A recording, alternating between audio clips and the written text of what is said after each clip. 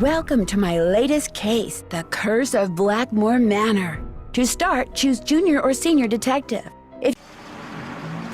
Dear Ned, greetings from jolly old England. Although right now I'm not so sure about the jolly part.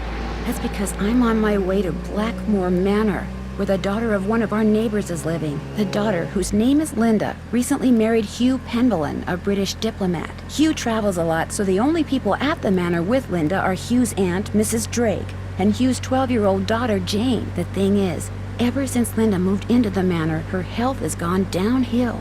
She's practically bedridden, and no one seems to know why. Her mother is convinced something is terribly wrong and wants me to find out what.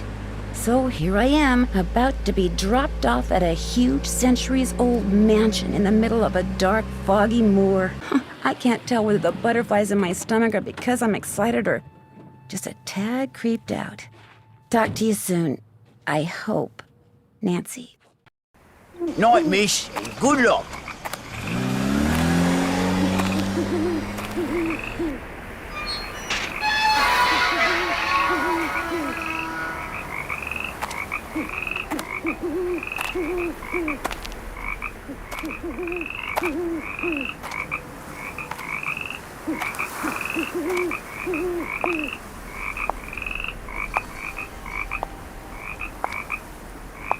Nancy.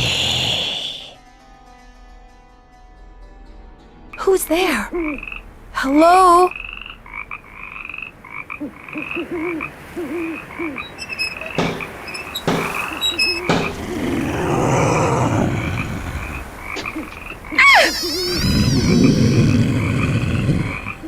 There's something out there! Where, child? Over there! I mean, something was out there. Come in.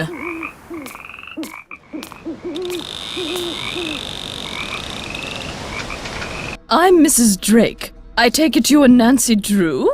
Yes, and I really did see something, Mrs. Drake. I heard something, too. Oh, people are always seeing and hearing things on the moor at night, especially you Americans. Why don't you just go on up to your room? It's the one with the moon on the door. I'd like to see Linda, if I could. I'm afraid Linda is, not quite ready to meet with you just now. But please, come see me after you've unpacked. I'll be in the conservatory. All right, thank you.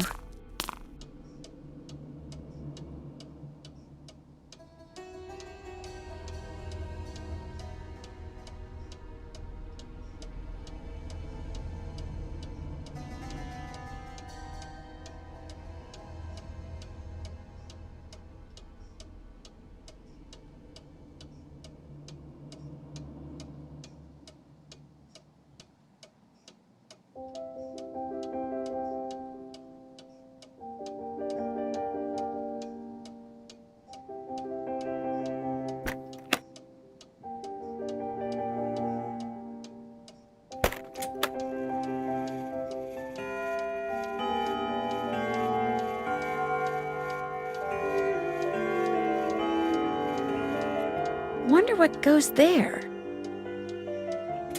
Something fits in here, but what?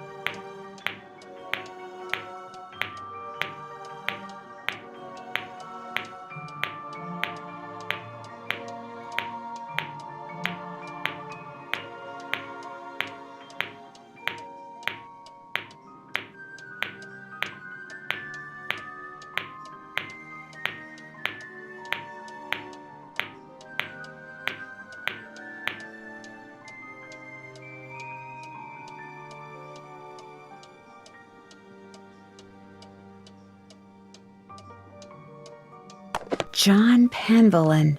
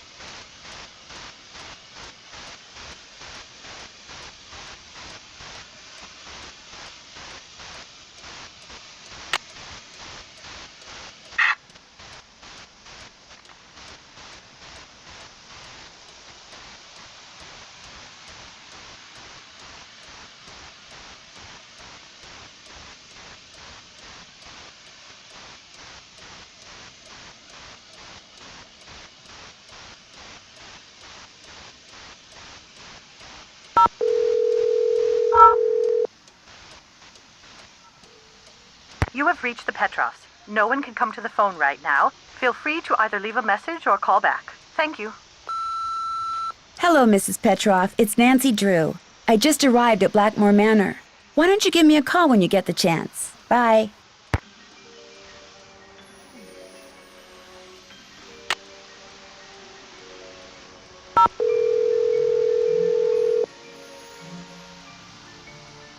This is the Drew residence. Please leave a message at the beep. I don't need to talk to anyone at home.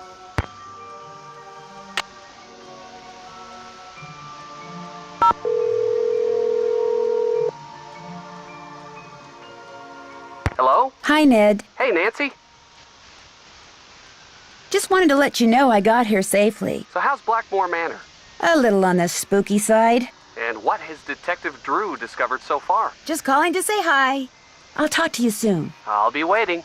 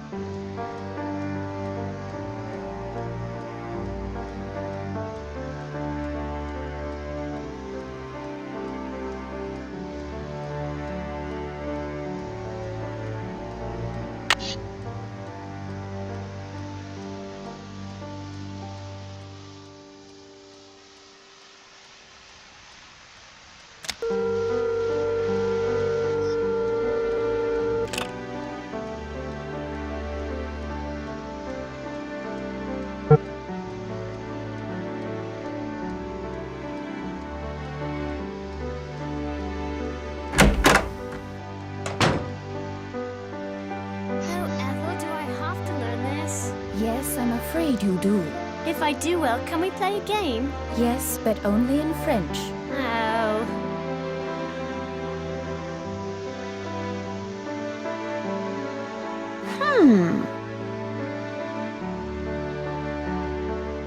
Oh, forget it. Stay in Italy as long as you want then. Some kind of husband you're proving to be. It's not all in my head. Don't bother.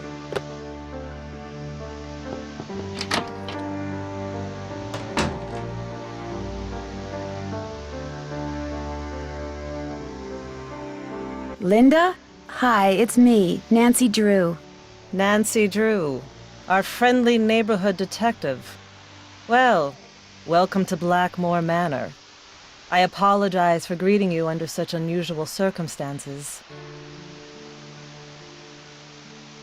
And I'm sorry to have to bother someone in your condition. My condition? What's my mother told you?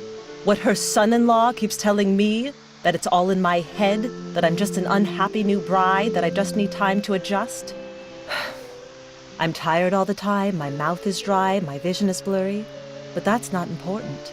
Here's what's important, Nancy. There are some doors that should never be opened. There are some doors that hold secrets which must never be known. That's everything you need to know. Now if... Mummy, can I come in? No. You're supposed to be in your lessons. Lessons are over. I want to meet Nancy. I said no, Jane. Okay. That was my stepdaughter. She can be such a pest sometimes. Anyway, I understand you feel an obligation to my mother, but trust me, there's nothing you can do. You're welcome to stay. but I strongly recommend that you go home as soon as possible.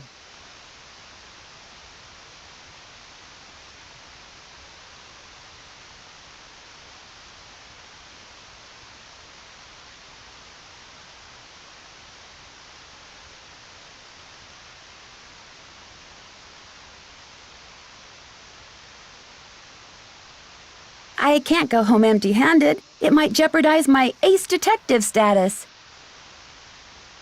Linda? Okay, I'll let you rest. But I'll be back. I'm here for you if you need me.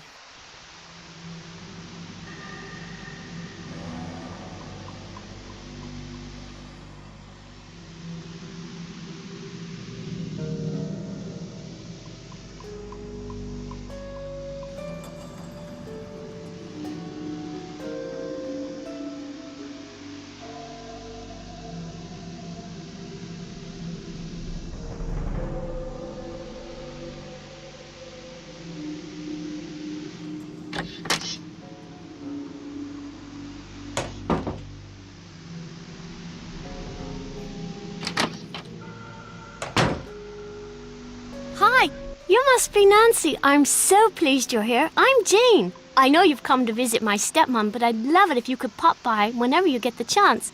Oh, we'll have such fun. Let's play a game.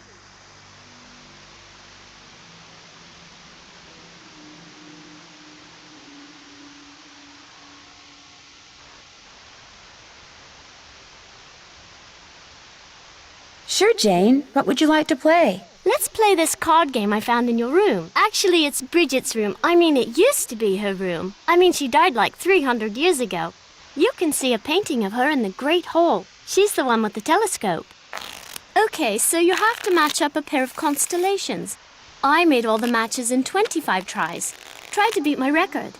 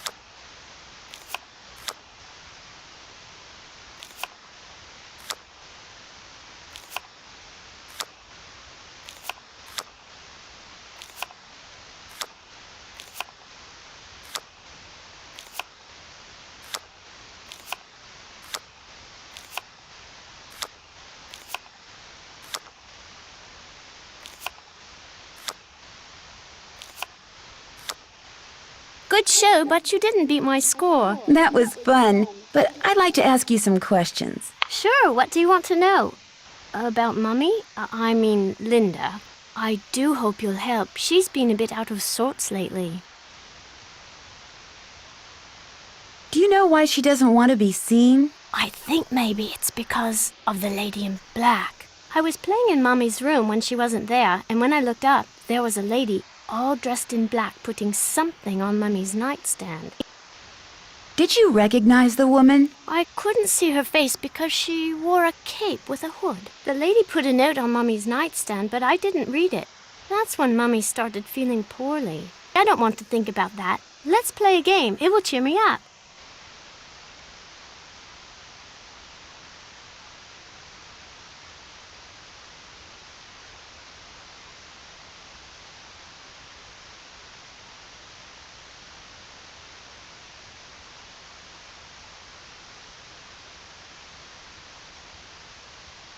Sure. What would you like to play? Look inside the chest over there and pick a game. My great aunt said it's a hope chest, so I put my games in there in the hope someone would come over to play. We can play Bull, Constellation Match, Petroglyph Punch, Skull and Bones, and I also have a jigsaw puzzle. You sure have a lot of games. I love games. I want to make computer games when I grow up.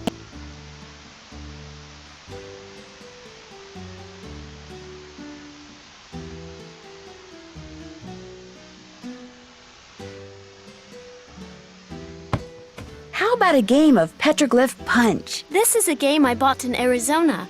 You have to make as many matches as possible. On your mark, get set, go!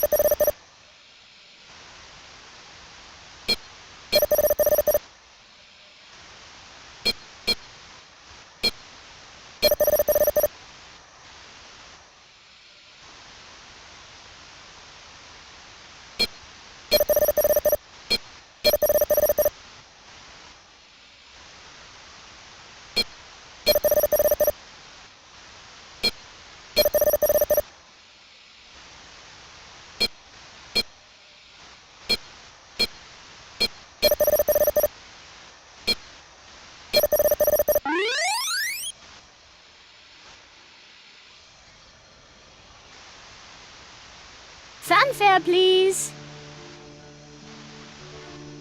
Have you ever seen anything strange outside? Once I saw my Uncle Roger's toupee fly off during a windstorm. Talk about freaky. The lady in black you saw in Linda's room, did she look like anyone you know? Like I said before, I couldn't really see her face, but she was kind of dressed like the lady in the Great Hall. Which lady? Eleanor. I know it sounds weird, that's why I didn't want to tell anyone. It's too creepy. Sometimes wonder if I just dreamed it all up. Mrs. Drake is always saying I have a rampant imagination. Do you want to play a game? Mm-hmm.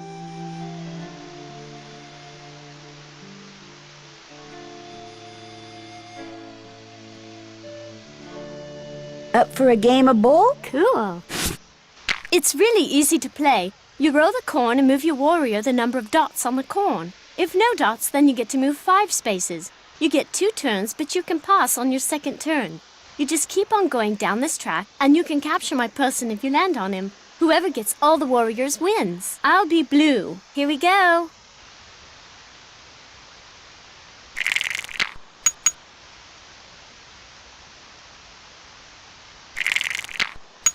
Your turn.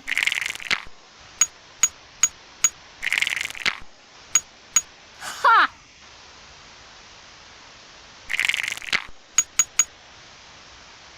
I pass. Pass.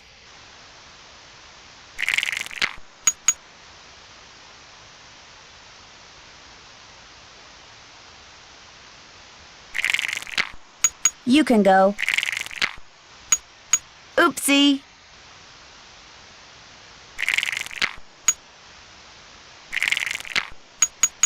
You can go.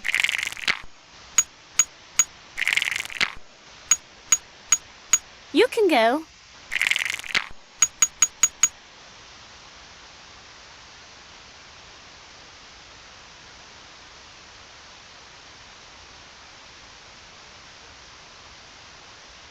I pass.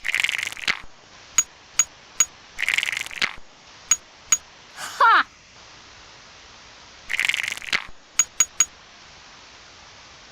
I pass. Pass.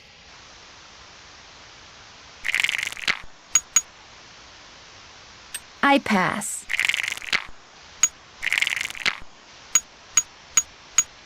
You can go. I pass. You can go.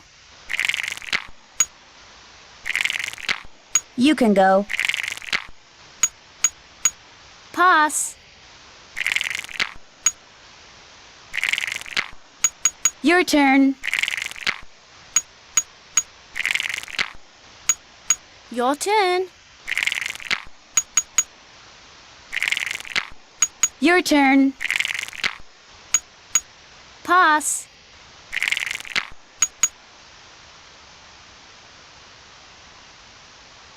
I pass. Your turn. Rats.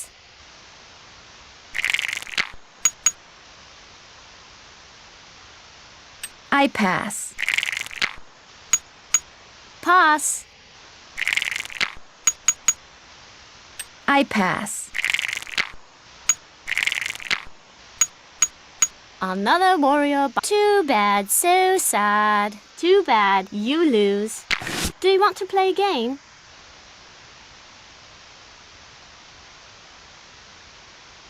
Maybe some other time. I'll see you later. Toodles.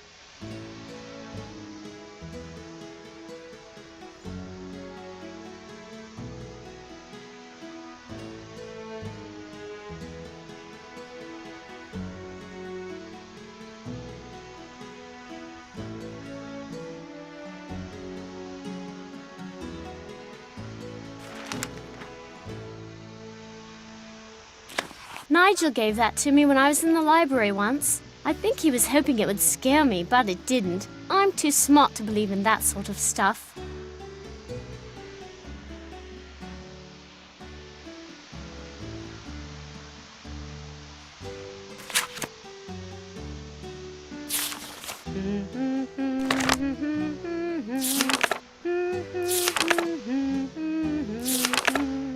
This phone number just might come in handy.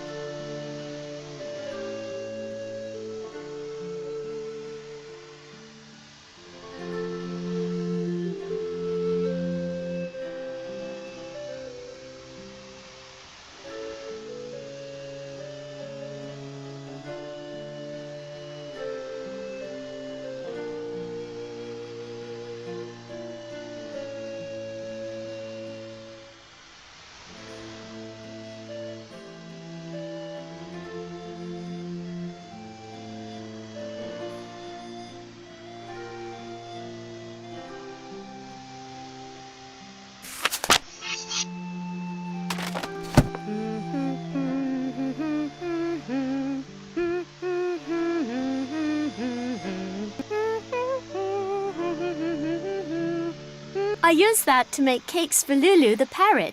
That's why the ingredients are so nasty. Like I would eat mealworms.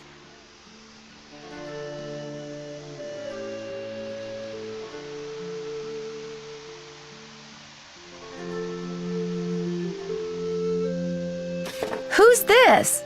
That's my mum, my real mum. She's an opera singer. It's not like she's famous or anything, but she does live in Paris.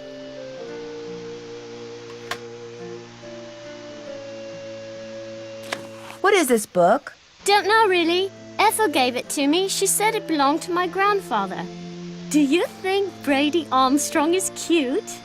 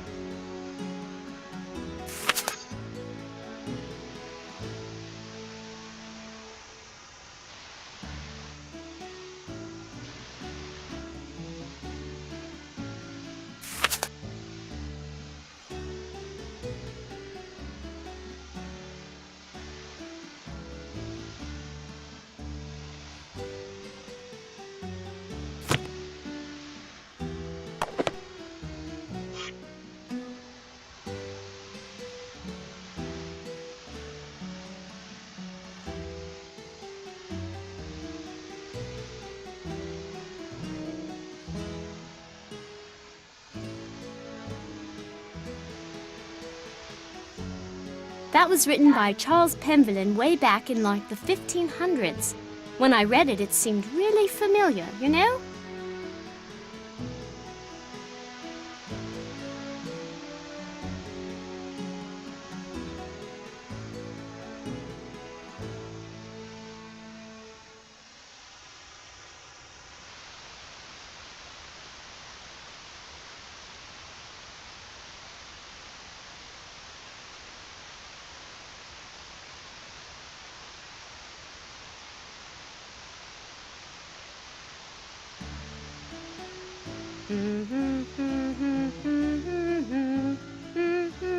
I totally love that show. Isn't Brady Armstrong so dreamy?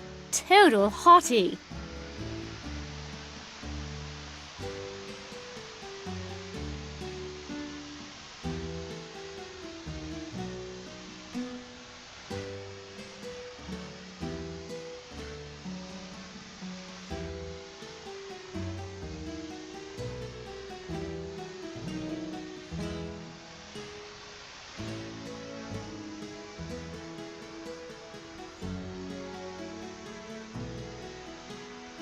Looks like you're learning some interesting stuff. Bet you wouldn't say that if you were the one who had to learn it.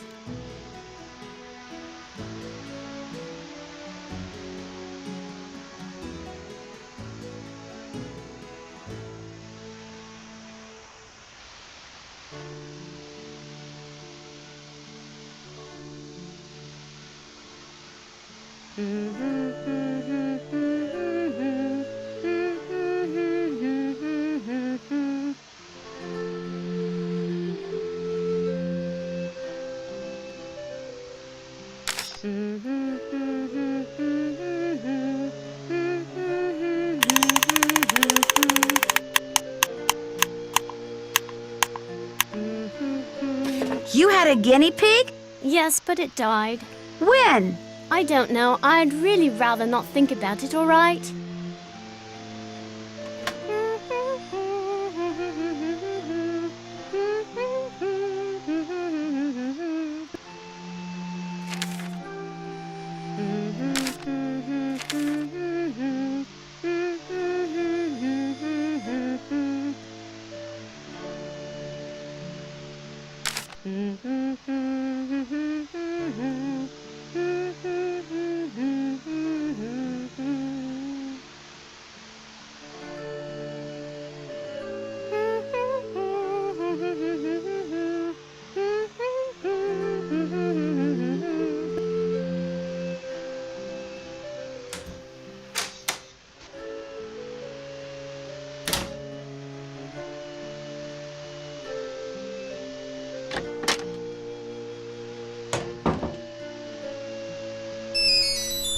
There goes my cell phone. Hello? Hi, Nancy. It's Mrs. Petrov. How is everything? Have you seen Linda yet? Yes, and I'm afraid she seemed really depressed. I'm just about at my wit's end. I've never known her to act like this. The last doctor that examined her said that aside from a little dry skin, which is not unusual for her, she was perfectly fine. Why is she hiding behind that curtain? I have no idea. When I was out there last week, I got fed up and pulled the curtain back. She threw a fit, but otherwise she looked absolutely normal. A little pale, perhaps, but who wouldn't be pale, cooped up like that? Something has changed her. Something in that house. Hugh is just as bewildered and upset by her behavior as I am. Please get to the bottom of this, Nancy. You're our last hope. Where is Hugh? He was called to Rome. As a diplomat, he's always being called out of the country without warning and without any say in the matter. He'd much rather be there with Linda, although...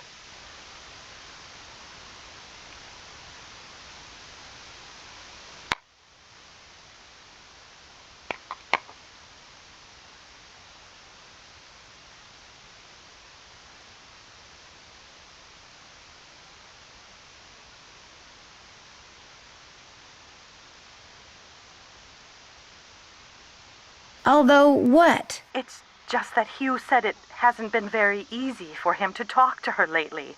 Whenever he calls, which is at least once a day, Linda always seems to fly off the handle for no reason, which doesn't make sense. Linda has always been extremely level-headed and even-tempered. She never gets angry. At least she didn't used to.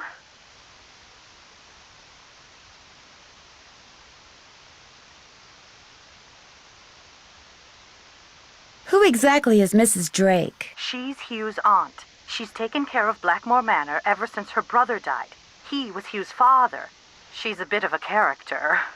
In what way? The way she spends all her time in that conservatory, slouching around, trowel in hand, murmuring to herself. You'd think she was burying something. Or somebody. Goodbye, Mrs. Petrov. Goodbye, Nancy. Oh, one more thing. My niece is on call and her husband's out of town, and I told her I'd go over there and babysit if she had to work. So if you call and I don't answer, that's why. Bye.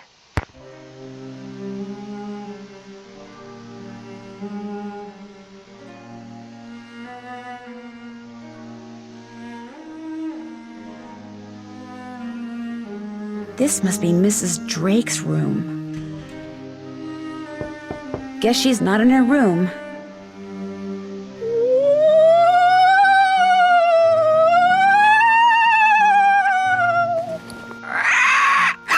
Oh, it's just a parrot. Scared ya?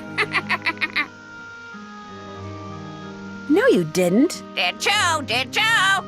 What's your name? Lolo, Lolo, Lolo, Lolo, Lolo, Lolo. Okay, I get the point. Lulu. Lolo, Lolo, Lolo, Lolo. Bye, bird. Lolo. Ah!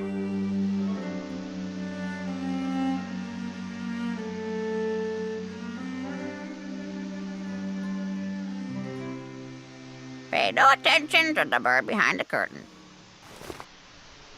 The time has come for closing book. I need the key. The time has come for closing book.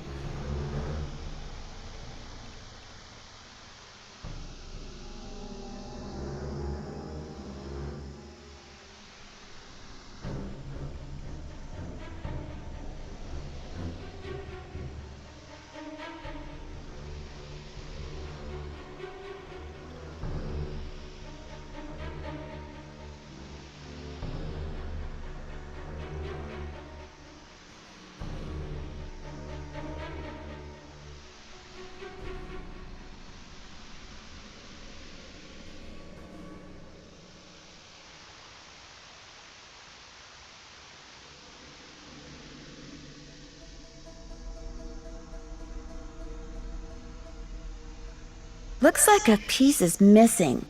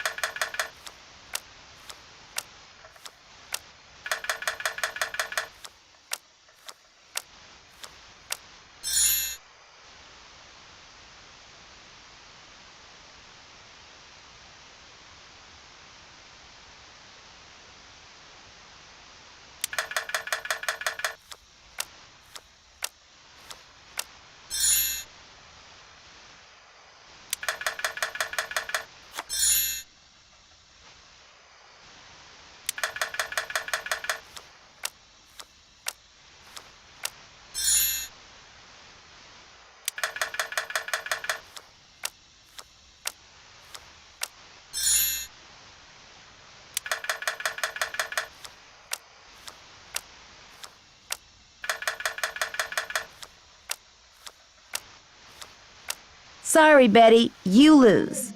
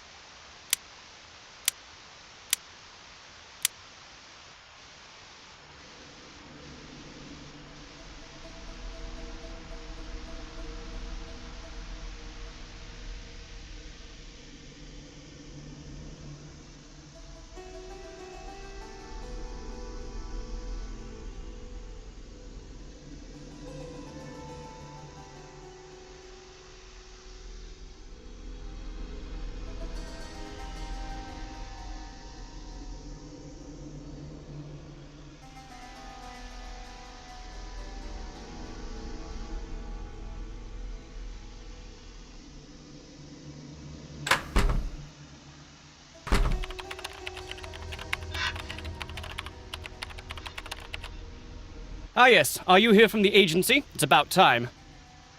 No, I'm Nancy Drew, a friend of Linda's. How do you do? I'm Nigel Mukherjee. I'm researching the Penvellyn family, and Mrs. Drake has graciously opened the library for me. Nothing much has been written about the Penvellyns. Until now.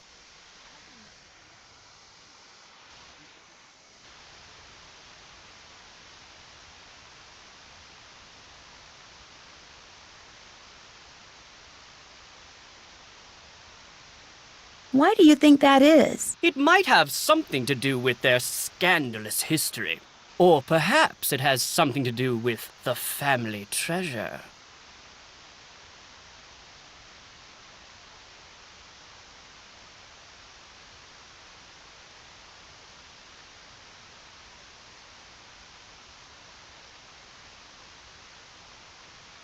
Scandalous history? Well, having a family member burned as a witch can hardly be considered a mark of pride, I dare say. And then there's the whole business with the Blackmoor beast.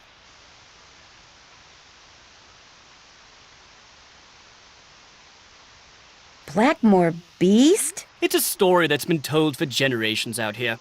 During the 1600s, many of the villagers reported seeing a strange beast with red eyes and giant fangs prowling the moors. They asked the mistress of Blackmoor Manor, Eleanor Penvellyn, to put a bounty on the beast's head. But, oddly enough, she not only refused, she forbade anyone from hunting the creature. It was rumored that the beast was Eleanor's husband, whom she had cursed for finding out too much about the Penvellyn secret.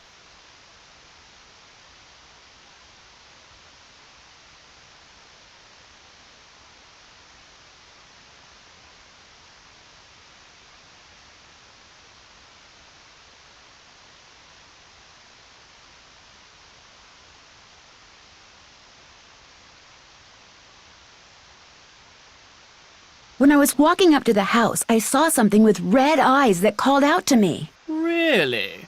How extraordinary.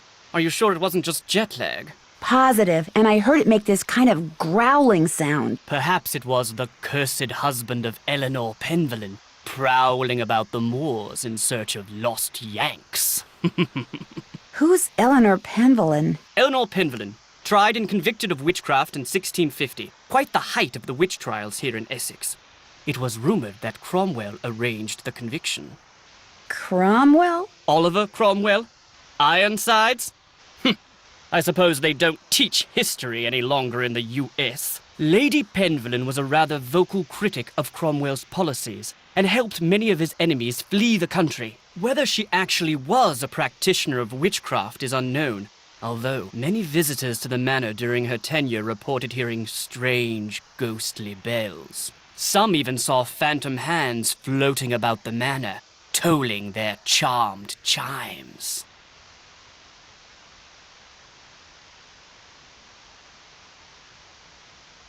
Tell me about the Penvellyn family treasure. For centuries, the Penvellyns have been very secretive. Some believe they're protectors of a fabulous treasure, or of some dark secret. Who are all those paintings of in the Great Hall? Those are the Penvellyns who owned Blackmoor Manor at one time or another. Have you seen any runes anywhere in the manor? You mean like Norse runes? No, I haven't. I don't really know much about them anyway. Dead languages aren't really my bag, you know. I'll let you get back to your work. Goodbye.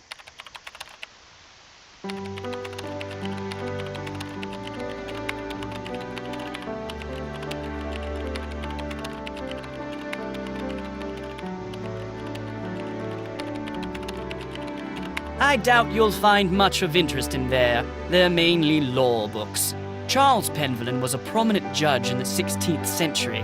Sad to say, he lost his son at a young age, left his estate to his grandson, Thomas.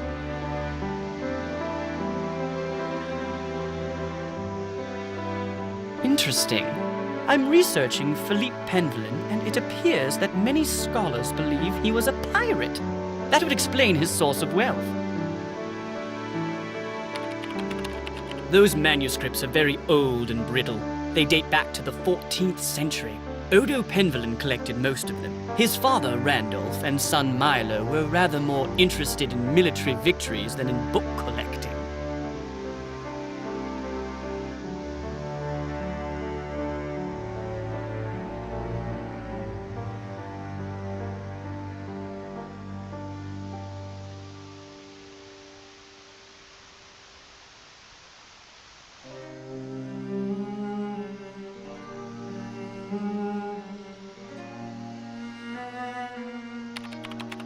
Those are mainly Penelope Penvellyn's collections of French novels. She was a patron to a raft of artists, and her salon was quite popular.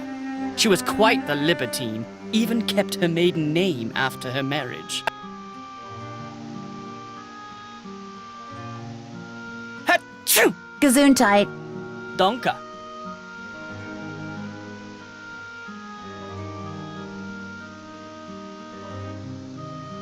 Achoo! À tes souhaits. Merci. Do you mind if I use this computer? No, not at all. But it's very old. Feel free to use mine if I'm not here. Who's Alan? Alan Penvellyn was a noted researcher in computers and languages. Jane let me into his computer, but there was nothing much of interest on it. What's the password? I'm not sure.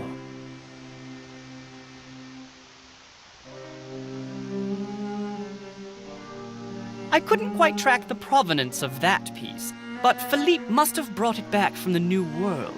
He became quite wealthy as a merchant in the Americas and restored Blackmoor's original splendor after it had been abandoned for years. His daughter Penelope continued the renovation, commissioning the construction of this library by Roger Vizier, who built a similar one for the French general Jean Leboeuf.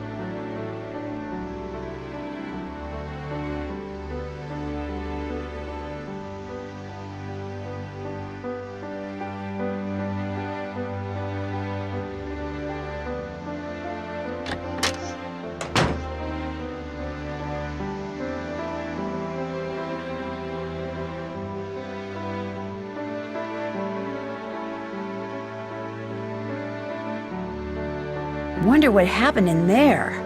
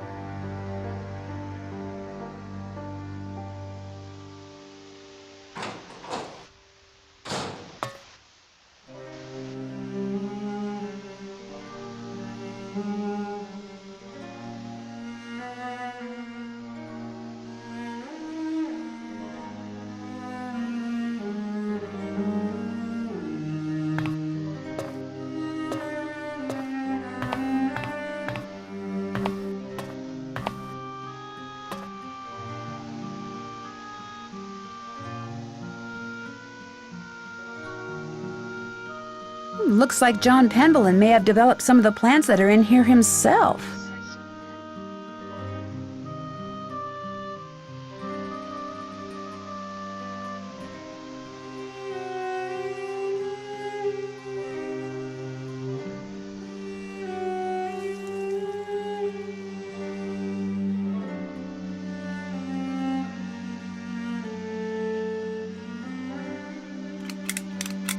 Doesn't work.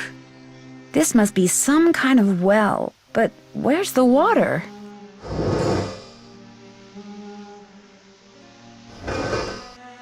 Oh dear, getting a tad dry, aren't we?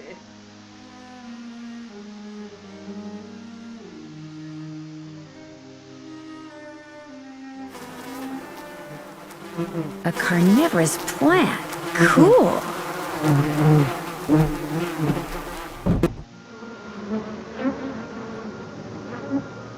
That's probably not a good idea.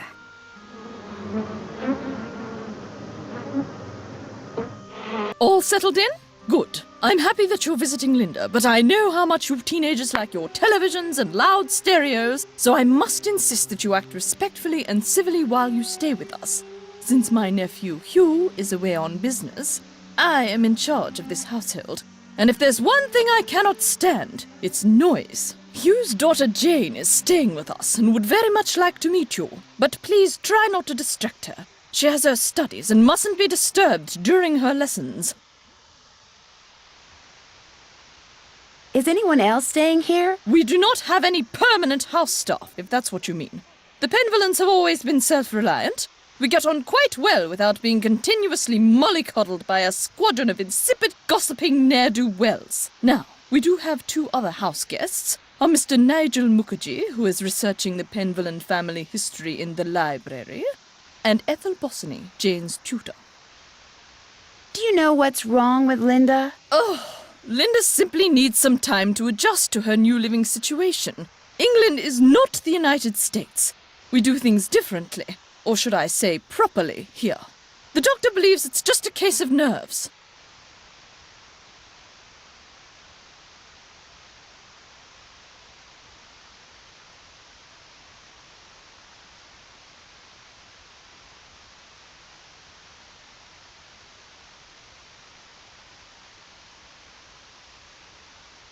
Her mother told me she refuses to let anyone see her.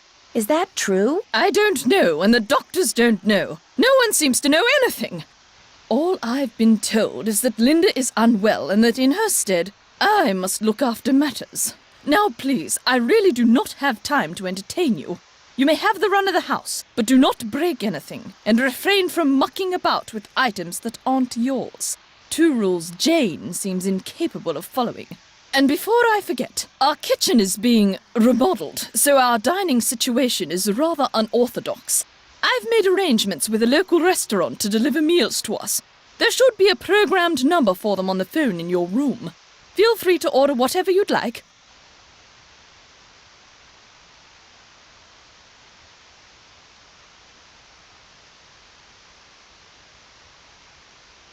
The picture book in Jane's room. Do you know much about its history? My brother Alan found it somewhere in the house. He was quite fascinated by it, but he'd never let me look at it. I'm concerned about that thing I saw outside. It was purely your imagination, unless you saw a stray dog. But I will not countenance any histrionics about this issue. We have enough to worry about with Linda. And please do not get any ideas about going outside to investigate. I do not want you tracking mud all over this house. What was your brother Alan like? He was quite remarkable. He taught linguistics and computer science and won many prestigious awards. He loved games, especially pranks, and was forever tinkering with this and that. I do miss him sometimes, but now he's gone. He died a month after my husband passed away, and ever since I've been here all alone. Until Hugh came back from the United States, that is.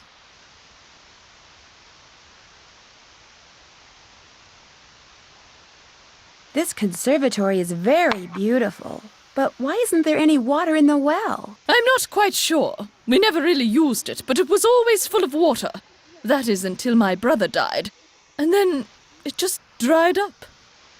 Most of these plants were brought over by my grandfather. He was quite the adventurer. I remember when he brought back Lulu from the Amazon. At first, Mother wouldn't allow us to play with it because it had picked up too many unsuitable words from sailors. But it gradually learned proper manners. Can you tell me about Lulu? Lulu is a very old parrot. She must be over 80 years old. Please be very careful with her, especially if you feed her. Parrots have quite delicate constitutions, you know. Do you know what the password is for the computer in the library? No, that was my brother's toy. Goodbye. Run along.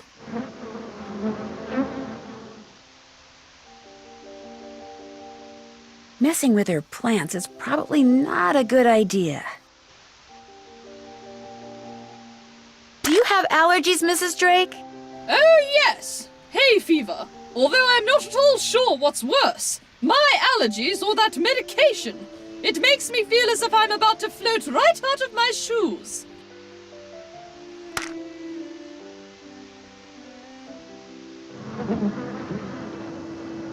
Who's hungry? Who's ready for some nummies? Did you say something, Mrs. Drake? Not to you, dear.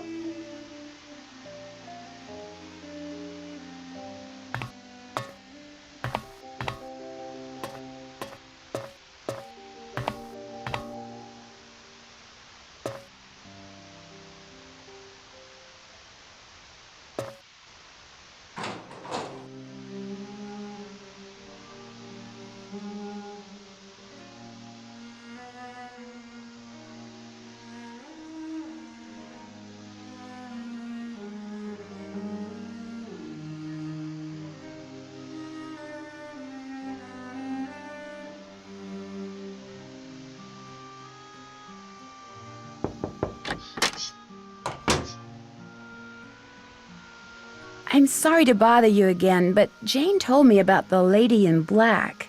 What lady in black? Jane never said anything to me about a lady in black. That kid is so weird. I just don't get her. Did you receive a note or something that's upset you? I did receive something. But it's none of your concern. You can't help me, and that's that. I'm sorry. Linda, you have to give me a chance. Everyone is so worried about you. If you just tell me what's happened, maybe I could help.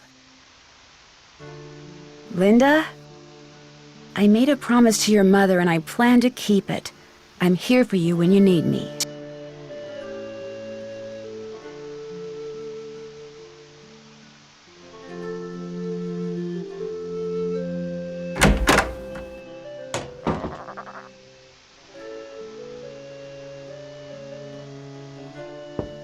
She's probably sleeping.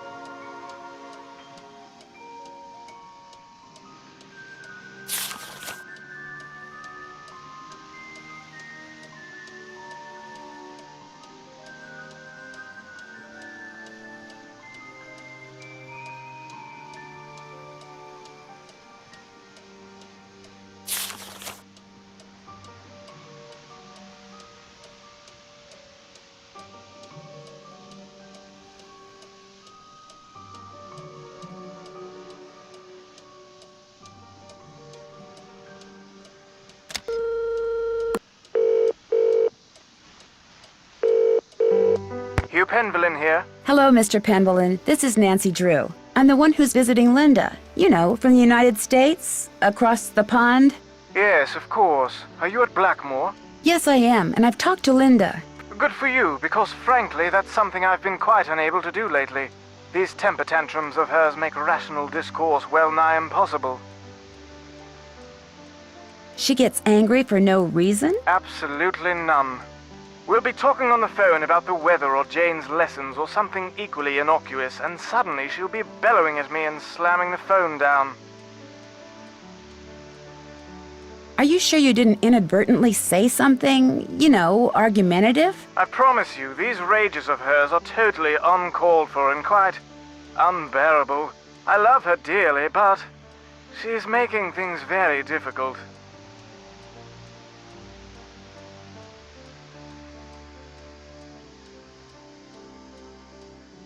I understand that Mrs. Drake is your aunt? Yes, Aunt Letitia. We're not very close, however. She's always been rather aloof, much more interested in being a Penvellyn than a person, if you know what I mean. Does Linda get along with her? As far as I know, yes, although I have caught my aunt eyeing Linda strangely at times. And of course there's the 6-month habitation clause. The what? According to the Penvellyn rules of inheritance, the spouse of Blackmoor Manor's current owner, that would be Linda since I'm the current owner, the spouse of the current owner must reside in the manor for at least 6 months. Should she or he leave the manor before 6 months is up, ownership of 1/2 of the estate immediately passes to the next legal heir. And that would be Mrs. Drake. Correct.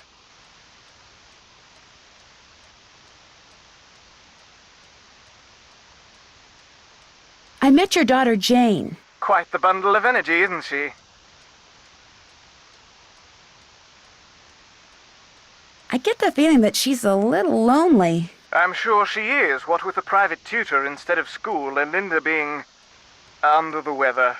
And coming back to Blackmoor no doubt reminds her of her real mother. Renee and I were divorced almost 2 years ago. Jane went into a bit of a tailspin for a while, but she's come to adore Linda. She's been calling her Mummy since the day we were married. Have you spent much time on your father's computer? The one that's in the library? I dare say I've never touched it. Mathematics, computer science, linguistics, all the things that fascinated my scholarly father bored me to tears. He gave up on me quite early on. With Jane, however, it was a different story. What do you mean? From the day she was born, my father doted on her, far more than he ever doted on me. Read to her, bought her books, games. Truth be told, I was a bit jealous.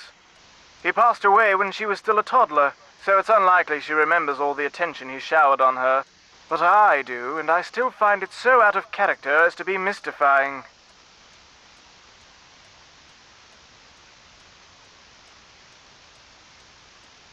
It was nice talking to you. This is an extremely busy time for me, so I apologize in advance if you call and I'm unavailable. I understand. Good. Cheerio.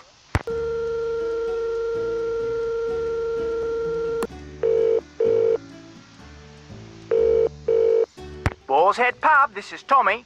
Hi, this is Nancy Drew. I'm supposed to call you if I want some food. Right. Nancy Drew, out at the old Blackmoor Manor, are you?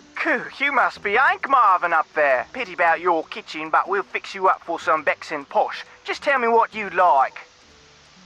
Okay. What do you have? We've got some loop-de-loop, bangers and mash, a real fine pinky and perky, and a delicious dog's eye, me fork and knife just rubber-ducked.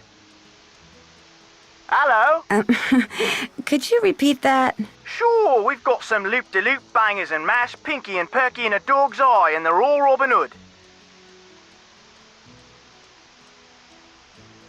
Bangers and mash. Rightio, Uncle Fred and Johnny Rudder.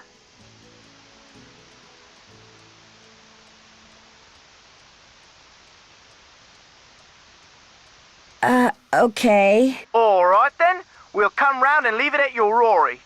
Oh, and we've got no hot potato about, so it may take a bit, but we'll have it up to you in no time. Fish and taters.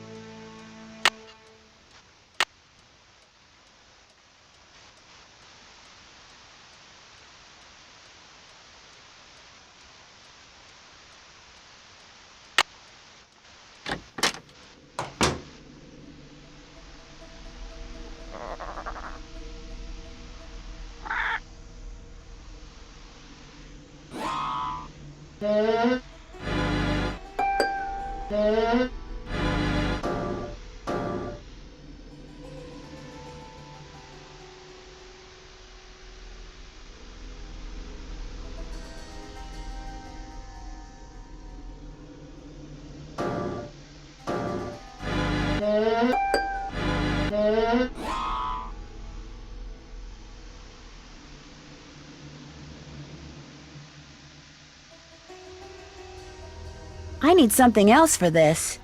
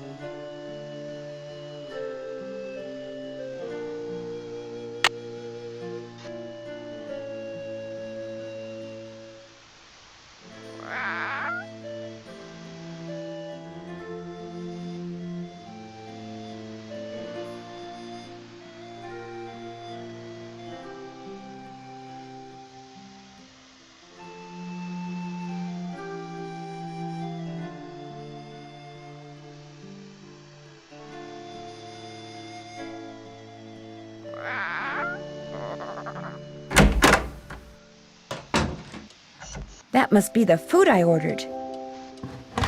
Bangers and mash, huh? Looks like sausages to me.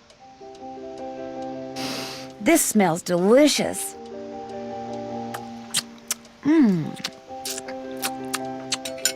That was really good.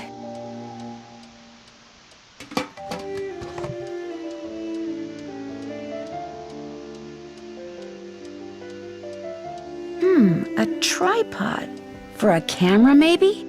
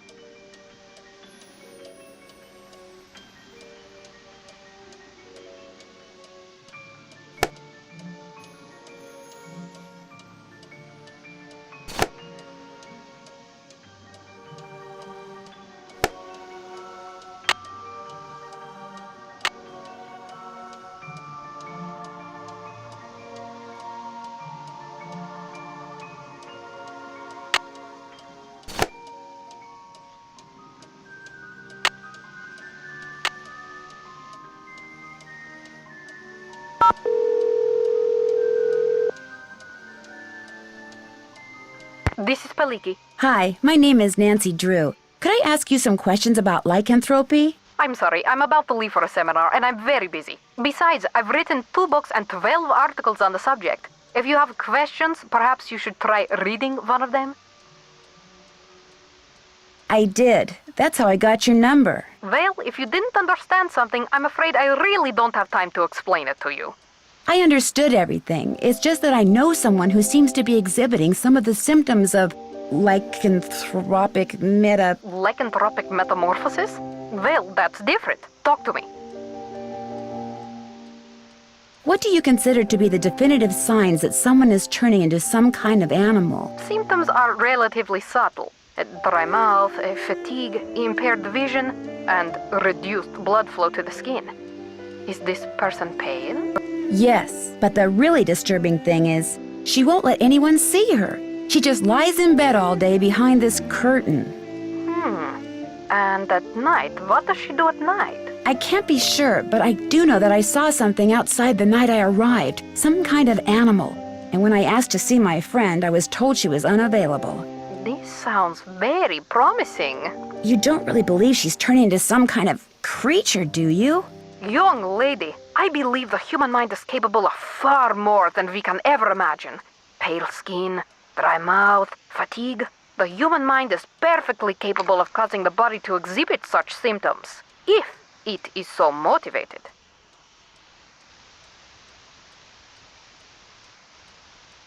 What would motivate someone to turn into an animal? Most lycanthropes are under a great deal of stress, due perhaps to the death of a loved one, marriage, divorce, a relocation, that sort of thing.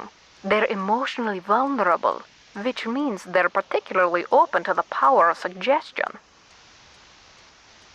Someone suggests they become a lycanthrope?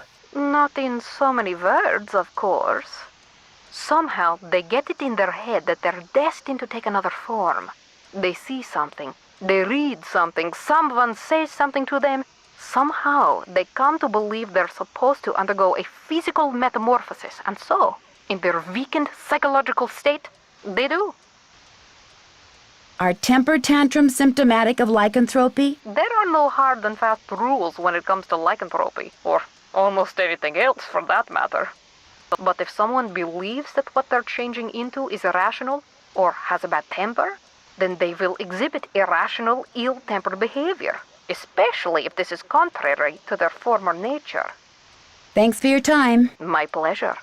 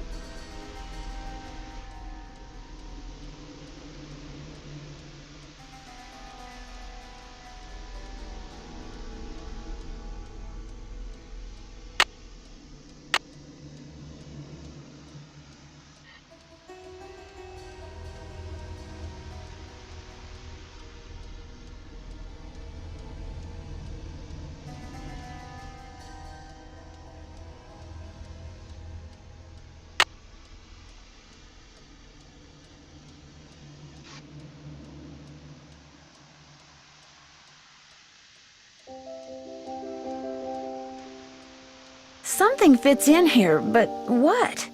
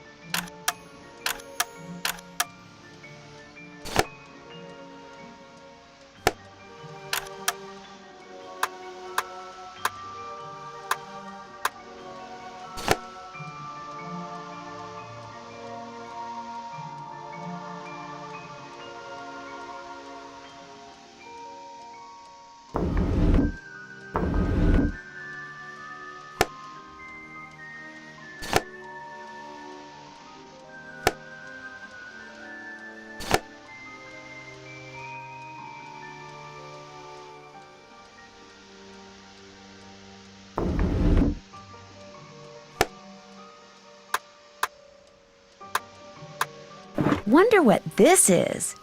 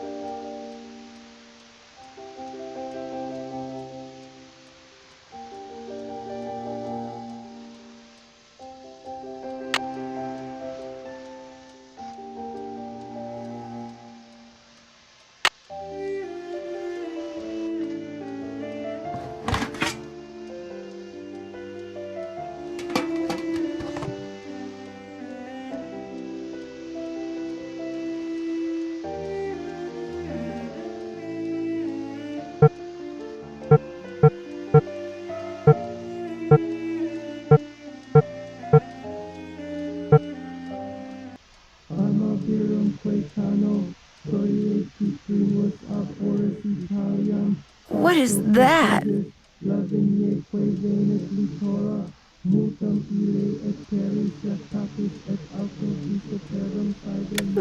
Oh, maybe I'd better have a look around.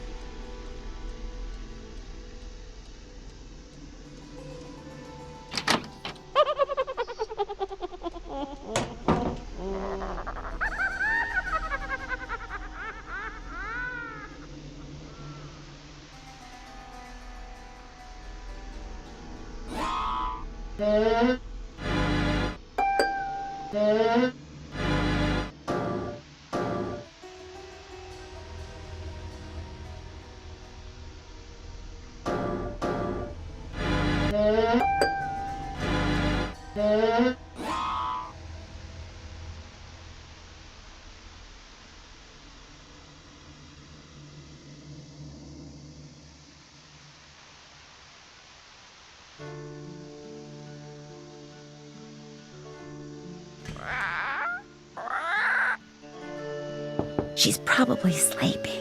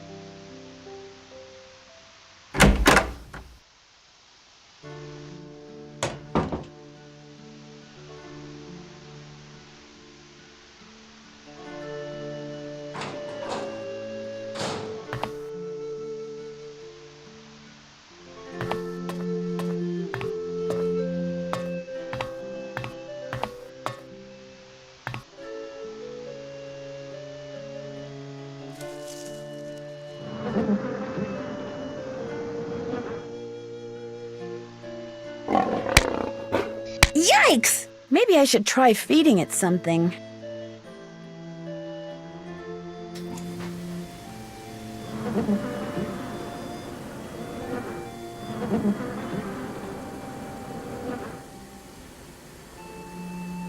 Messing with her plants is probably not a good idea.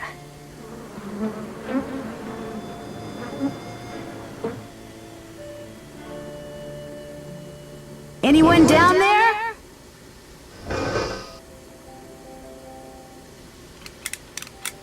Doesn't work. Probably because the well's empty.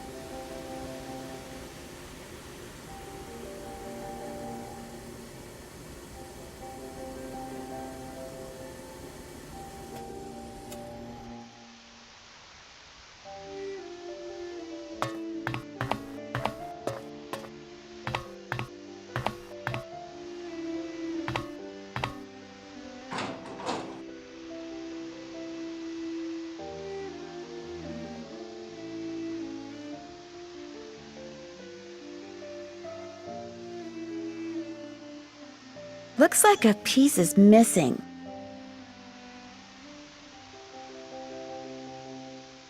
Looks like a piece is missing.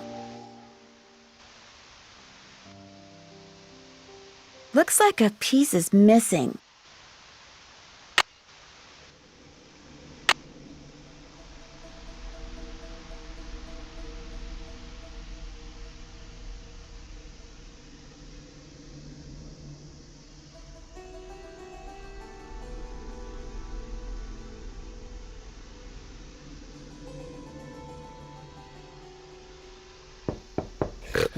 Jake, is that you?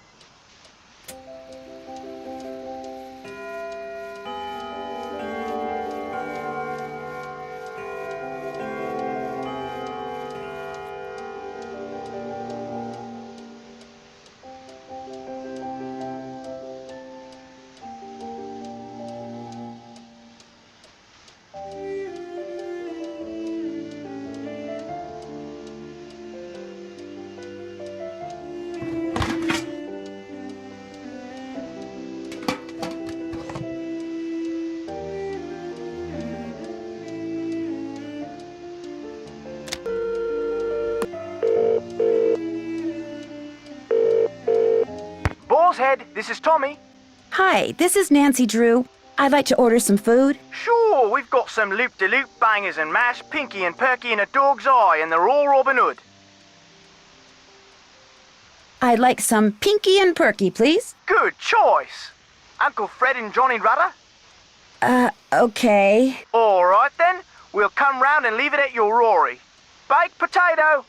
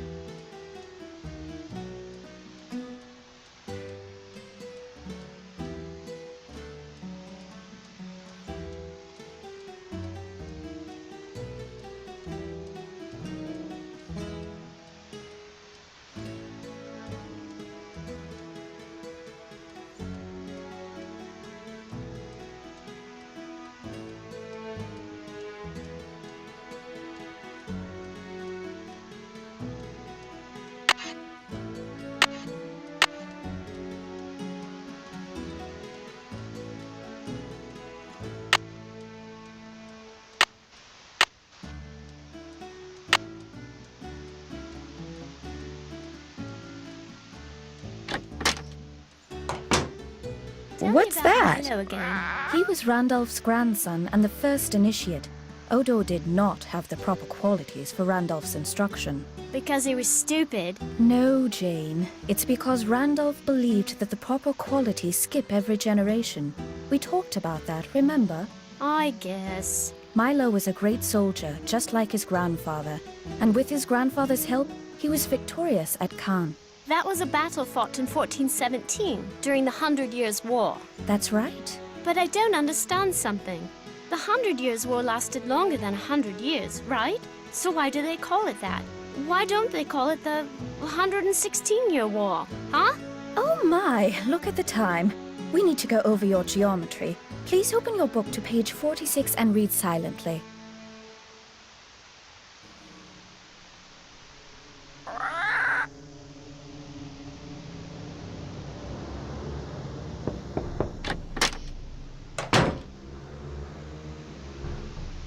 Hi, Linda. Nancy? I can't believe you're still here. I thought for sure that... Maybe you can help me. What did the lady in black leave for you on your nightstand? All I know is I've awakened something in this house. Something that refuses to rest. What did you do? One day after Hugh left for Rome, I inadvertently discovered a secret passageway. I started to explore it. And pretty soon I found this really old-looking message etched into the wall. When I read it, I realized it was some kind of ancient curse. I tried to laugh it off, but it was kind of unnerving. So I went back to my room and found a note on my nightstand. And on it was written the exact same curse. That very night, I started to feel strange. The curse has been coming true ever since.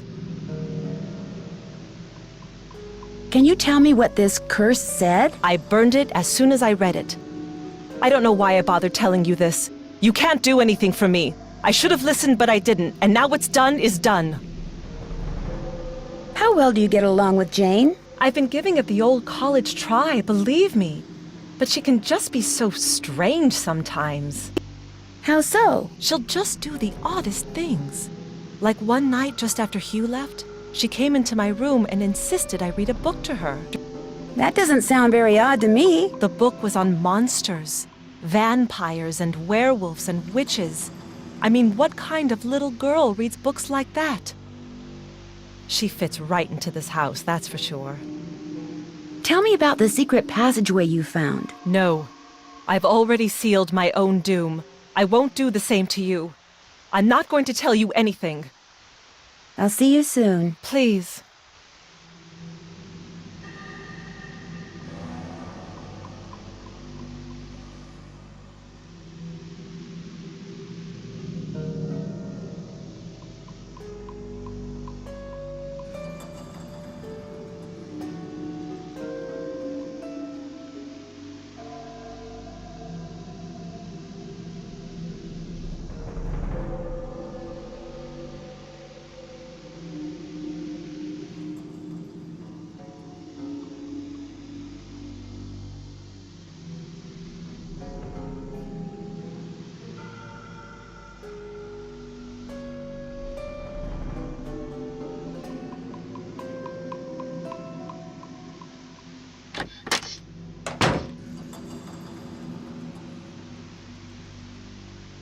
Puer, pueri, puero, puerum, puero.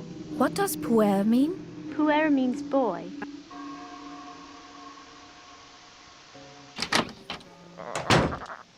That must be the food I ordered. Looks like Pinky and Perky is turkey. I knew that. Tommy's cooking is beginning to grow on me.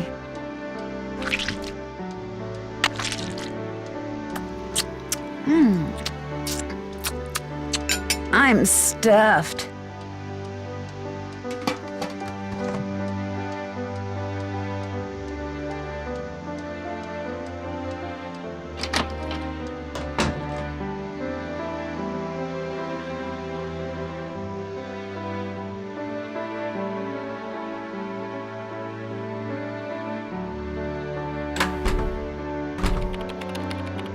Hello, Nancy. I'll let you get back to your work. Goodbye.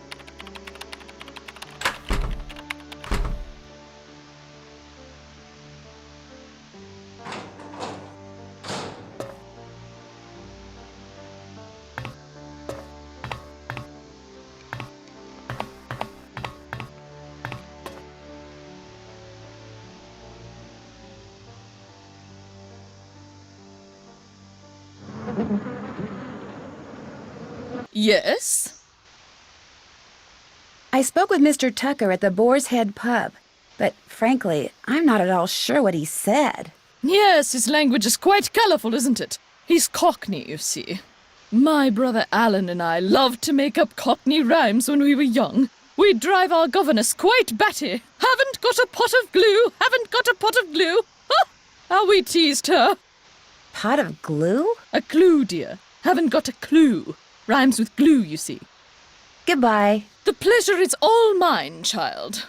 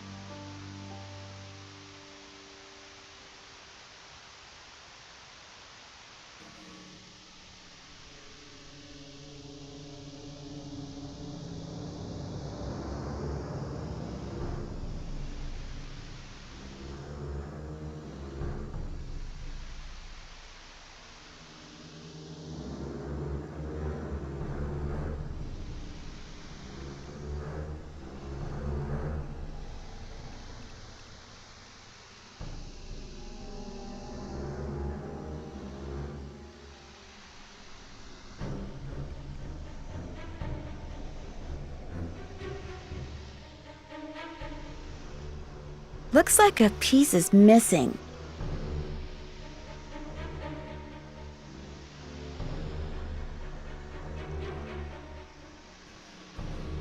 Looks like a piece is missing.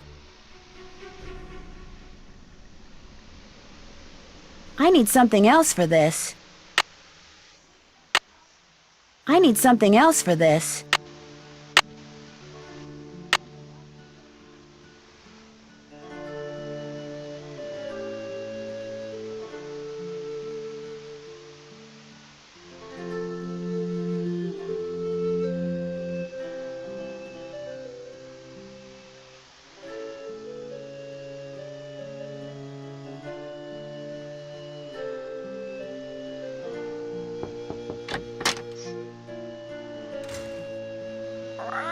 La fille quelque con el moldu. La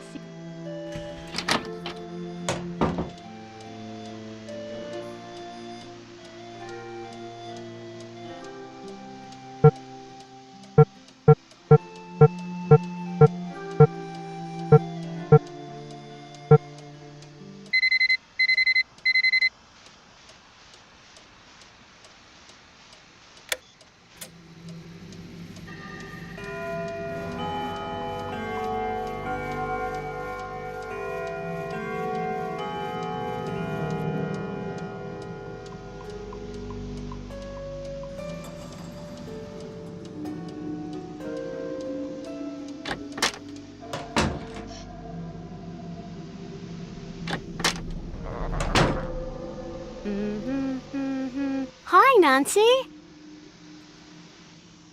Do you know of any secret passageways in the manor? I found one, but all it did was lead to this funny picture. Do you think you could show me where the passageway is? Wouldn't you rather play a game with me? I'm so bored. If I play a game with you, will you tell me where the secret passageway is? Okay. I got this at this really neat museum in the States. It's supposed to be an original Maya game, but don't worry. You don't have to, kill people or take their hearts out or anything. I'll be blue. Here we go.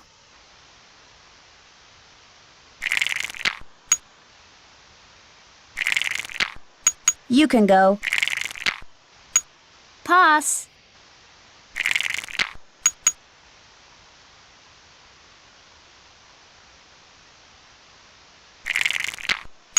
Your turn. Pass. I pass. Pass.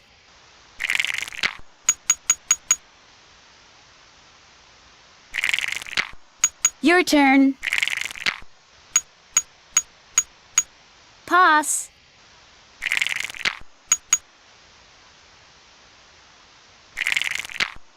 You can go. Pass. You can go. Your turn. You can go. Pass.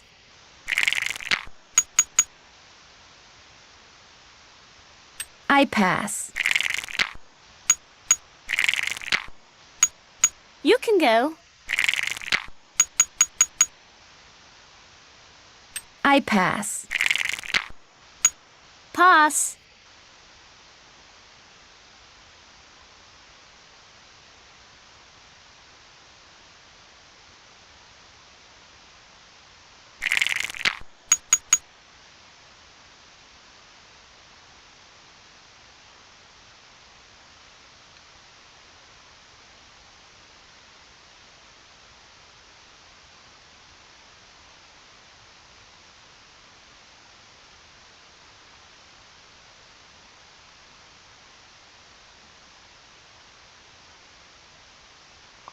I pass.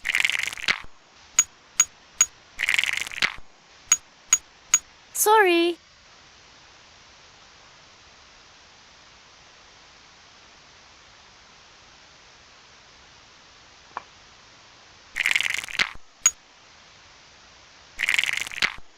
You can go.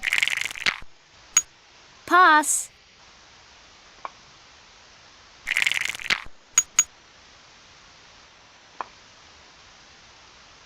I pass.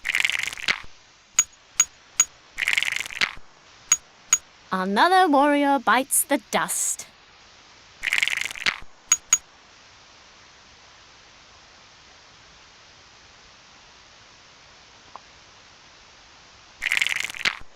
Your turn.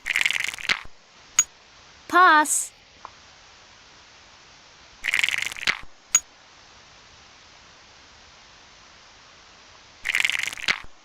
You can go.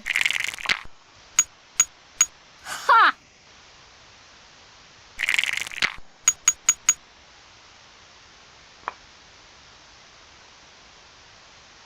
I pass. Your turn.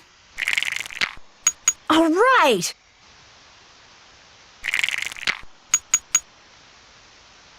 I pass. You can go.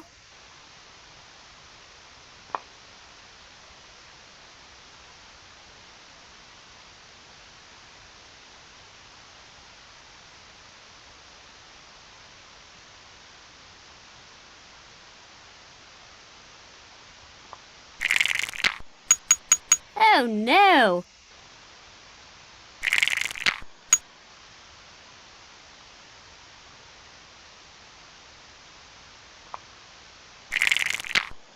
You can go.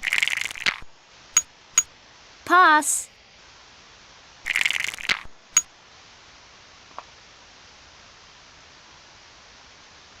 I pass. You can go.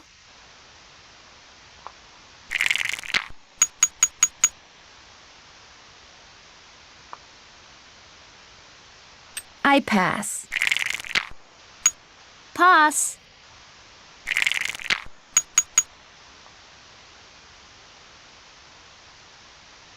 I pass. Your turn. All right!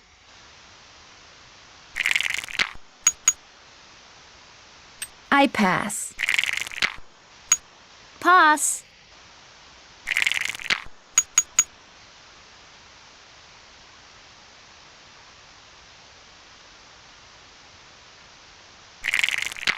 You can go. You can go. All right! No fair. Okay, I found the secret passageway in the East Hall. That's the hall with the coat of arms on the door. But it's not a very exciting secret passageway. You're going to be totally bored. Wouldn't you rather play a game with me instead? Do you think there's a treasure hidden around here? I highly doubt it. I mean, if there were, wouldn't someone have already found it? When I asked Ethel about it, she said that it's the Penvellyn name and heritage that should be treasured. Blech. The East Hall is locked. Do you know how I can get in it? My great-aunt took the key. She probably thought I'd break something in there. But I found another one. Here, you can keep it if you want.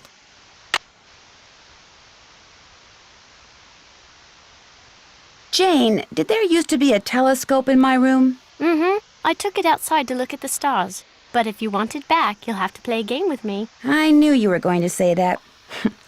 Okay, what's the game? Let's see how quick your reflexes are. I'll time you. If you get the puzzle done in time, I'll return the telescope. If not, then you'll have to try again. On your mark, get set, go!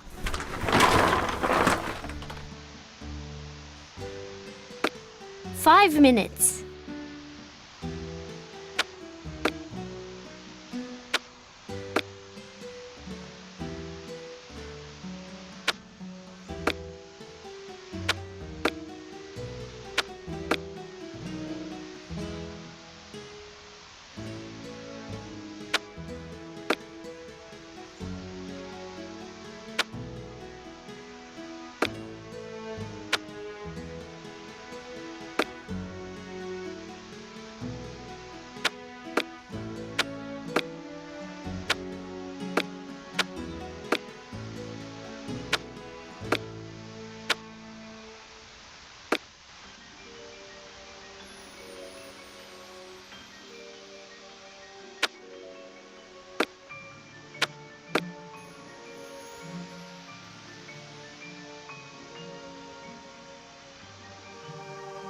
Four minutes.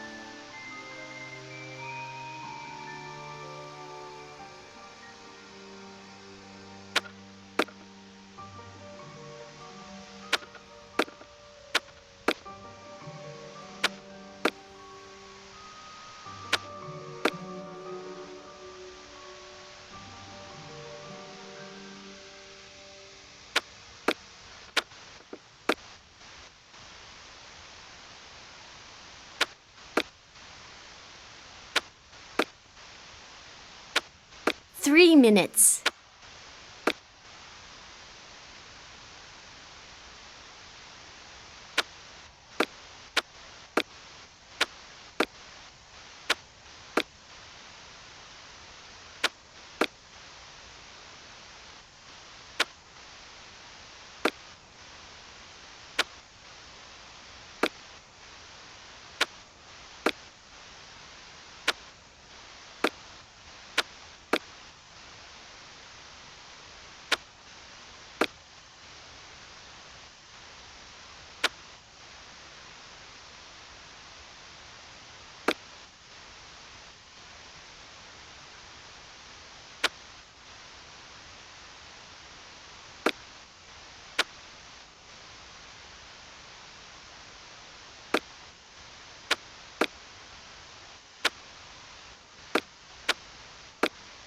Two minutes.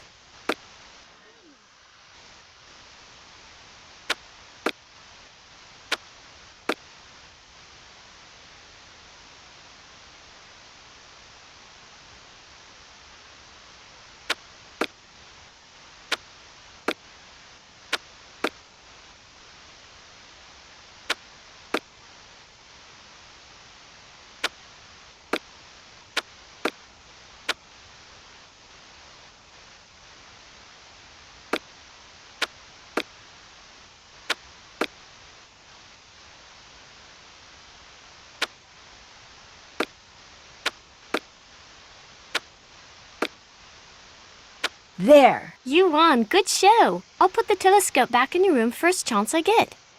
Do you know what the password is for the computer in the library? Yes, but I won't tell. Not unless you beat me at Skull and Bones. My friend Hugo bought this for me. It's like Go Fish, but you have to collect 3 of a kind of weird things like zombies and ghosts. You go first.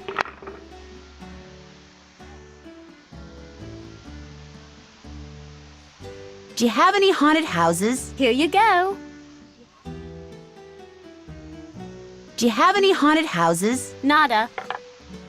Tombstones? Get out your shovel. Do you have any bones? Here you go. I got a match. Do you have any coffins? Nada. Do you have any spiders? Sorry. Do you have any tombstones? Here you go. I got a match. Do you have any witches? Go dig. Any bats? Go dig. Do you have any ghosts? Here you go. Do you have any coffins? Nada. Do you have any spiders? Get out your shovel. Do you have any bats? Here you go. That's a match. Do you have any zombies? Nada. Do you have any spiders? All yours. Do you have any skulls? Afraid not. Do you have any haunted houses? Dig. Do you have any spiders? Go dig. Do you have any zombies? Sorry. Do you have any spiders? Go dig. Do you have any witches? Dig. Any haunted houses? All yours. A match? You're doing great. Do you have any coffins? All yours. Do you have any zombies? All yours. You got a match. Good for you. Do you have any spiders? Afraid not. Do you have any skulls? Here you go. I got a match. Do you have any ghosts? Go dig. That's a match. Do you have any coffins? Go dig. You got a match. Good for you. Do you have any ghosts? Go dig. Do you have any spiders? All yours. You got a match. Good for you. Would you happen to have any ghosts? I win. You won. Good job. Okay, the password for my grandfather's computer is on his coat of arms, plain as day. Have you ever heard anything strange at night that sounds like chanting? No. I should get going. Come back soon.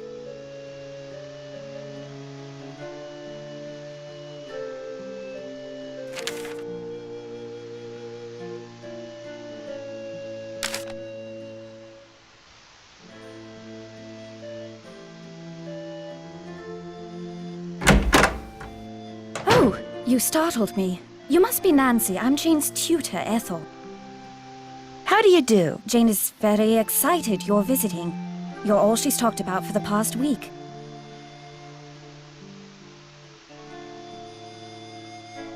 Wow, I feel so embarrassed. I didn't think I'd have a fan club all the way over here. Yes, well, I'm sorry, but I'm in a bit of a rush. I need to go over some things with Jane. Oh, I guess I'll be going then. It was a pleasure meeting you, Nancy. Our paths will cross again, I'm sure.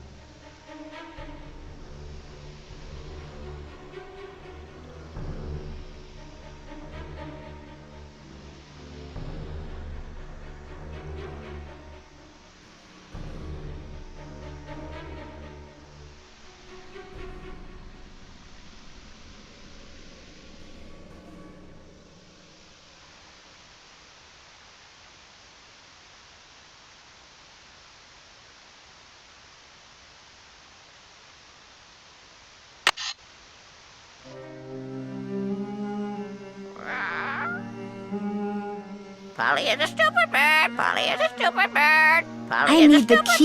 bird. Polly is a stupid bird.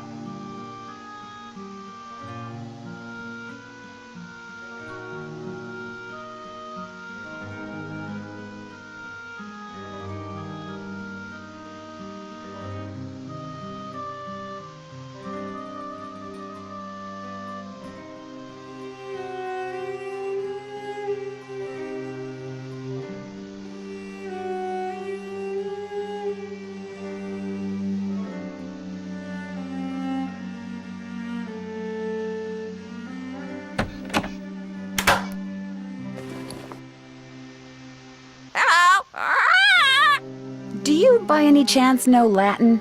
Quiste rogavit, bene vidi vici, semper ubi sub ubi, morituri status.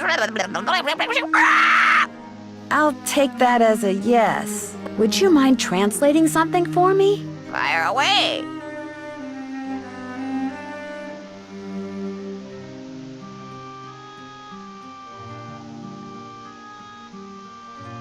Per aures ad animum. Through the ears to the spirit. Bye, bird. Felicity, the door, the door.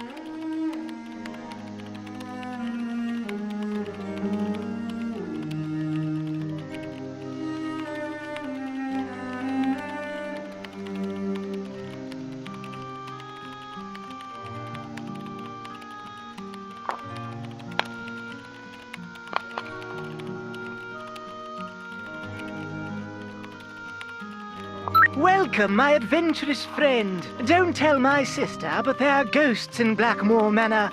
13 of them to be exact. The problem is they're very shy, so they only come out when it's very late at night, usually just after midnight, and even then they only show up in quiet places, like the Great Hall, and the hallways and the conservatory. What's worse, they'll only come out for a very short period of time. But if you can find and touch all 13 ghosts in the time you're allotted, come back here and I'll give you a prize, one which I guarantee you'll enjoy. So who's ready to go on a ghost hunt?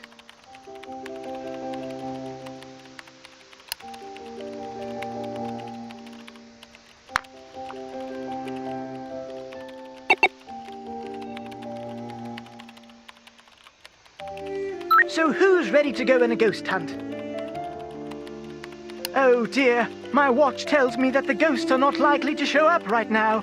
Come back between midnight and 4 a.m. Farewell till then. Hello, Nancy. I'll let you get back to your work. Valet.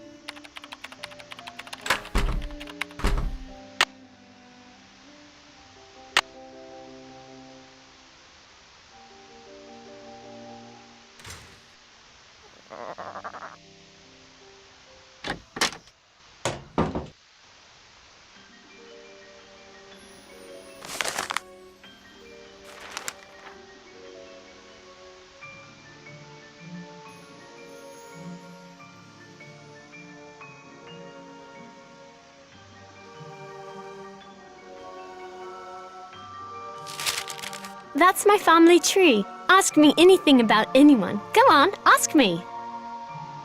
Tell me about Randolph. Randolph the Red, so named for his bright red hair, was considered a hero at the Battle of Poitiers. For his heroism, King Edward III awarded him with the lands in the region called Penvellyn. That's how we got our name. Who was Jeanette? It's Genet. I think he wrote plays, maybe. I don't know, I forget. Odo, that's an odd name. Yeah, he isn't very exciting, really. Like farming and cows. His son Milo is much more interesting. What about Milo? Milo inherited not only his grandfather's red hair, but his military prowess. Milo was instrumental in the siege of Caen and was awarded even more lands by Henry V. And Hugo? He had a lot of kids, and his dates were 1401 to 1466. Tell me about Albert. He was very mysterious, and the people of Blackmoor were afraid of him because he knew all these scientific things. No one knows much about him, though.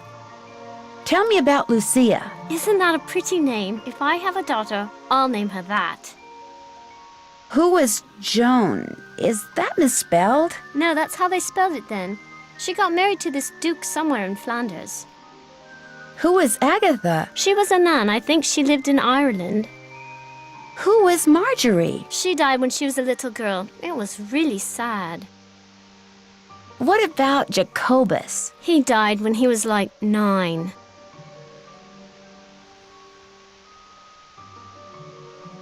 Who was Anor? He was Odo's brother. Tell me about Simon. He lived from 1358 to 1412. No, 1411. We don't know very much about him. What did Guido do? He made pizza. No, I'm joking, of course. I don't know anything about him except that he died in 1433 because he outlived all of his siblings. What do you know about Cecilia? She married the Lord of Limerick and did a lot of needlework. She had a ton of kids too, like 20. Can you imagine? Who was Josephus? Yeah, they used a lot of Latin names back then and weird spellings. He became like a priest or parson or something. Who was Robertus? He was a knight but died in some kind of jousting tournament. He was twins with Josephus. Who was Anisha? A nun. Who was Nicolina? She died when she was a baby. I have many ancestors who died young, but Ethel said that Penvellyns in general live a long time.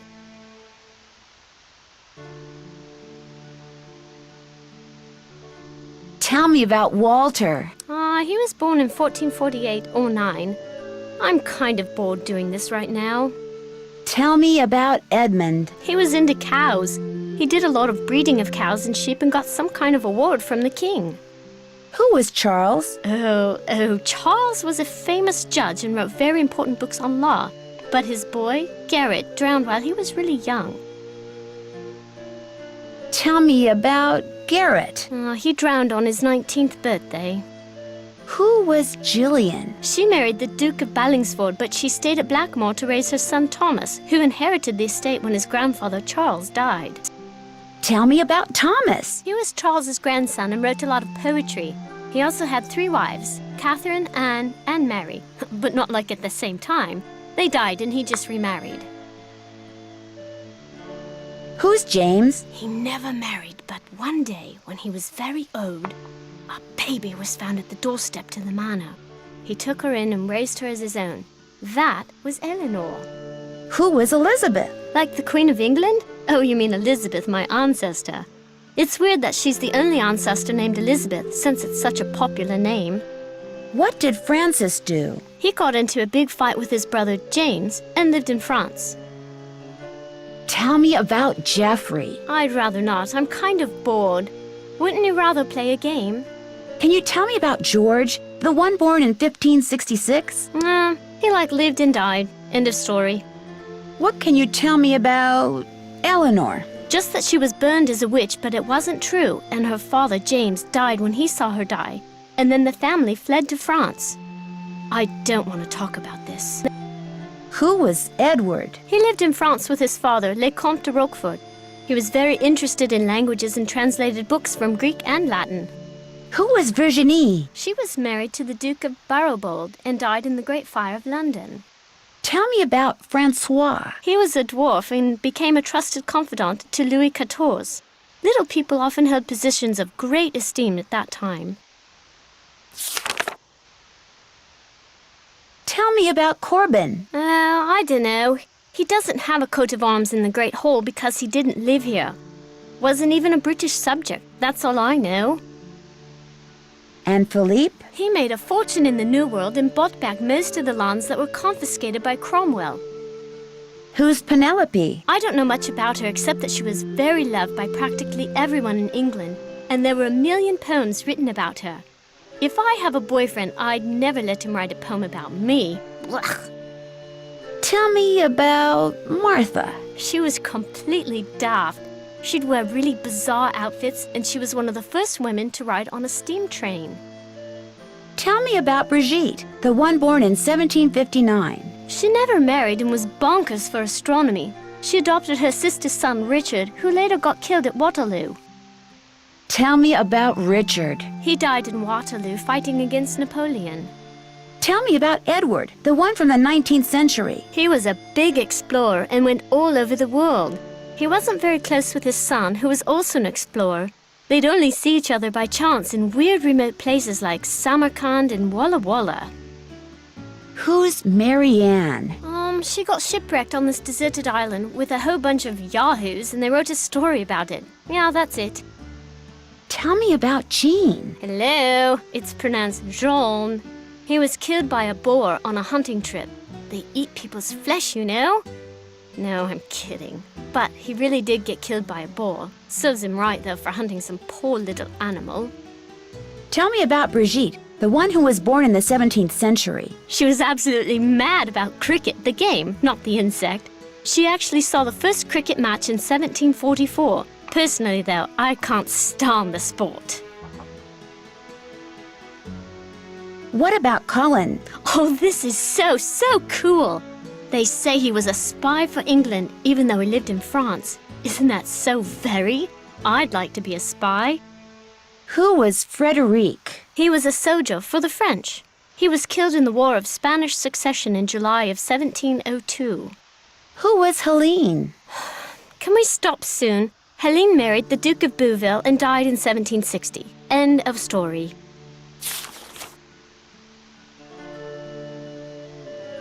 Who was Alan? He was my grandfather, but I didn't know him because he died when I was little. I guess he was nice. What do you know about Letitia? Loves plants, hates noise. You can ask her about it. She's usually in the conservatory with her plants. Who was John, the one who was born in 1873? He was this huge naturalist and did a lot of exploration in the Amazon. I think there's a plant named after him. Or maybe a monkey, I forget.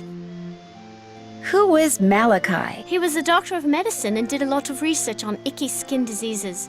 Happily, I'm blessed with perfect skin. Tell me about Obadiah. He lived in the US for most of his life and married this weird woman named Eustacia. She's still alive and sometimes calls us. She's totally creepy. Who was William? He was an explorer just like his father. He was kind of a whiner, so I heard.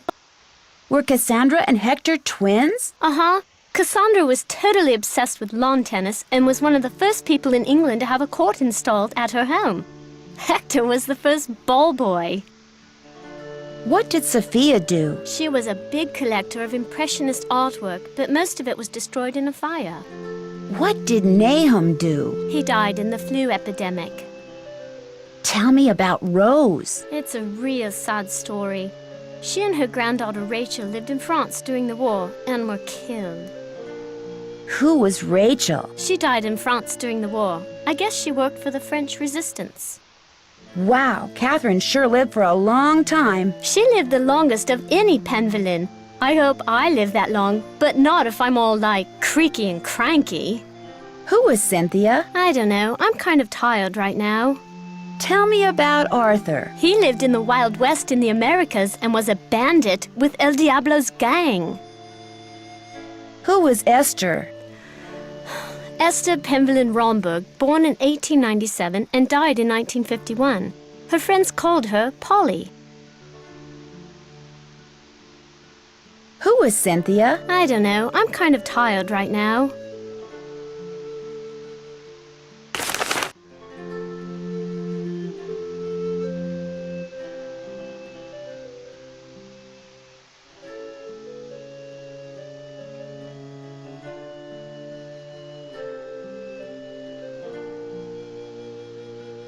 Nancy. How do I get into the secret passageway in the East Hall? I don't know why you have to go there, but if you must know, the way I got in was by moving the hands on that statue with all the arms. I was just playing around with them when this secret door just suddenly appeared. Have you played that game on the computer in the library about the 13 ghosts? Why do you want to play some dumb old computer game when you can play a game with me? No, I've never played it. I should get going. Au revoir.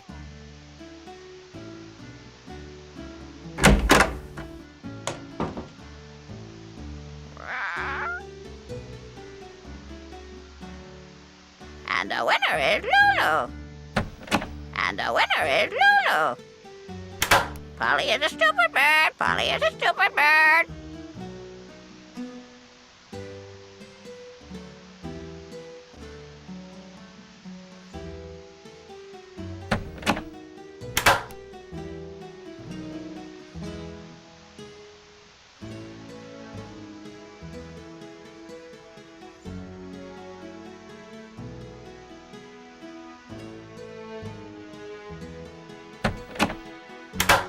Polly is a stupid bird. Polly is a stupid bird.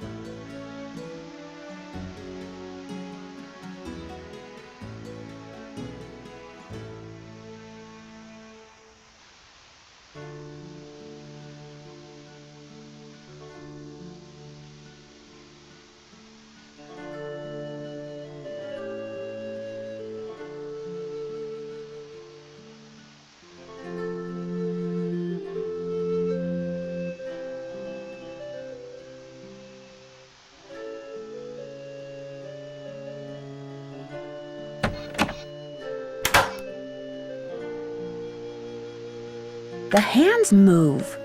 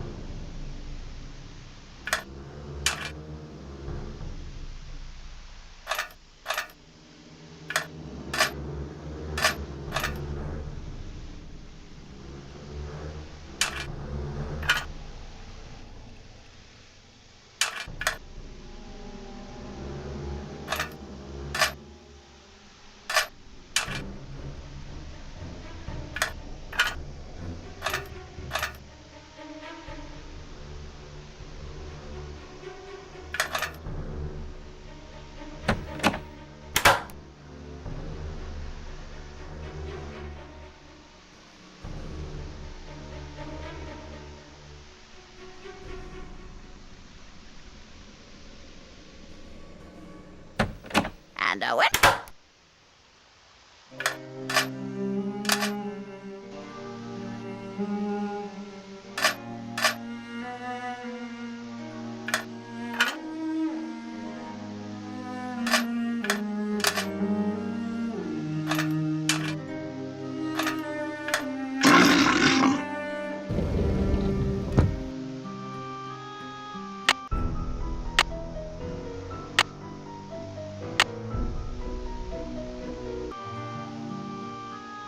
If I want to look around in there, I'm going to need a flashlight.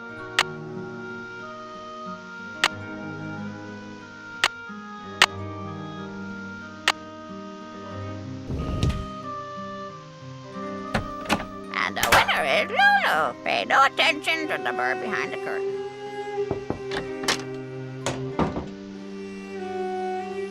Linda? I'll see you soon. Goodbye.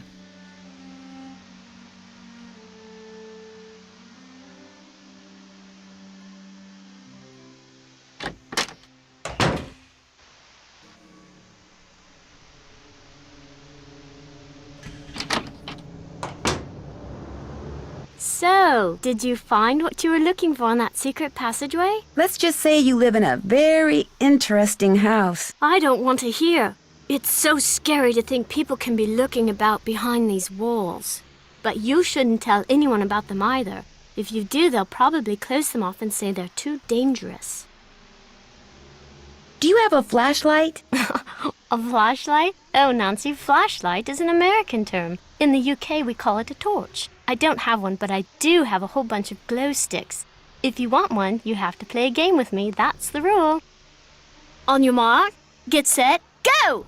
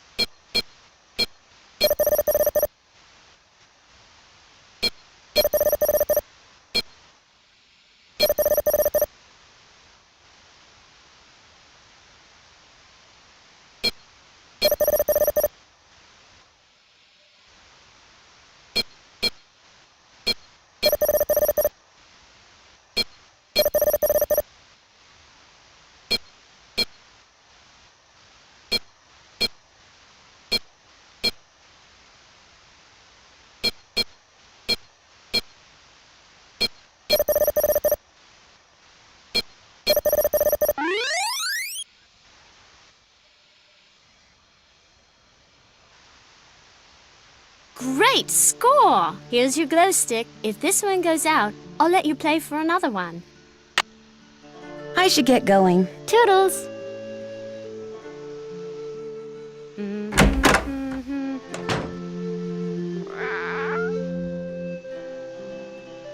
The time has come.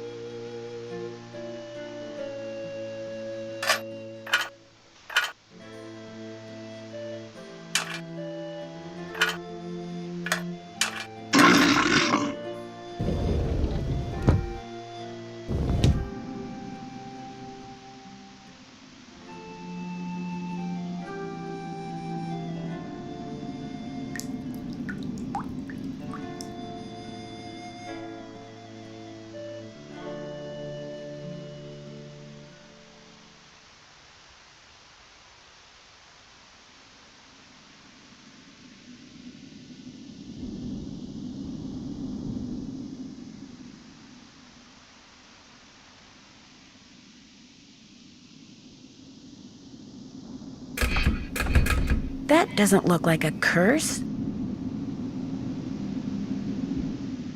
Barber, and a picture of a parrot. I wonder if Lulu has something to do with this.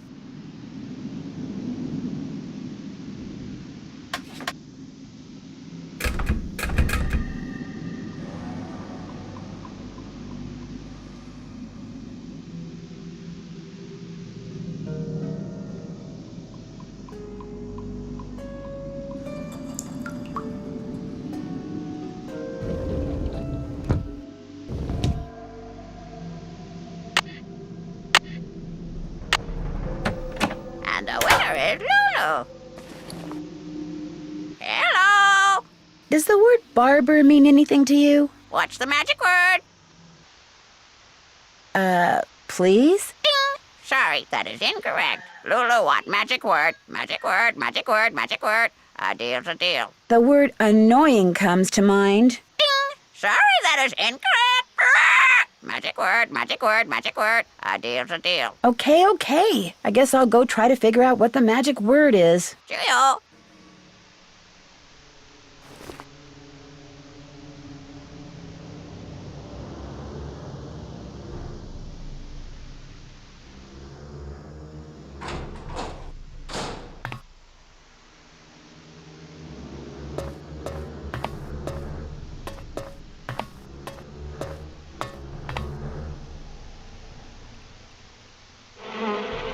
Yes? Do you know anything about Lulu's magic word? Magic word? Oh, yes. You see, my brother and grandfather would play a word game with Lulu. I never understood how it was played, but they'd play for hours. Lulu would sometimes grow sullen and refuse to play the game anymore unless they told her that... Oh, what was it that they'd have to tell her? It's perched on the tip of my tongue. They had to tell Lulu that she was a very, very clever and beautiful bird. Would you have a torch that I could borrow? No, I'm afraid not. Jane ruined all of ours with some sort of experiment she cooked up. But I believe she may have some of those glow sticks for illumination. Goodbye. Run along.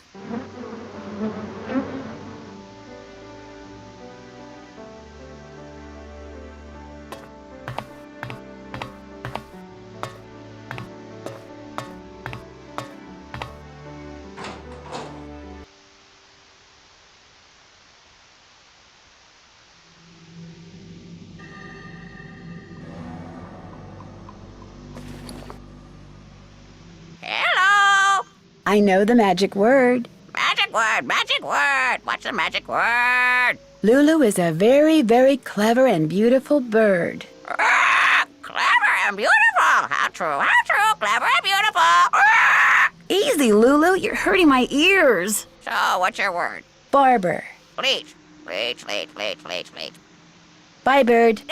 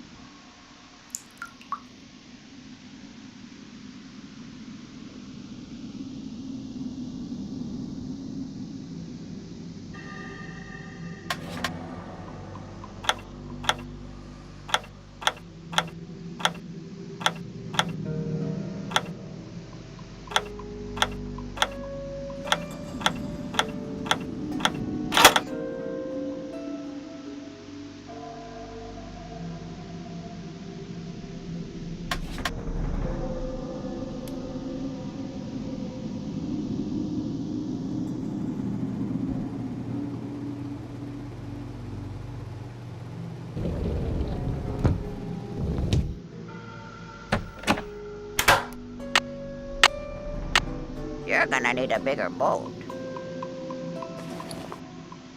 Hello! Does the word picture mean anything to you? You very, very clever and beautiful bird, you? Cake first. Lulu hungry. Cake first. Cake first. A cake, huh? All right, I'll see what I can do. Pay no attention to the bird behind the curtain.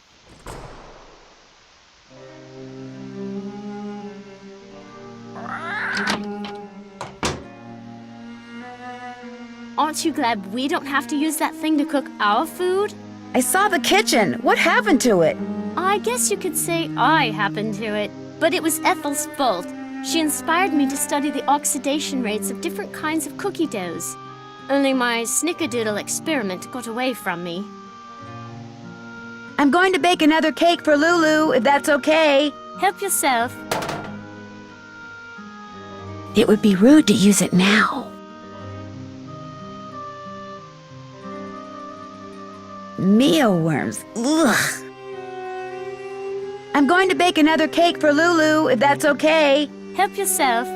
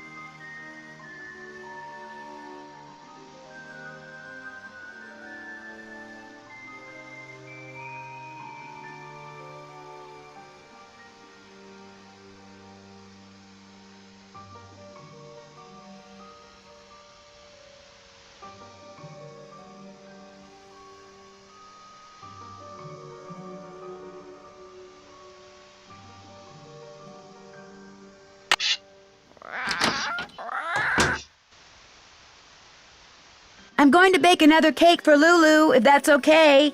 Go right ahead.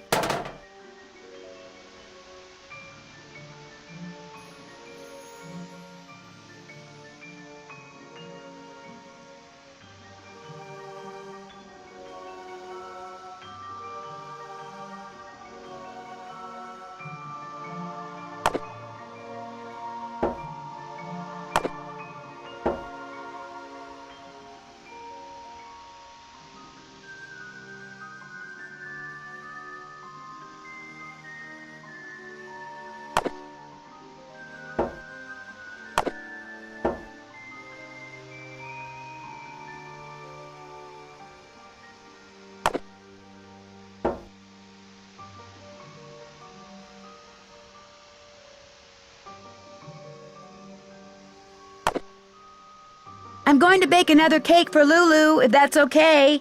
Go right ahead. I'm going to bake another cake for Lulu, if that's okay. Help yourself.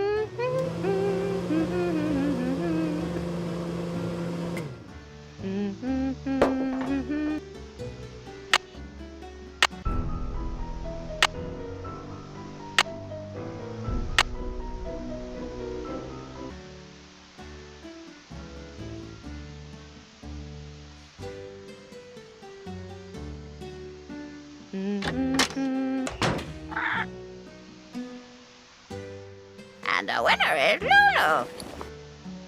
Hello! Lulu want a yummy cake? Cake! Lulu want cake!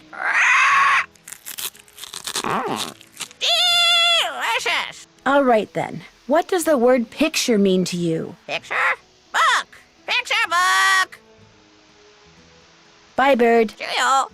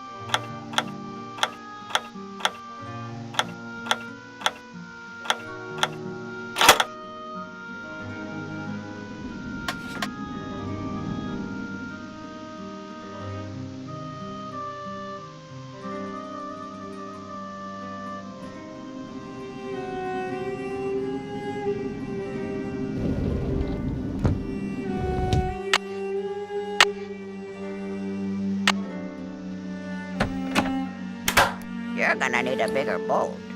Hello! Oh, very, very clever and beautiful, Bird. What's up with the word baby? Cake first! Lulu hungry! Cake first! Cake first! Yeah, I know the drill. Polly is a stupid bird! Polly is a stupid bird!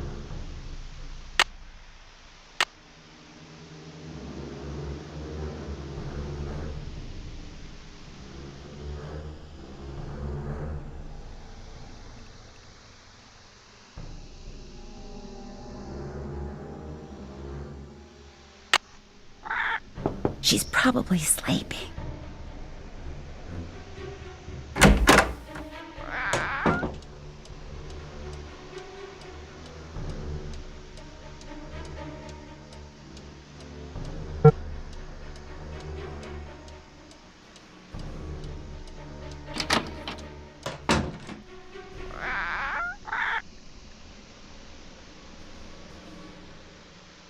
I'd better stay inside. If I track mud in the house, Mrs. Drake'll kill me.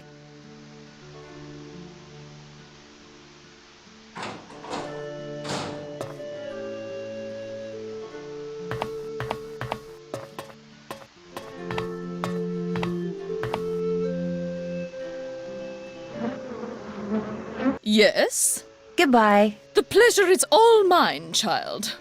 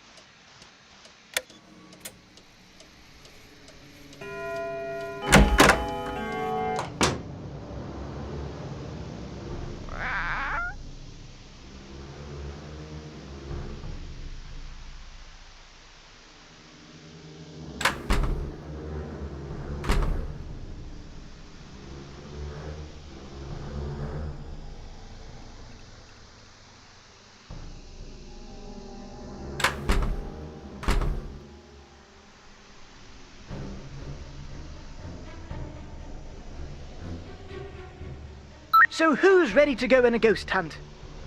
Remember, you mustn't waste any time. Our little chums won't stay visible for long. So, on your mark, get set, go!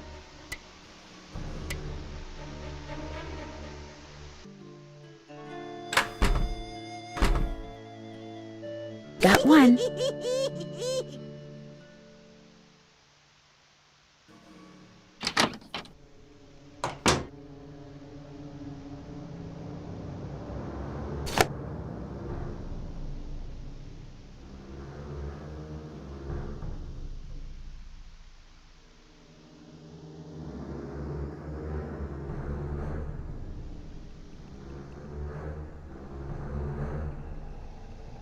3 down, 10 to go.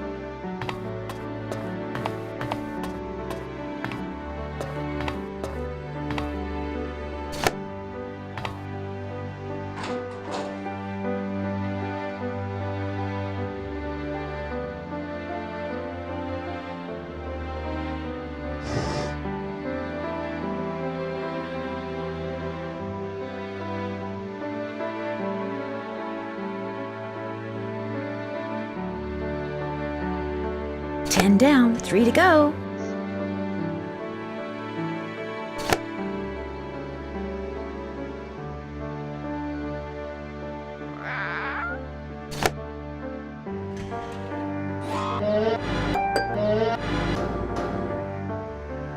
There, ghost number 13.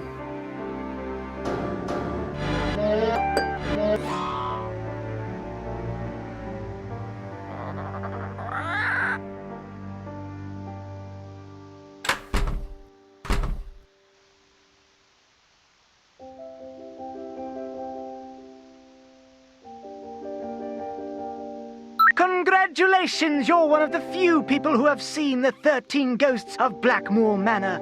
As a reward, I'm going to let you in on a little secret.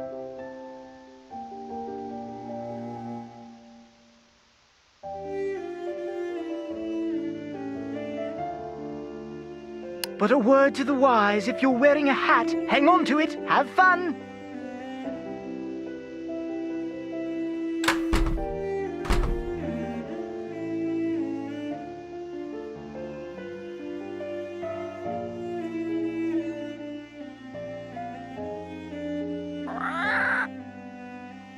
And the winner is Lulu.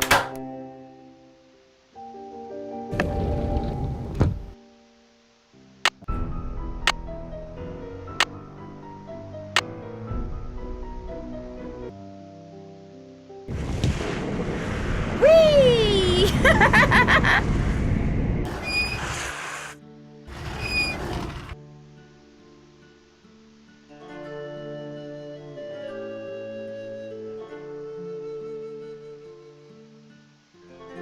Polly is a stupid bird. Polly is a stupid bird.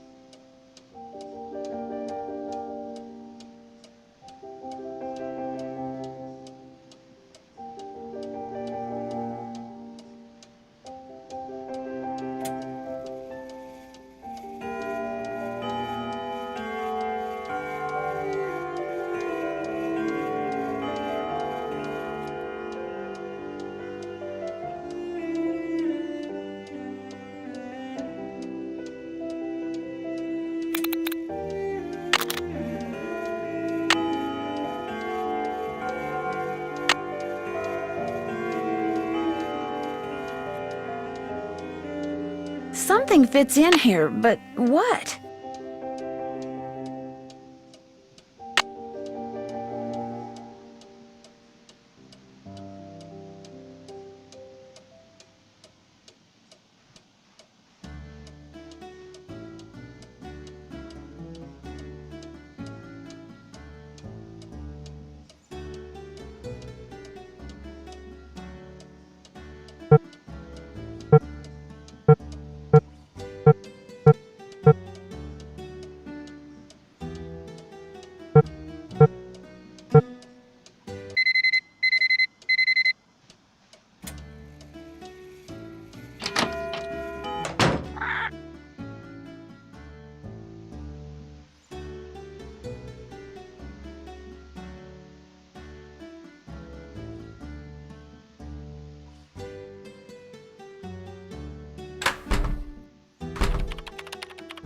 Hello, Nancy. I'll let you get back to your work. Goodbye.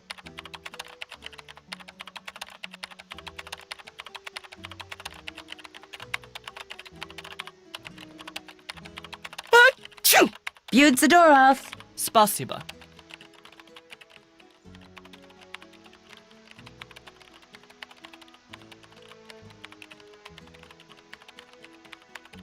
So who's ready to go on a ghost hunt?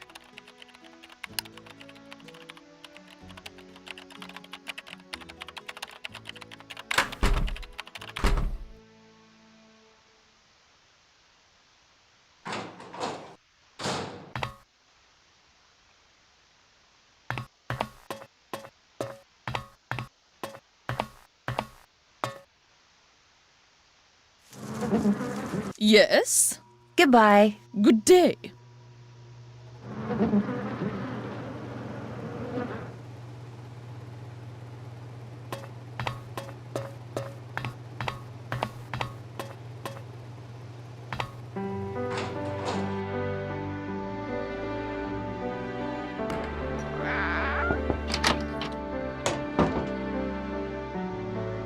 Linda, I found the secret passageway. Jane told me where it is, but I didn't see any curse in there. How could you have missed it?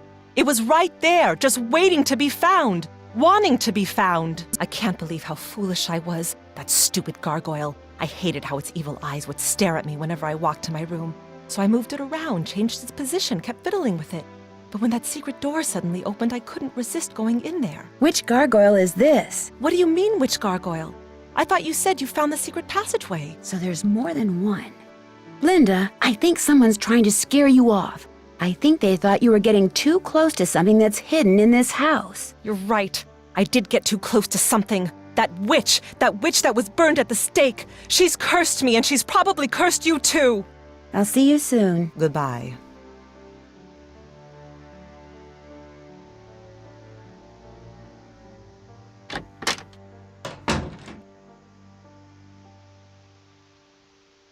I'll bet that's the gargoyle Linda was talking about.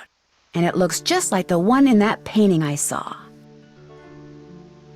Something tells me I'd better not mess with this until I know what I'm doing.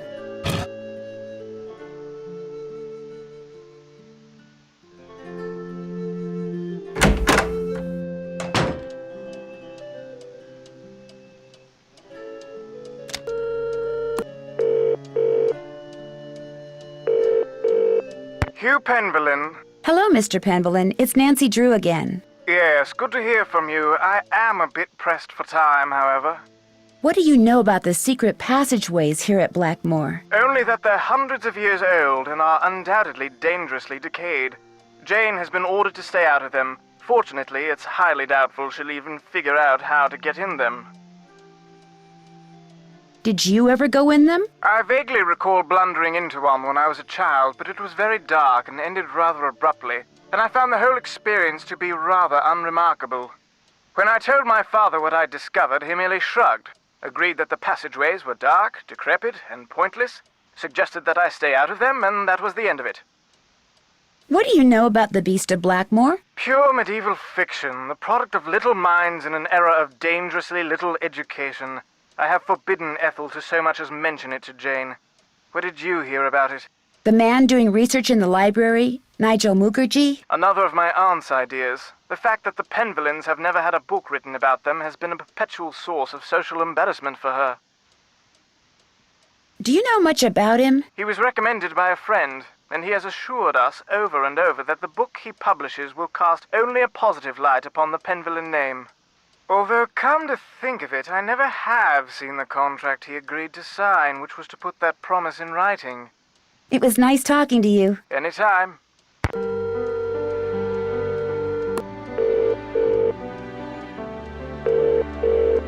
Boar's Head, this is Tommy. Hi, this is Nancy Drew. I'd like to order some food. Sure, we've got some loop-de-loop bangers and mash, pinky and perky and a dog's eye, and they're all Robin Hood. Can I have the dog's eye? That'll make me Gooseberry right proud. Uncle Fred and Johnny Rudder? You bet. All right then, we'll come round and leave it at your Rory. Baked potato!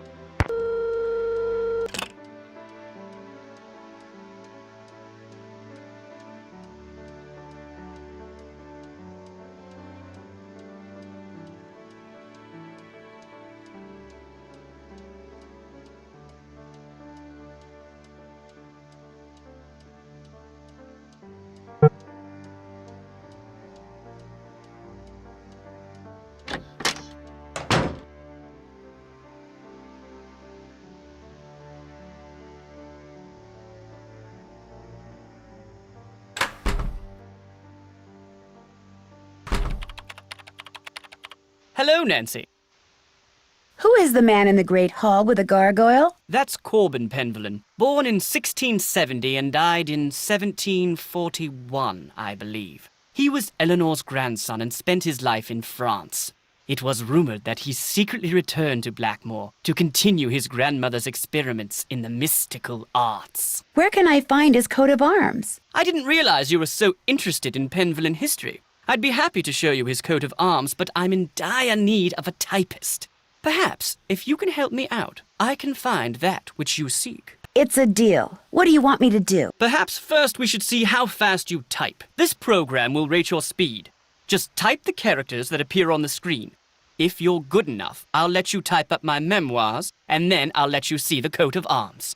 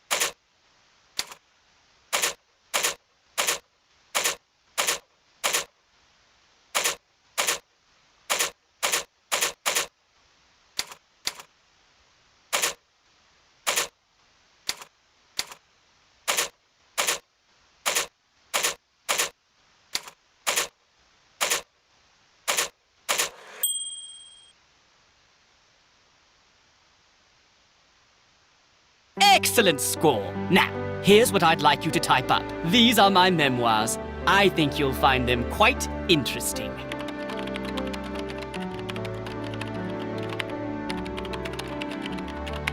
These are the most boring memoirs I've ever read in my life.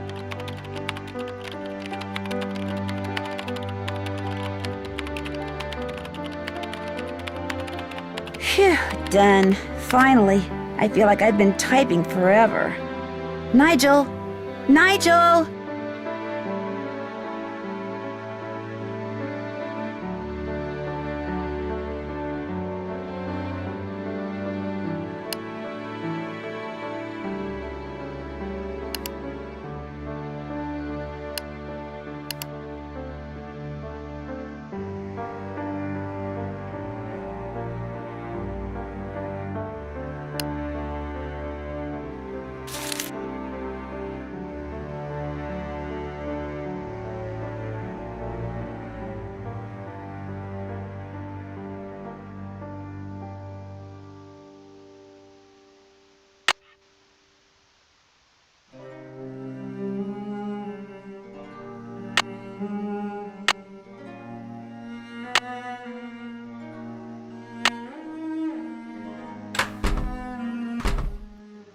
No key without toil, no fire without oil. No key without toil, no fire without oil. No key without toil, no fire without oil. No key without What are they doing? No fire without oil. Oh yeah, my actions ensure that my name will endure to the end.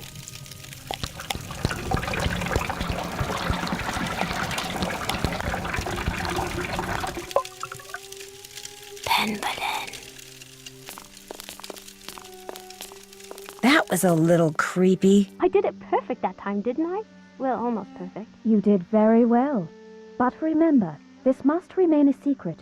Do not discuss it with anyone. Yes, Ethel. And don't forget, you have a maths exam tomorrow. Yes, Ethel. And be sure to brush your teeth. Yes, Ethel. Good night.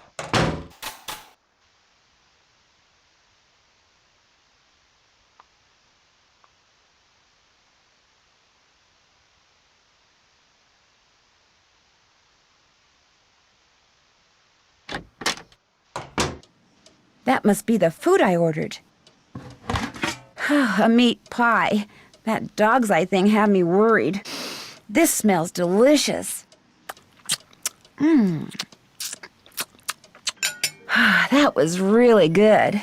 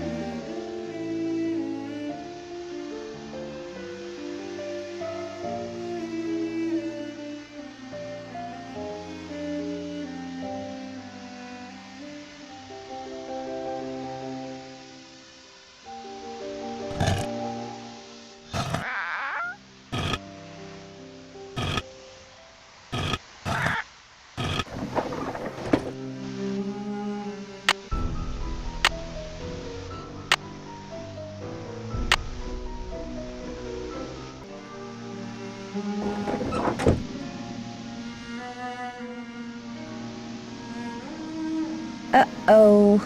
Looks like it's time for another glow stick.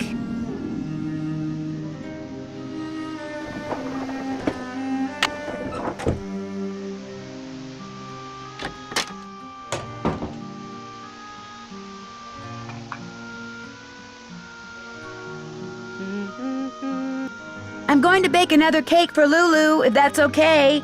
Go right ahead.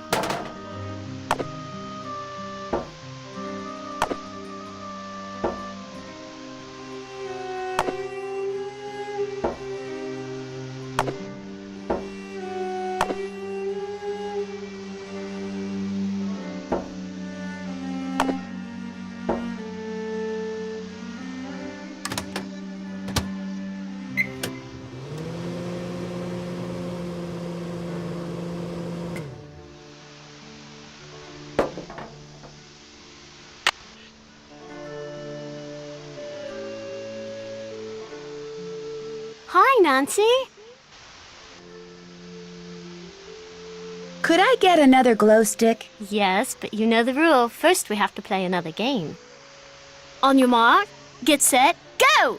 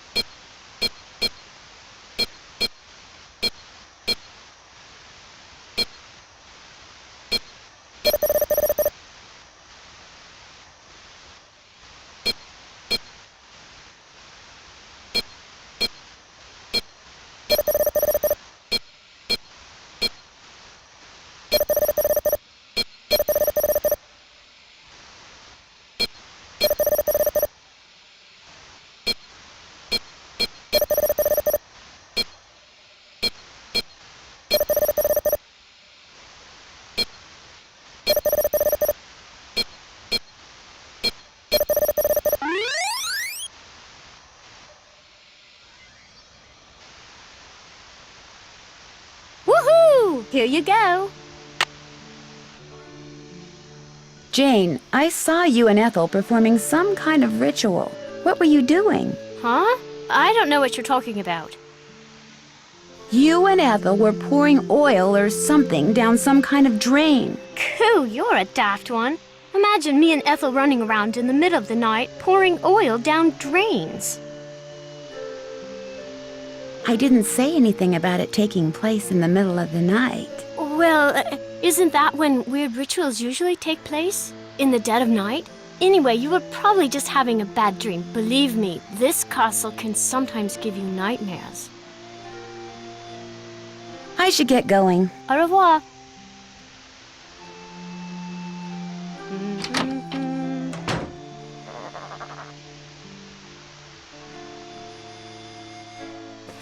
You're gonna need a bigger boat. Hello! Lulu want a yummy cake? Cake! Lulu want cake! Delicious! Okay, Lulu, tell me, what's up with the word baby? Bonnet! Baby bonnet! Yeah, baby bonnet. Bye, bird. And the winner is Lulu. Pay no attention.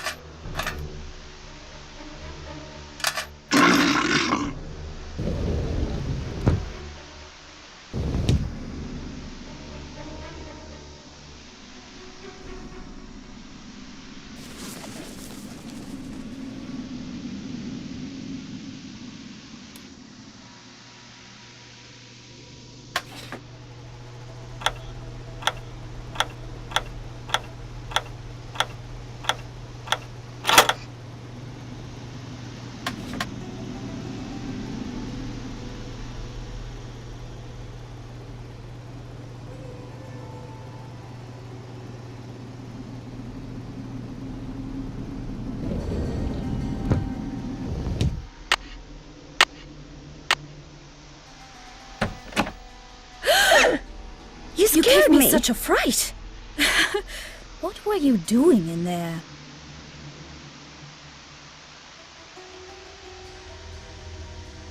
I was looking at the artifacts. They're quite intriguing. Oh, I see. Well, I didn't realize you were so interested in the treasures of Blackmoor. Do you think there is treasure hidden somewhere in the manor? No, not at all.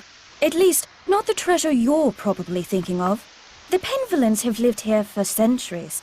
The house resonates with their presence.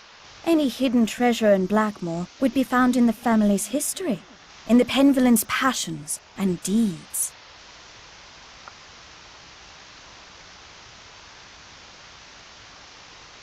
What you're teaching Jane looks pretty rigorous, but interesting. I believe young people need to have a well-rounded education and learn what every other Penvellyn should know.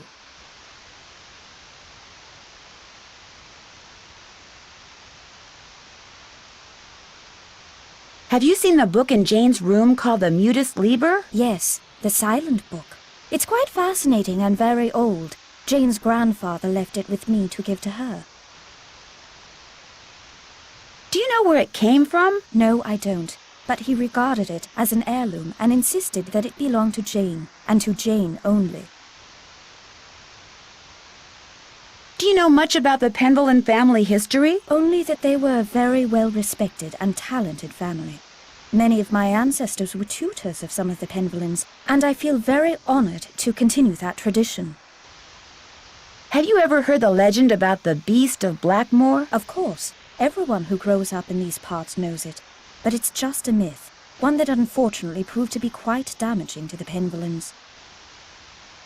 Damaging to the Penvellyns? Well, yes. Eleanor Penvellyn was executed because the villagers believed that she had created the beast. Things cannot get much more damaging than that. Well, I won't keep you any longer. Goodbye, Nancy. Polly is a stupid bird. Polly is a stupid bird. And the winner is Lulu. Hello! You're such a very, very clever and beautiful bird. I'll bet the word hour means something to you. Glass! Our glass! Bye, bird. The time has come for closing book.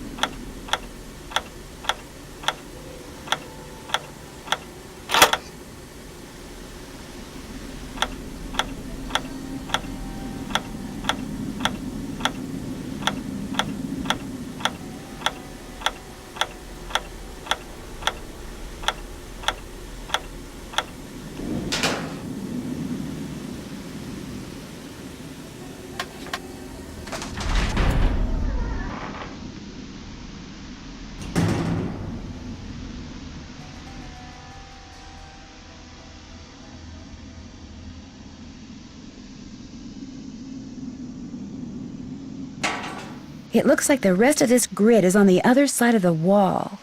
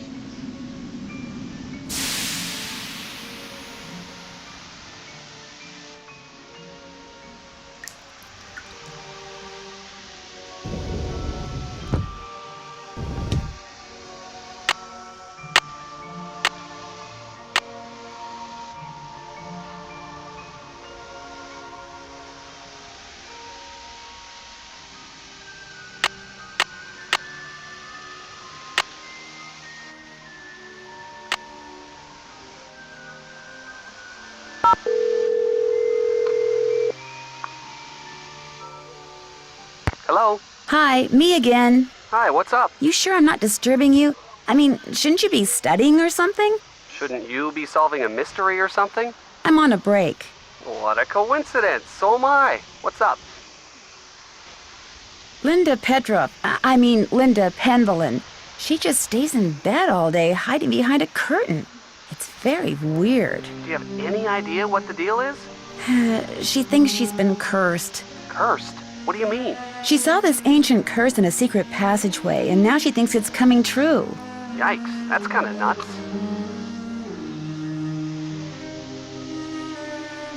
She doesn't think so. So what'd the curse say? She refused to tell me. Sounds to me like you'd better give finding that out your top priority.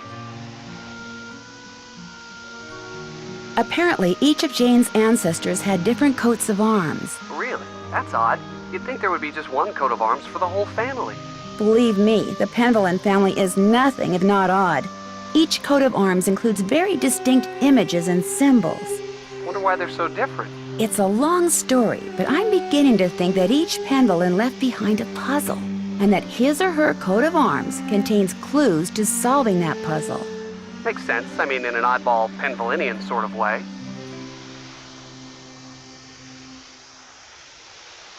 I think Linda may be turning into the Beast of Blackmoor. Excuse me? See, I found this book that had information on lycanthropy in it. Lycanthropy? Werewolves? Basically, yes. Anyway, I called this expert, and from what she said, I really think Linda thinks she's been cursed to become the legendary Beast of Blackmoor. So it's all in her head. Right. Linda's symptoms are probably all psychosomatic. Probably? I mean, her symptoms are all psychosomatic. Hopefully. So what does this Beast of Blackmoor do?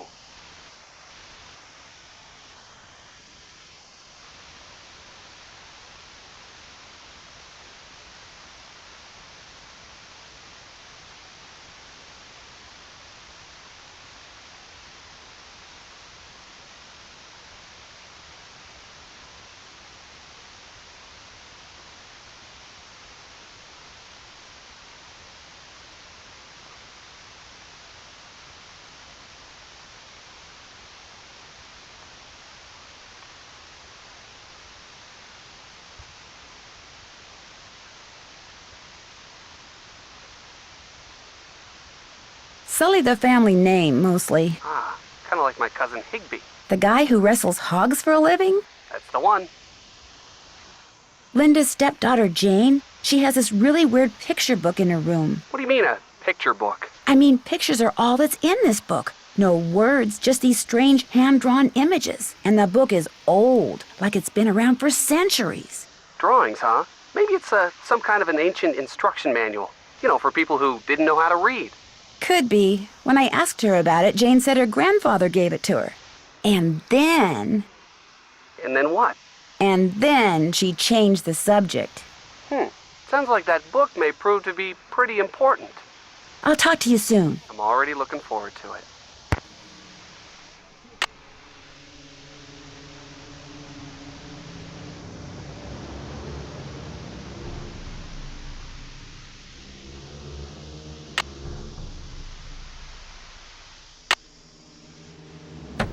Who's the pretty bird in the mirror?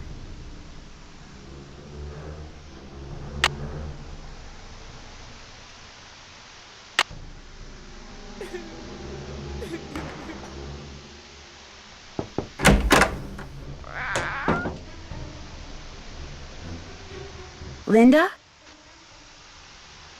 Is there anything I can get for you? A well full of nice cold water sounds good. My mouth is so dry and I always seem to be thirsty. And I get so hungry. You should go. Why? I said go. Now! Get out! Do you hear me? Get out!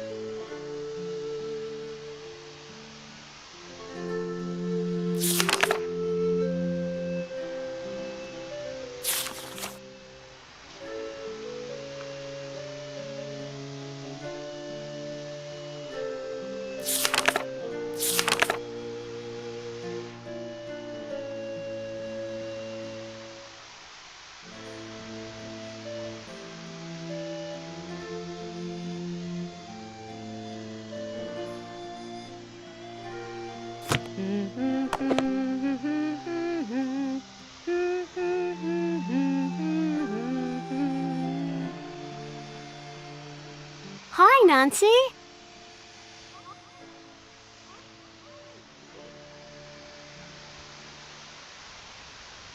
Do you want to play a game? Mm-hmm.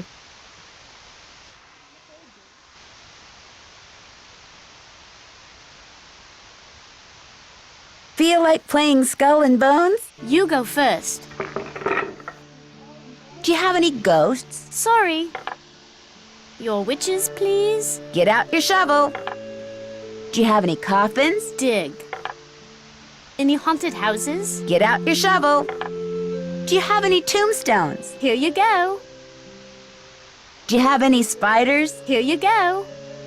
Do you have any bones? Sorry. Would you happen to have any ghosts? All yours. Would you happen to have any ghosts? Sorry. Do you have any haunted houses? Here you go. That's a match.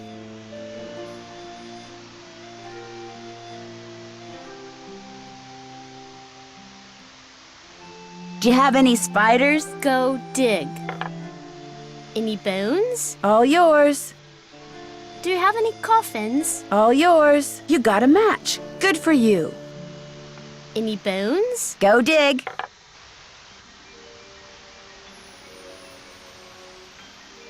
Do you have any zombies? Here you go. Do you have any spiders? Sorry.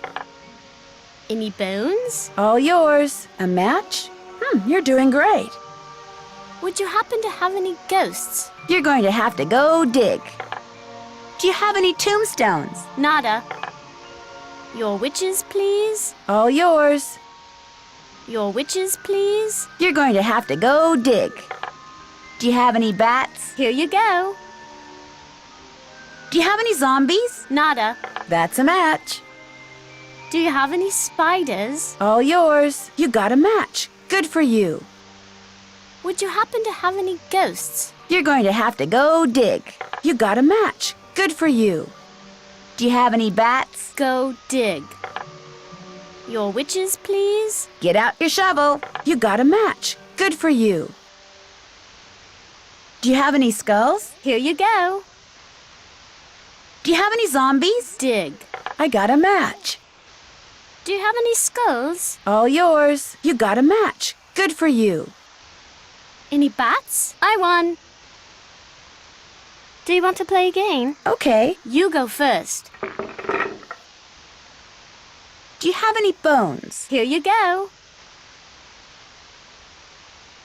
Do you have any bones? Dig. Do you have any coffins? All yours. You got a match. Good for you. Your witches, please? All yours. Would you happen to have any ghosts? All yours. Your witches, please? You're going to have to go dig.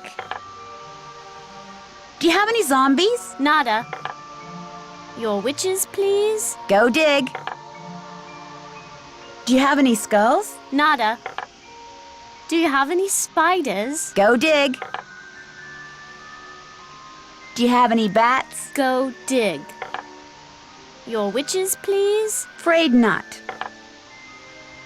Do you have any zombies? Go dig. Tombstones? All yours. Any haunted houses? Get out your shovel. Do you have any witches? Here you go. That's a match. Do you have any bones? Dig. Any haunted houses? Sorry. Do you have any skulls? Sorry. Any haunted houses? All yours. A match? You're doing great. Do you have any zombies? All yours. Would you happen to have any ghosts? Sorry. Do you have any bats? Dig. Do you have any zombies? You're going to have to go dig. You got a match. Good for you. Do you have any tombstones? Here you go. I got a match. Do you have any skulls? Go dig.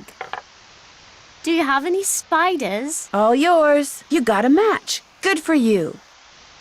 Do you have any zombies? You're going to have to go dig. You got a match. Good for you. Do you have any bones? Here you go. That's a match. Do you have any bats? Here you go. I got a match. Do you have any skulls? I won. Do you want to play again? Not right now. I'll talk to you later. Toodles.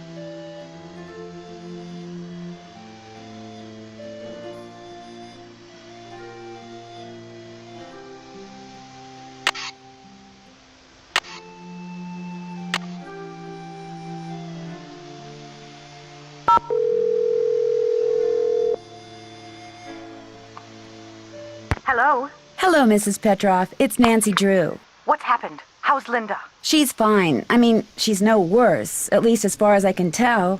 That's good news, I suppose. What can I do for you?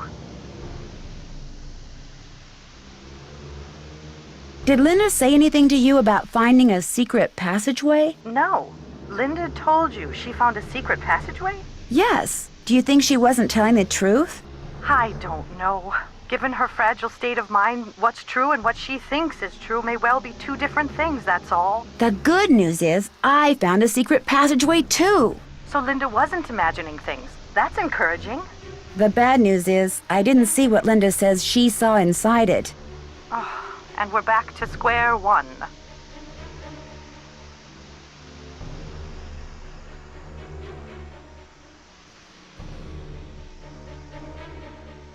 When you were here visiting Linda, did you ever see or hear anything odd? Yes, Mrs. Drake. Why do you ask?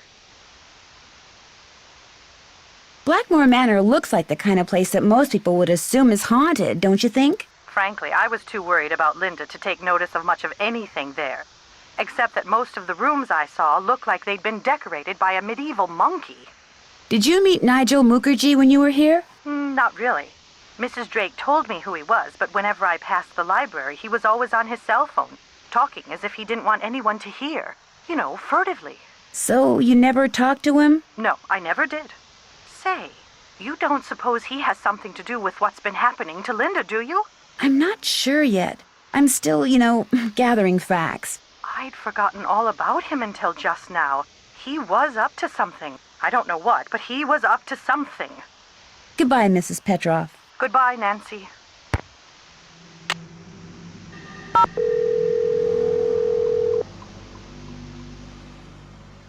This is the Drew residence. Please leave a message at the beep.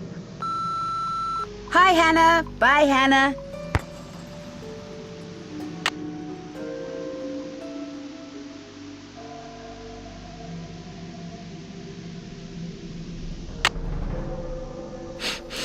Smells like oil.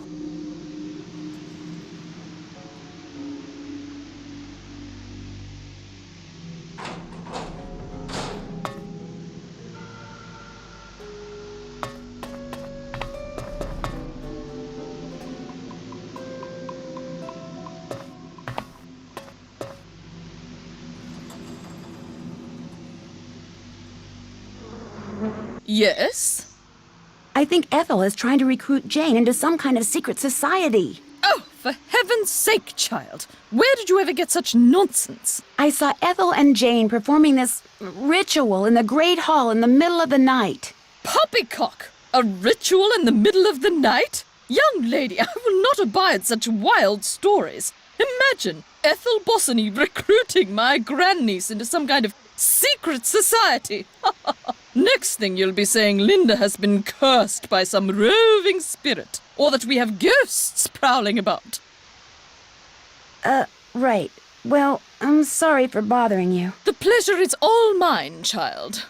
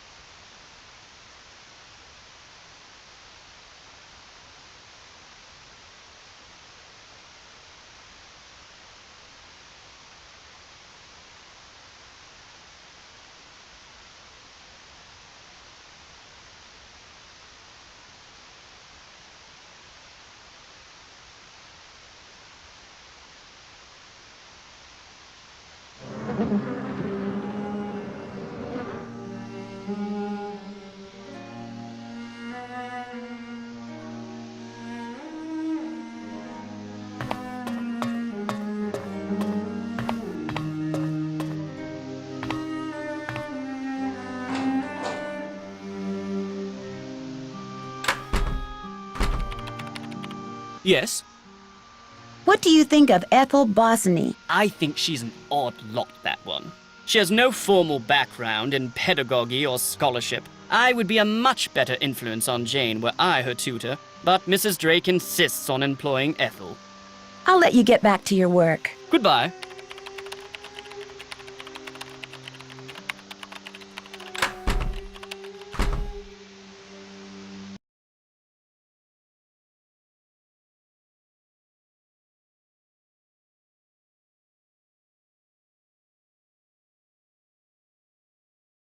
Looks like a piece is missing.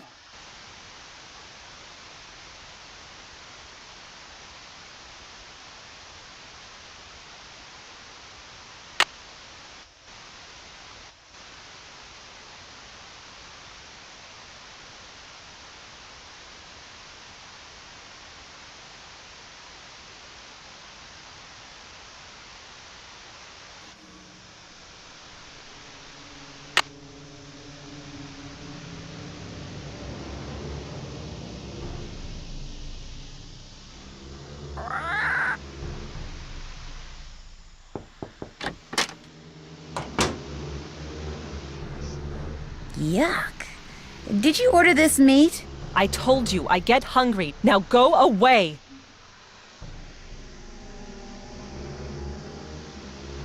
Hi, Linda. I'll be going now.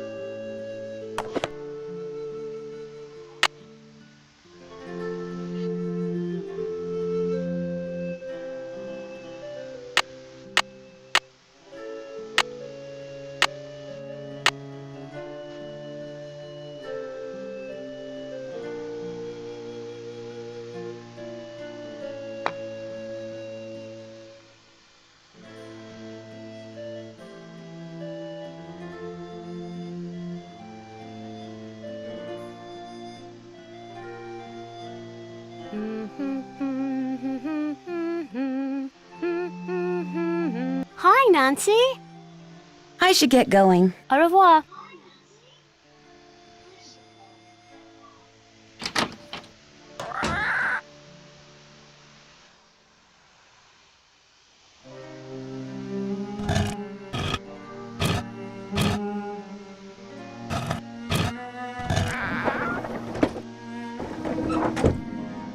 Uh-oh. Looks like it's time for another glow stick.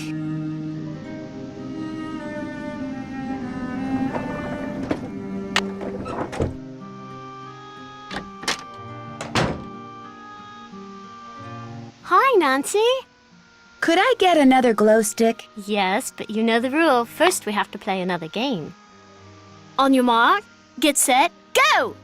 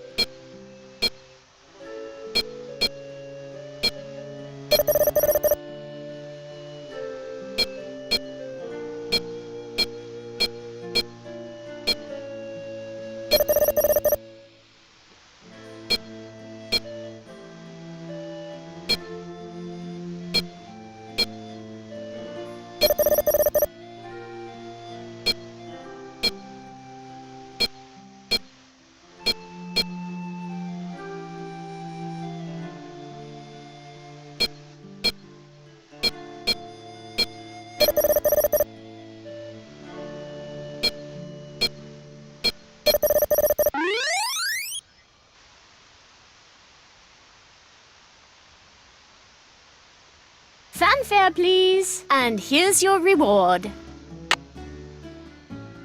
I should get going. Au revoir.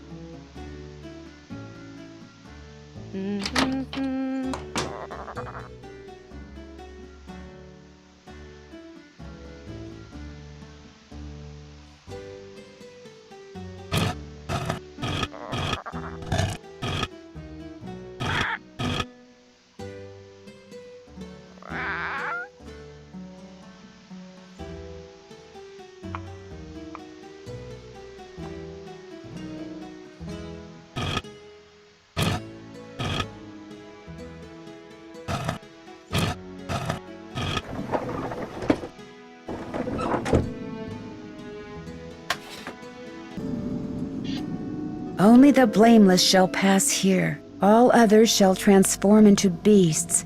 Tooth and nail shall grow long, and hair shall turn coarse, till their aspect be as loathsome as their cold hearts.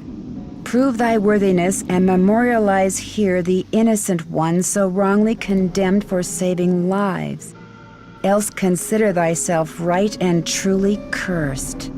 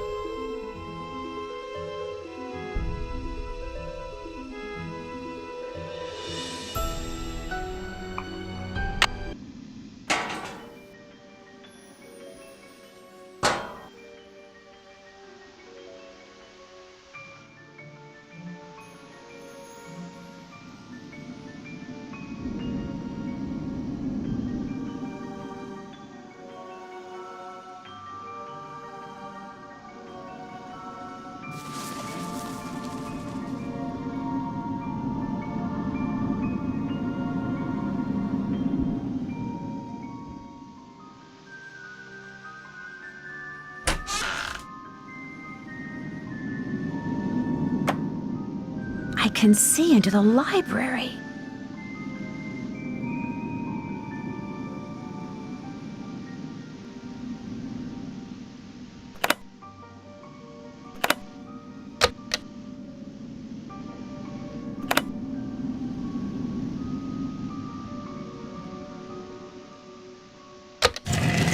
Oh? The statue, it's moving!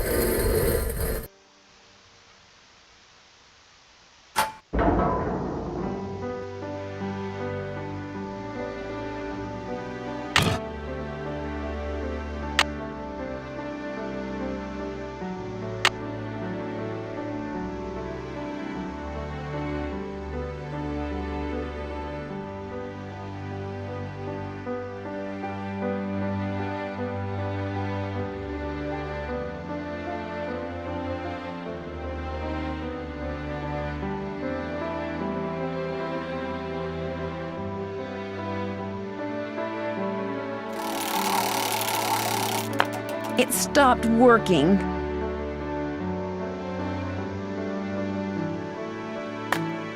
I need something to wind it up. I need something to wind it up.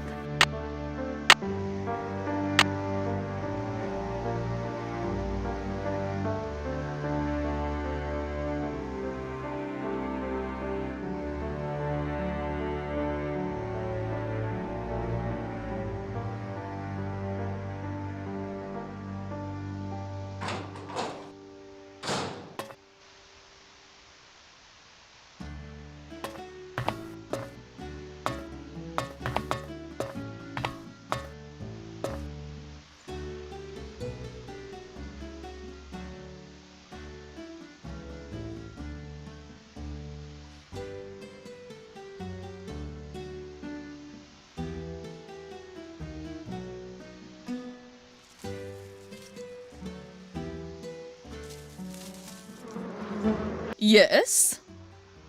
I'd like to play the card machine in the Great Hall, but it's broken. It's not broken. I removed its crank, as it was proving to be too much of a distraction for Jane. I suppose I could see where it's gone to. But in the meantime, be a dear and do something for me, would you? Sure. Do you see that hodgepodge of plants over there? They're my prize seedlings. I had them perfectly arranged in that box, so I could easily move them about to catch the light. Unfortunately, Jane took all of them out when I wasn't looking, and now for the life of me I cannot get them back in the box, so that they all fit. Why don't you give it a try while I see about that crank? If we both succeed, we shall both be happy, if you catch my meaning. Remember, they must all fit in that box!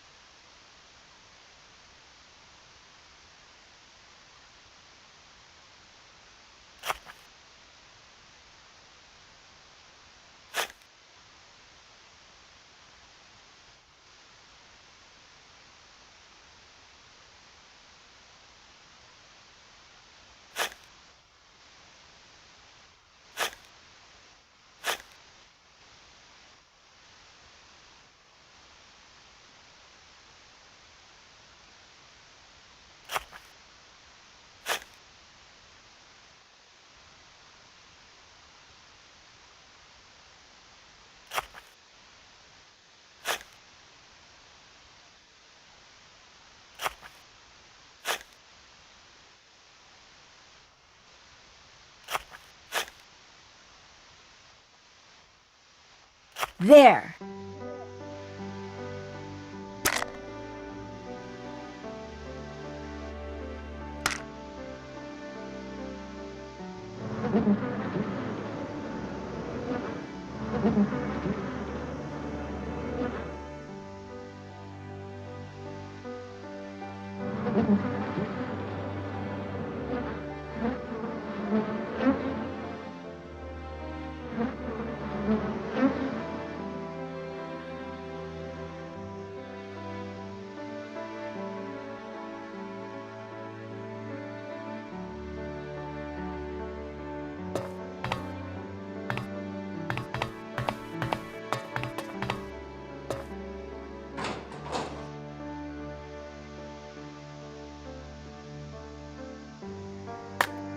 I need something to wind it up.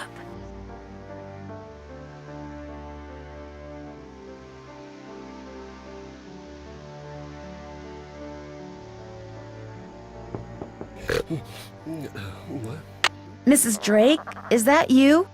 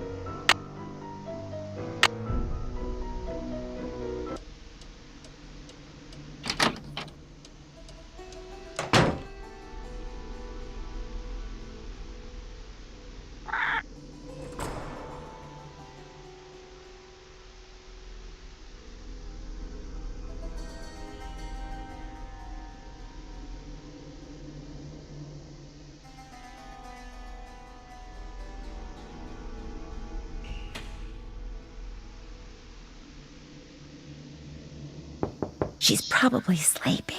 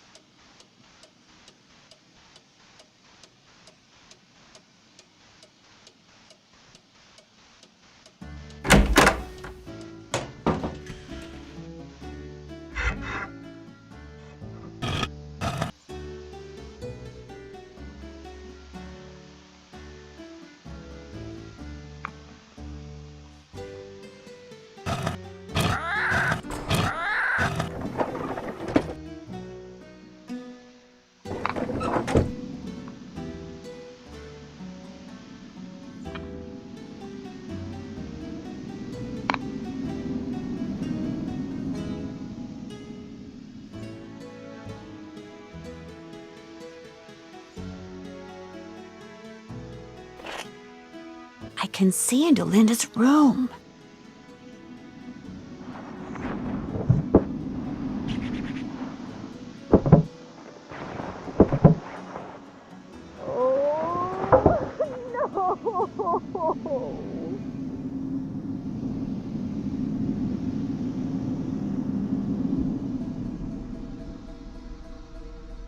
Uh-oh. Looks like it's time for another glow stick.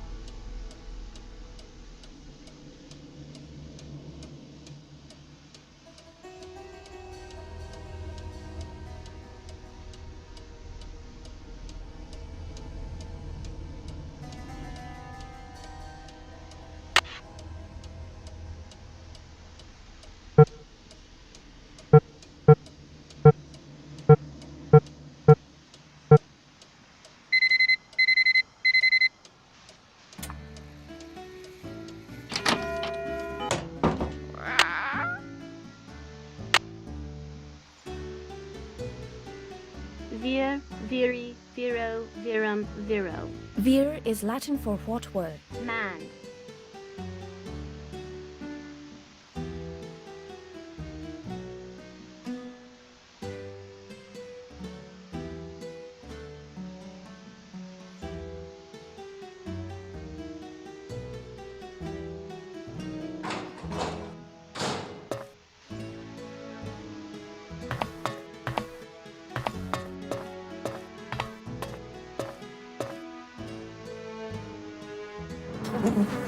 Yes? I managed to get all those seedlings back in the box. Wonderful. And I managed to find that crank. There you go. Great, thank you. Goodbye. Run along.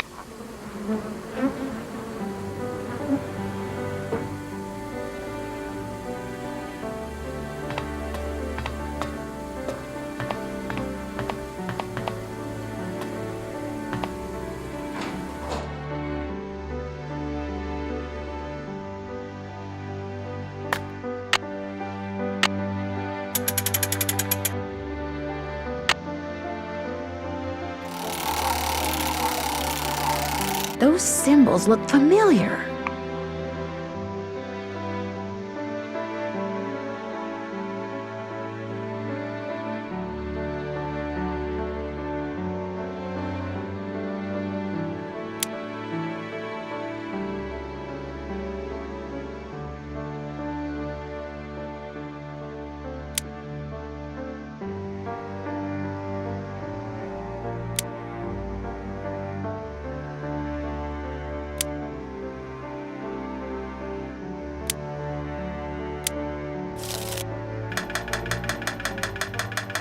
Maybe she'll give that to me if I win.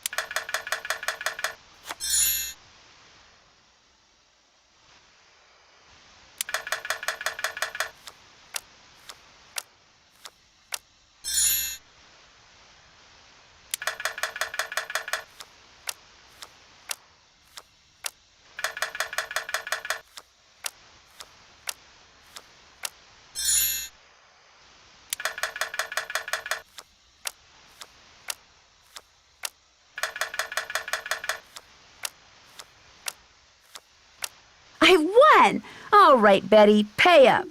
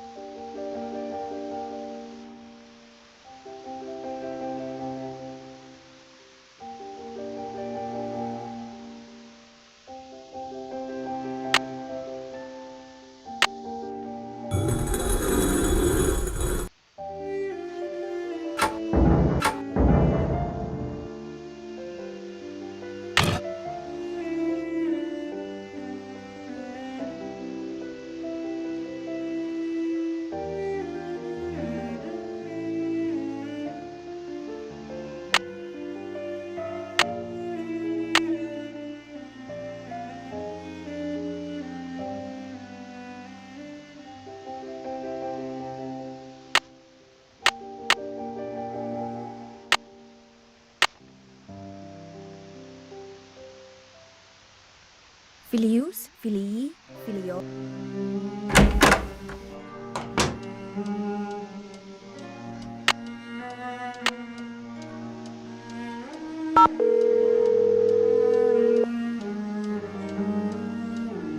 Hello? Hi, Ned. Hey, what's the latest? I think Linda really is turning into the beast of Blackmoor. Oh, come on. While I was looking into her room through this peephole, You were spying on her through a peephole? No, well, sort of. Okay, so maybe I was. But the point is, I got a glimpse of her hand, and it was all hairy. You're kidding me. Frankly, it was pretty shocking. And if the rest of her is anything like her hand, well, it's no wonder she won't let anyone see her. I'm sure there's a perfectly logical explanation. I have no idea what it could be, but I'm sure there is one.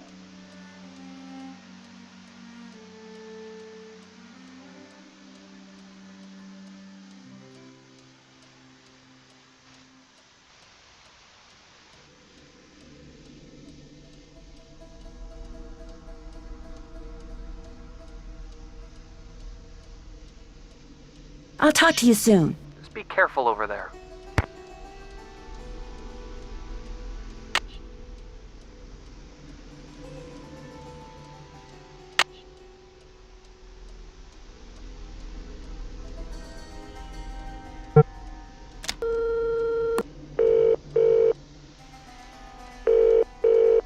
Boar's Head, this is Tommy. Hi, this is Nancy Drew. I'd like to order some food. Sure, we've got some loop-de-loop bangers and mash, pinky and perky and a dog's eye, and they're all Robin Hood. I'll have some loop-de-loop. Okay, one loop-de-loop. Uncle Fred and Johnny Rudder? You bet. All right then, we'll come round and leave it at your Rory. Baked potato.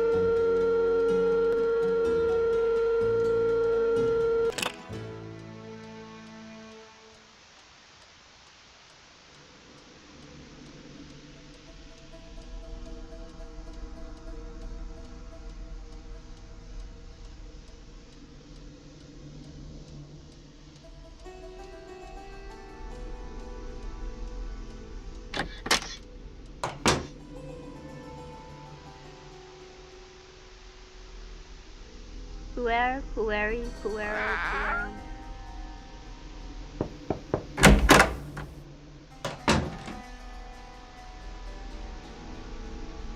Hi, Linda. Linda? I'll be going now.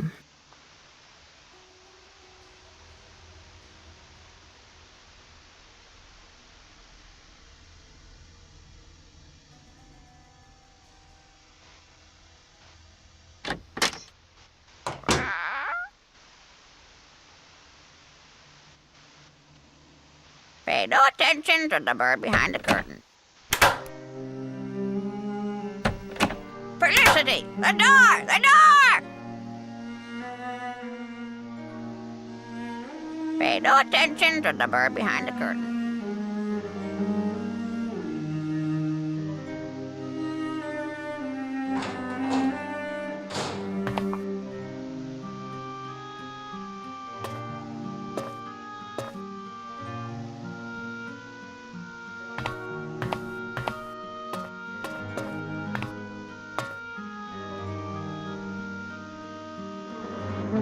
Yes?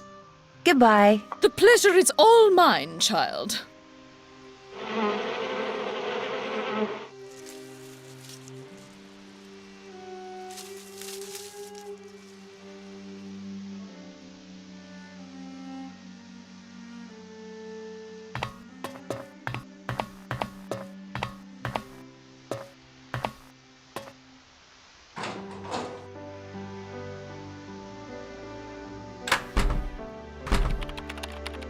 Ah, there you are.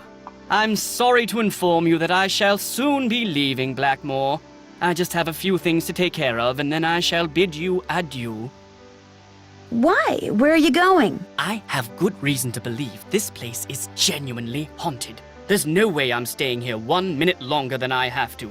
Thankfully, I've finished most of my research and have enough to start my book. I'll let you get back to your work. Valet!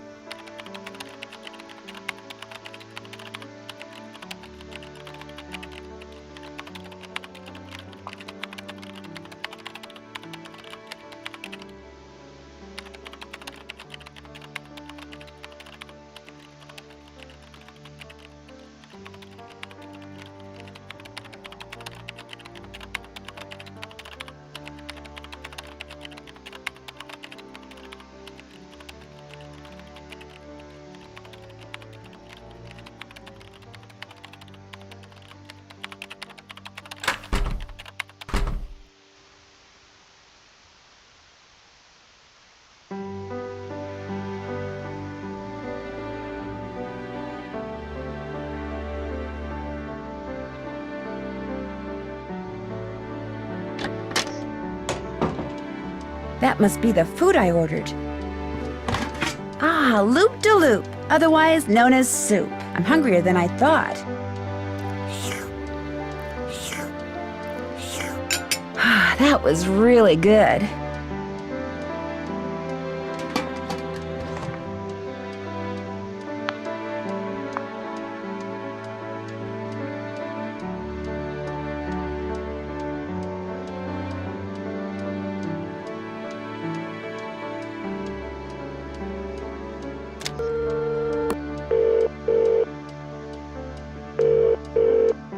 Penvellyn. Hi, Mr. Penvellyn. Nancy, how can I help you? Are you the one who hired Ethel to be Jane's tutor? No, that was my aunt's doing. Mrs. Drake? Yes, she absolutely insisted. She said the Bossinies had been tutoring the Penvellyns for centuries and that I was duty-bound to continue the tradition. She kept saying that it's what her brother would have wanted. Her brother being Alan, your father? Yes, and I must say I've been quite pleased with Ethel. She's a fine young woman, and Jane seems to enjoy her lessons, strange as they are. What do you mean by strange? Ethel demands that Jane study history, obscure history, Penvellyn history. They discuss events that even I, as a direct descendant, find inconsequential, to say nothing of deadly dull.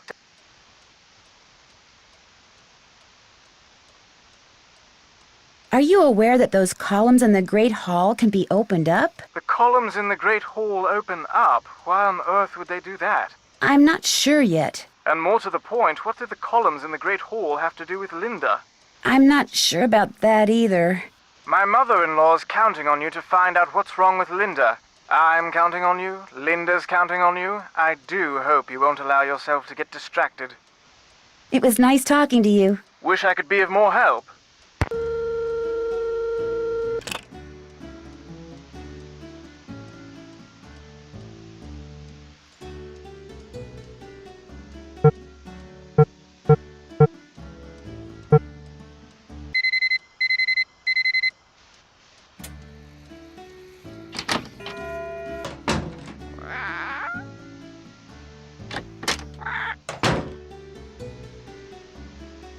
Nancy. Could I get another glow stick? Yes, but you know the rule. First, we have to play another game.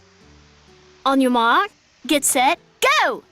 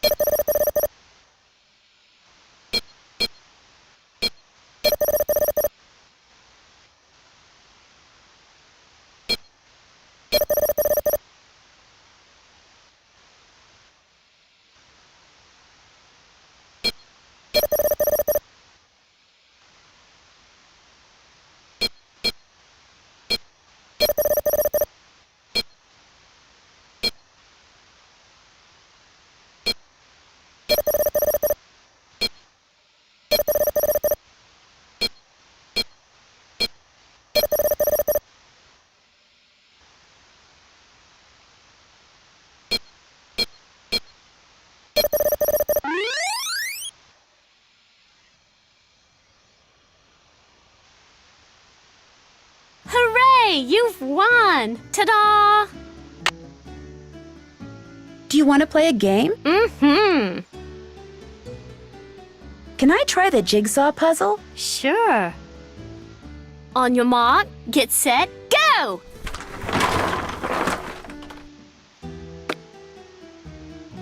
Five minutes.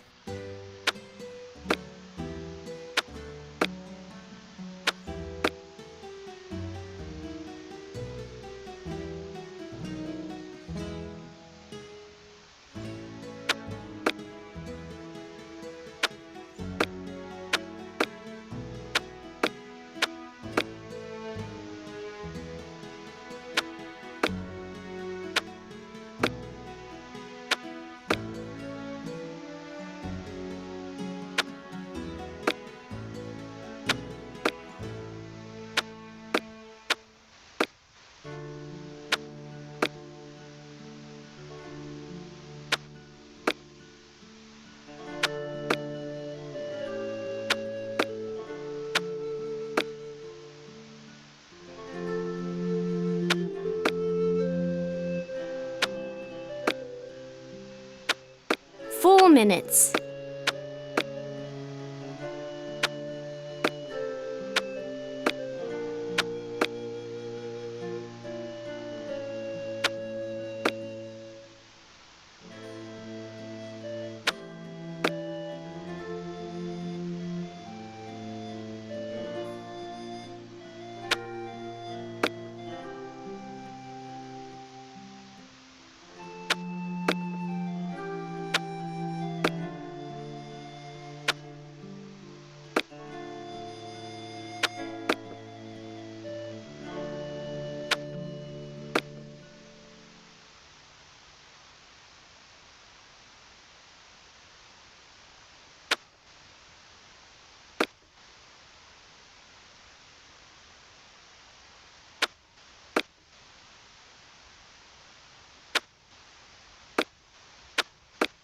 3 minutes.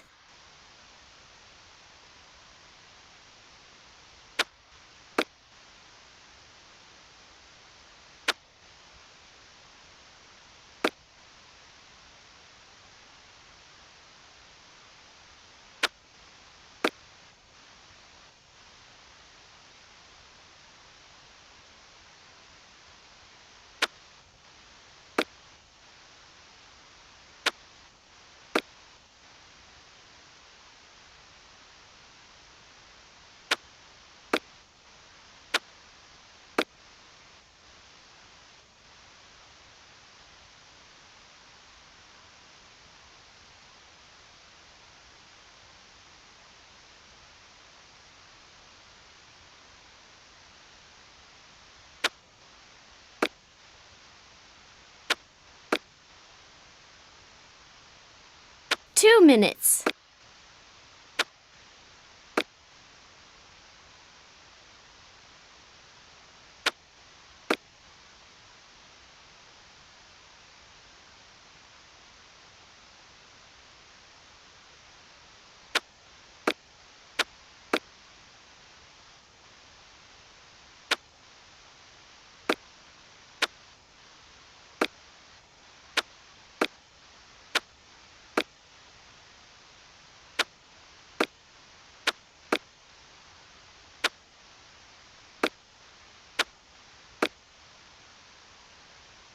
There! Good job. I should get going. Au revoir.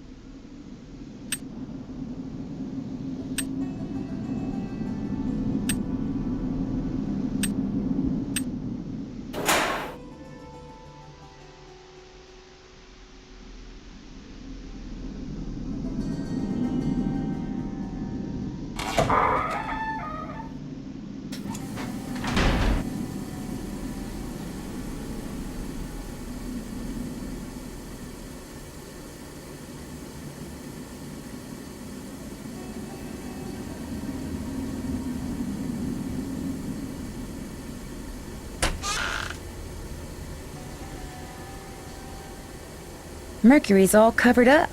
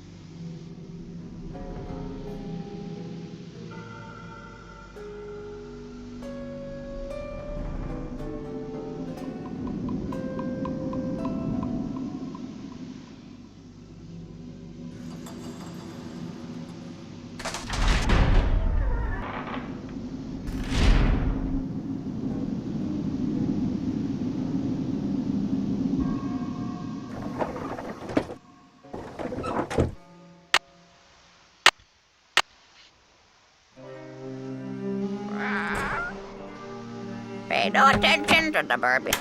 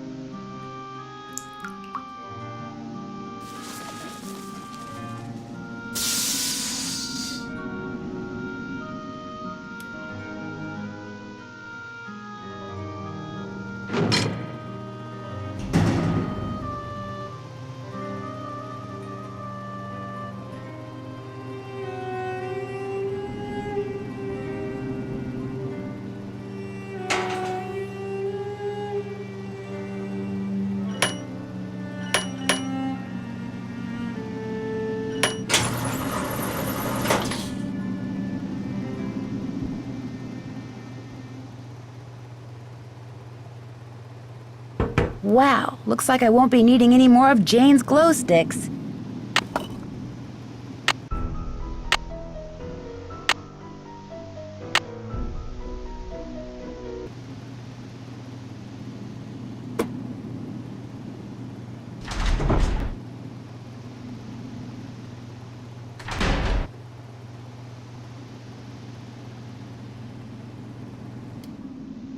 This reminds me of that picture I saw in the Mutus Liber. I'm supposed to press the button under the blue triangles I want to move, then press the one under the group I want to move them to, until I wind up with a group of just 4 triangles.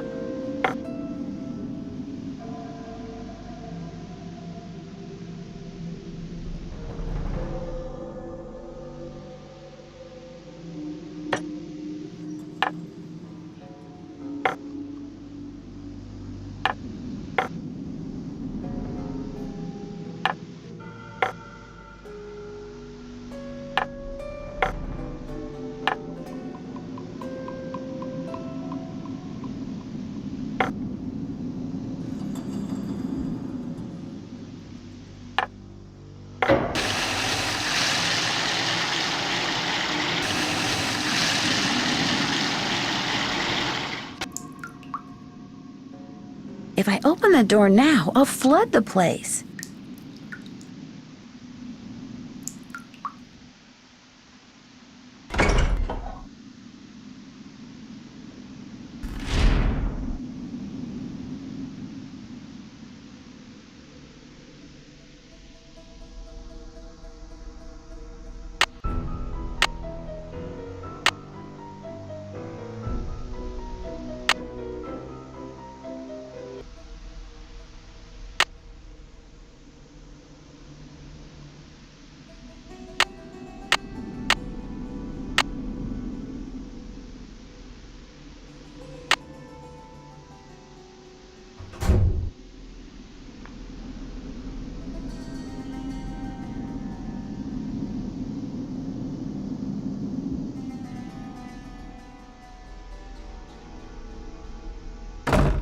Oh my gosh, the room is moving!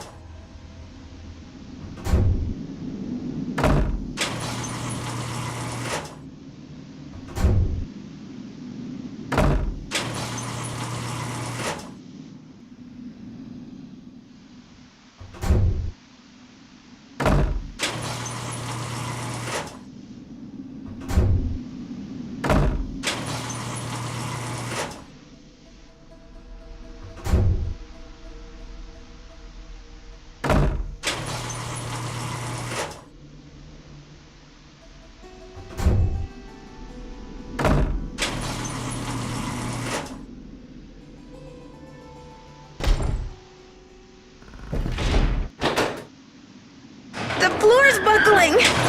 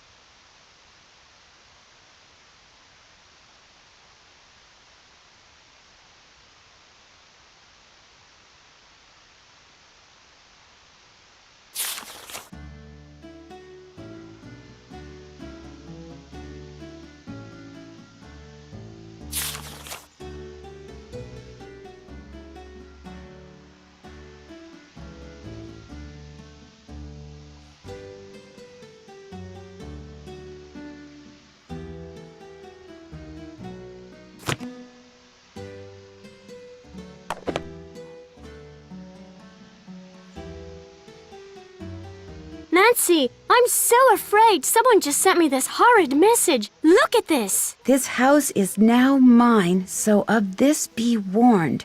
Thou hast angered me and shall soon be gone. Now look on the other side. That symbol is a rune. Right side up, it means protection like a shield. But there, it's upside down. It means I'm in danger. I wouldn't take this seriously, Jane. Someone in this house is up to no good, and I'm determined to find out who it is. Are you really? I mean, none of these weird things started happening until you came to Blackmoor.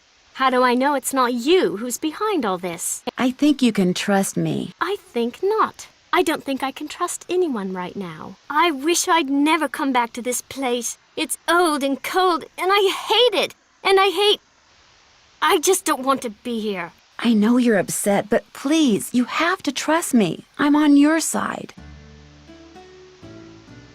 I should get going. Bye.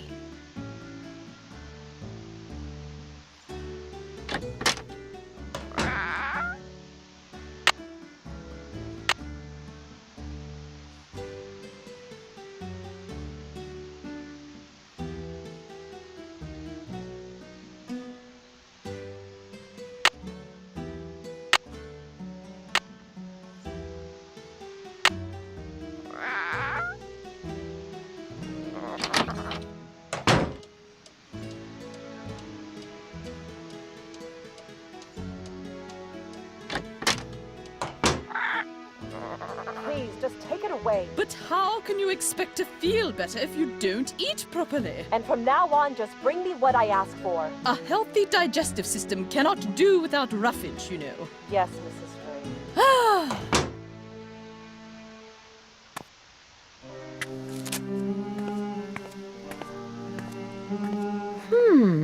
Interesting.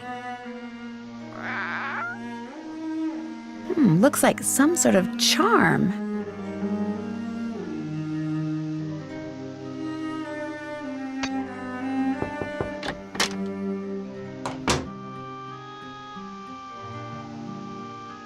Hi, Linda. I'll be going now.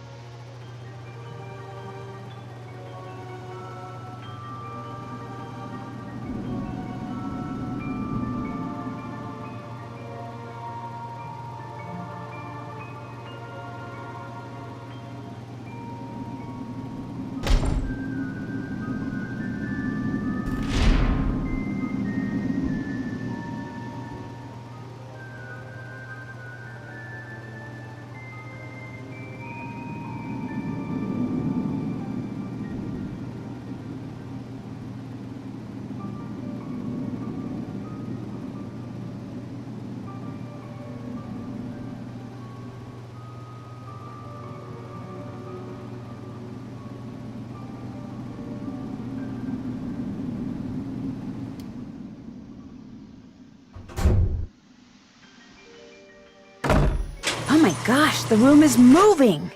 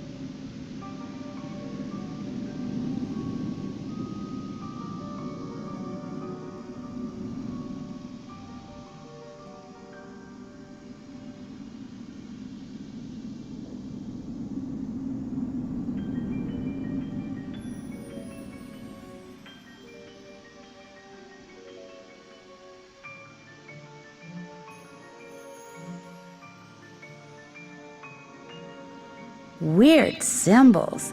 Maybe knowing what that snake symbol means will help me figure out what the others mean.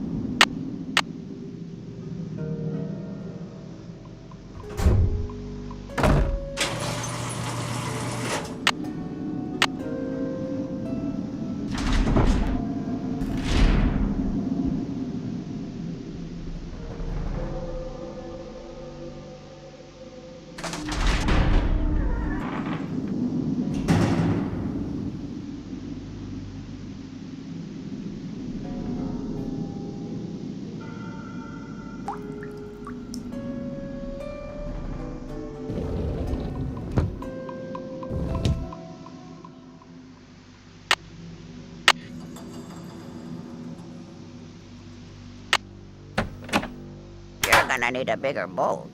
Polly is a stupid bird. Polly is a stupid bird. Looks like a piece is missing.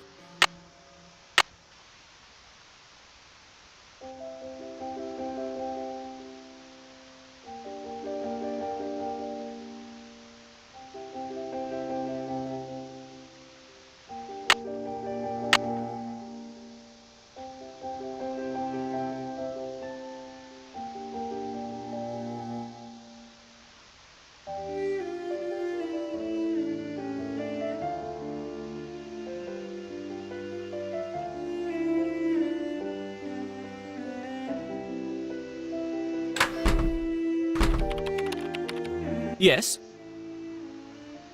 Do you know what the symbol of a snake eating its tail signifies? The Ouroboros?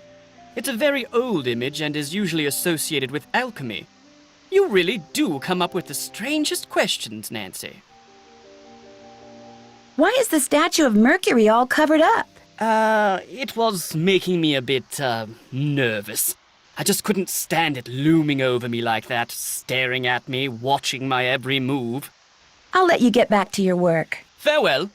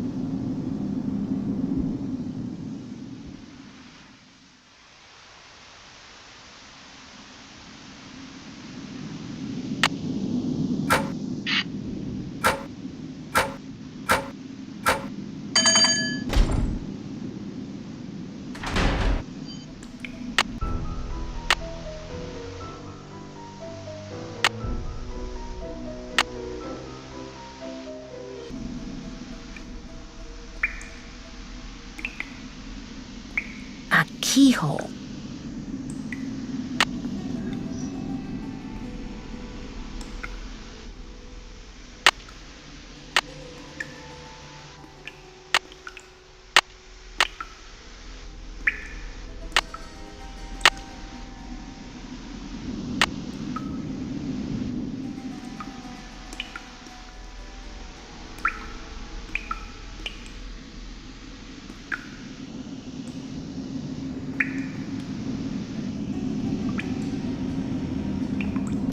Whoa, sounds like the big guy out there just took a step.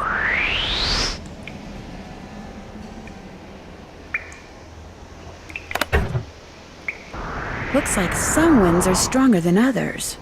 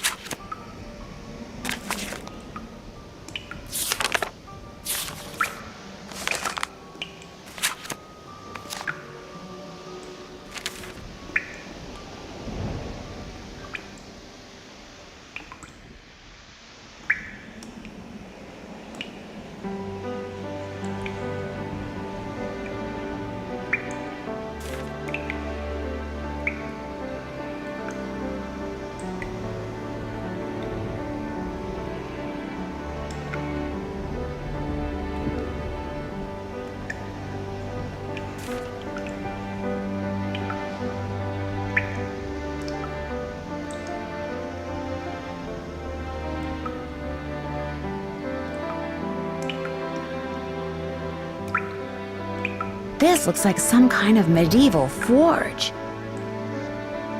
Looks like a chunk of metal. This looks like some kind of ancient mold. By pulling out different plugs, I can create different patterns in the mold.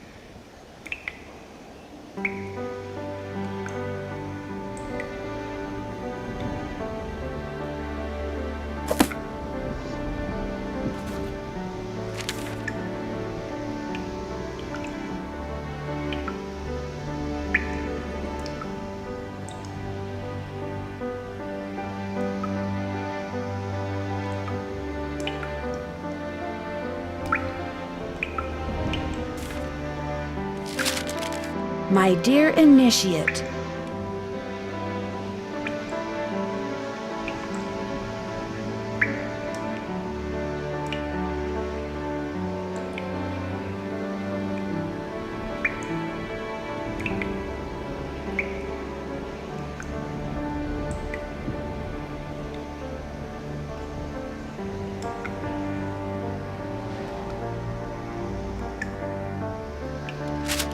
Penelope Penvellyn.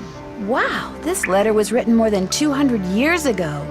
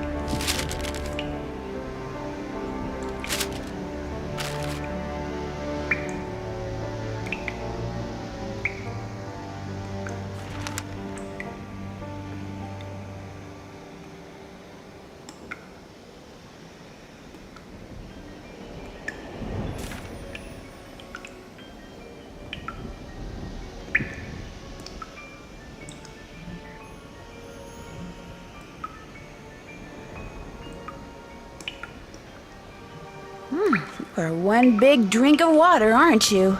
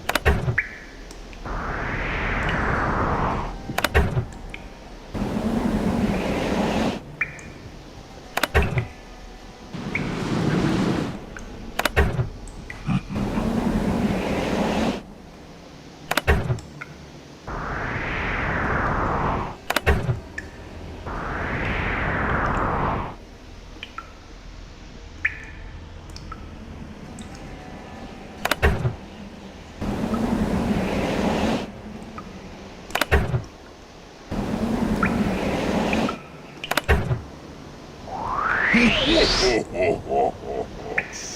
sounds like air is going to the forge.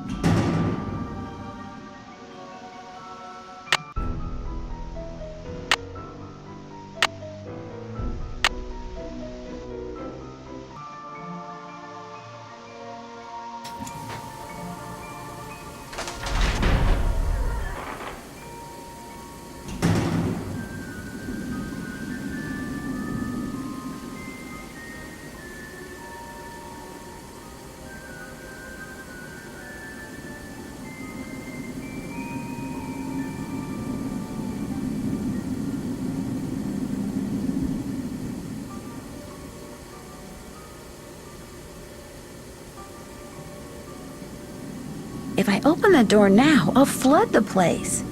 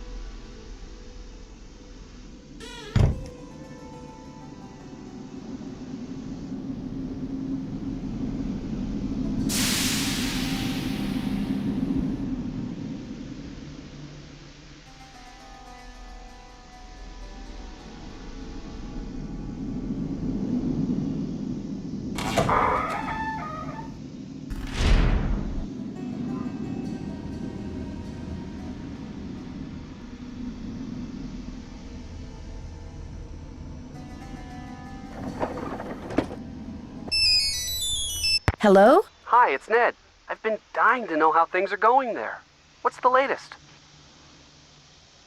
Well, I've discovered some kind of medieval alchemy lab. Really? Where? Under the manor. And I mean way under the manor. In fact, I may be the only one in this place who knows about it. What's in it? Well, I was hoping to find the fabled Penvellyn treasure, but all there is in there is an old forge. Forge? Isn't the thing you use to heat metal and make swords and stuff? Right. So what are you going to do now?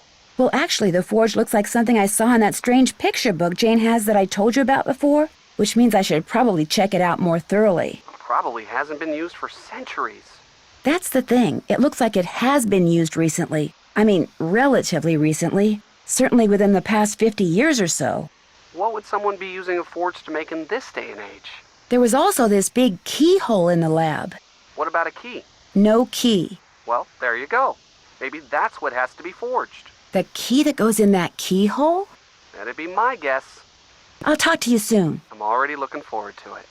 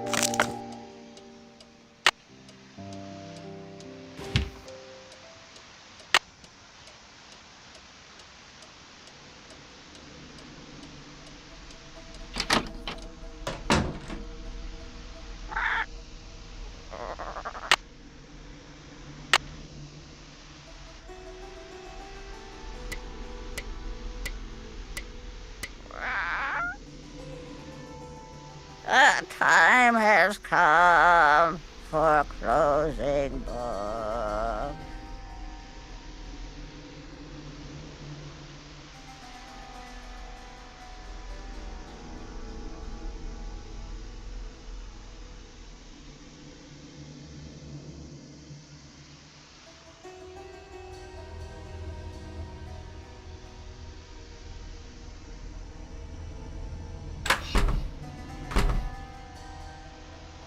Huh, looks like Nigel forgot his laptop.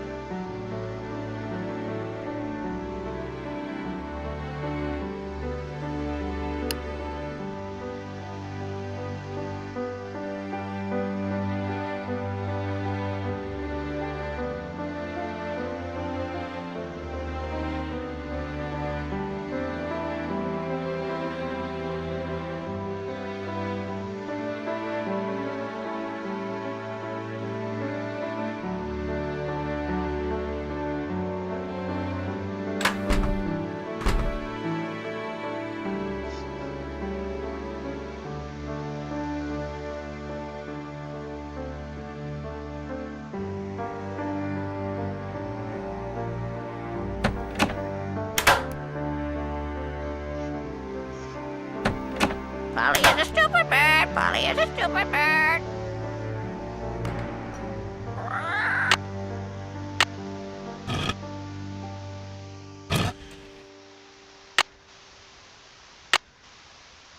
Okay, let's try this again.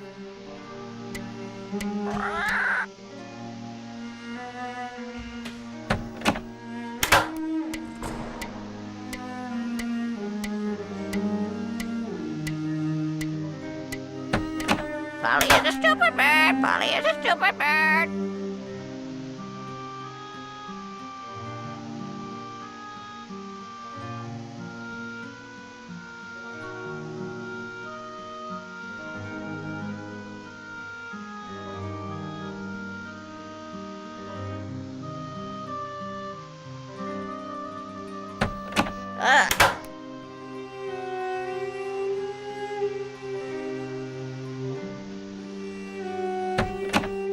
Felicity! The door! The door! Once more.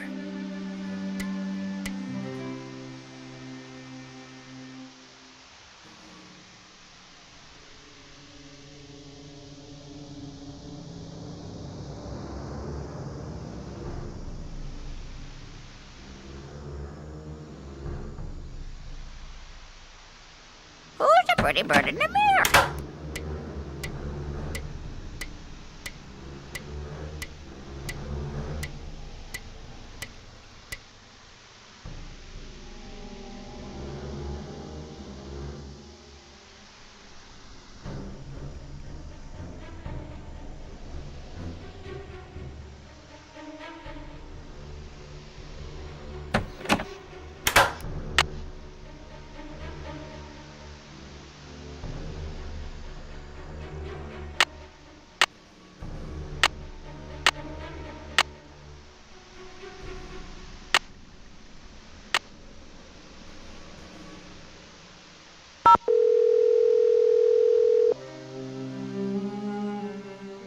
Hello? Hi, Ned. Hey, what's the latest? I'll talk to you soon. I'll be waiting.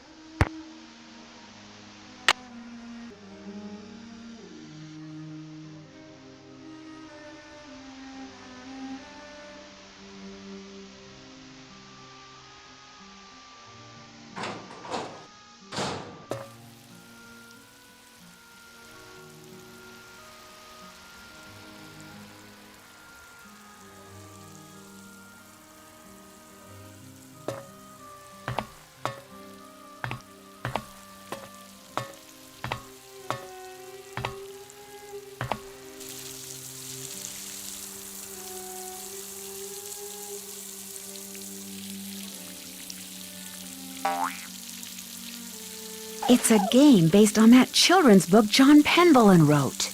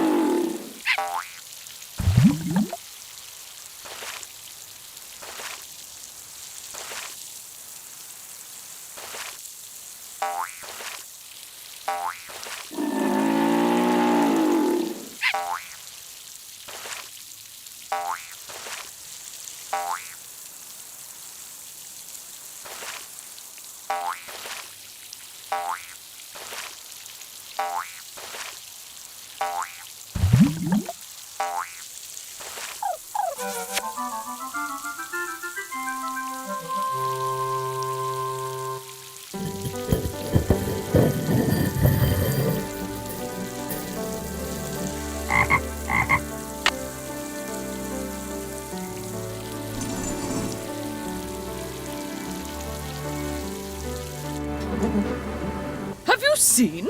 The well is filled up again. It's very curious, but quite wonderful.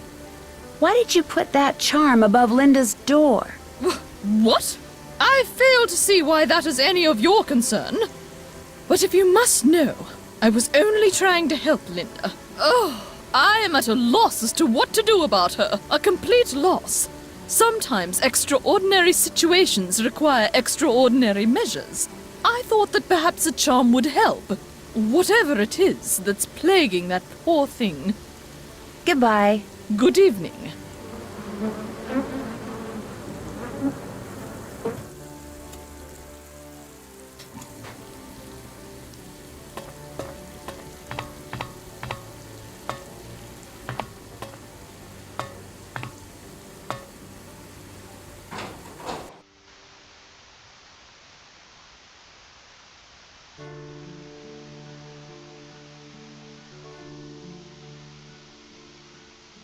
Looks like a piece is missing.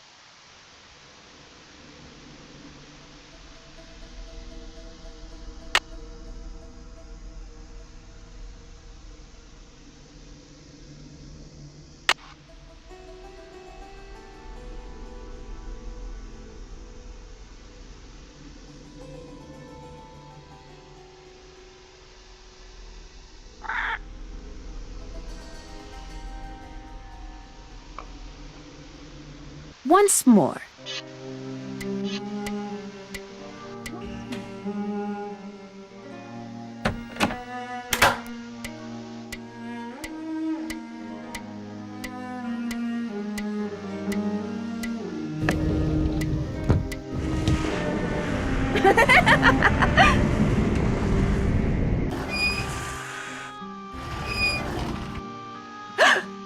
I guess I should explain. I see you did not heed my warning.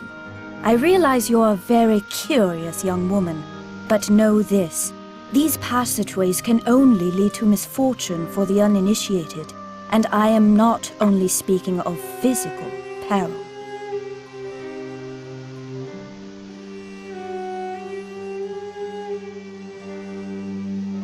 Would being initiated have anything to do with secret rituals in the middle of the night? Nancy, I know you're a good person and mean well, and I understand you feel compelled to discover what is happening to Linda.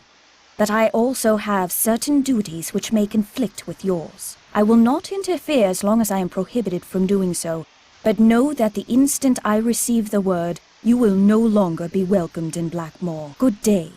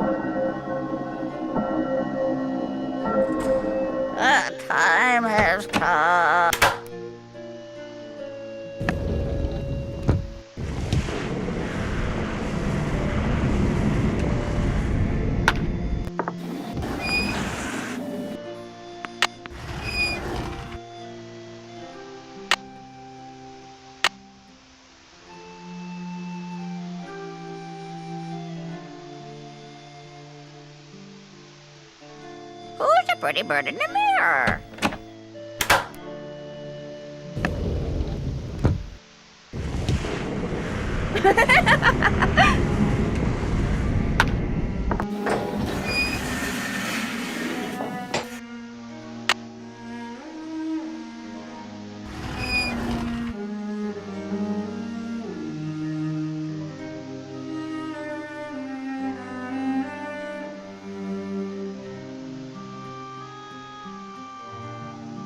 Looks like a piece is missing.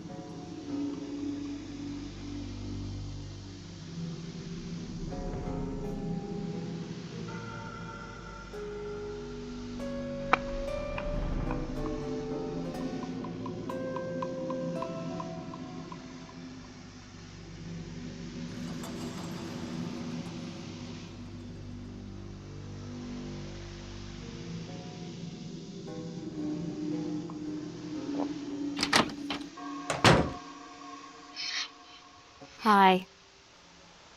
I should get going. Bye.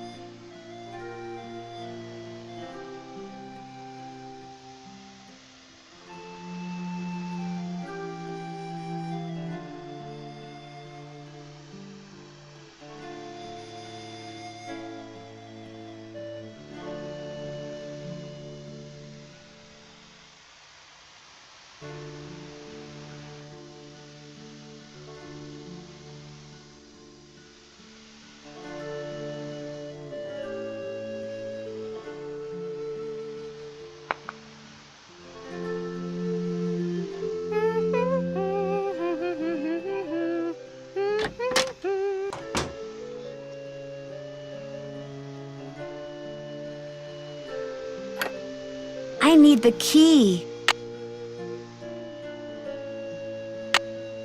I need the key. The key fits, but it won't turn. I need to put some kind of grease in there first.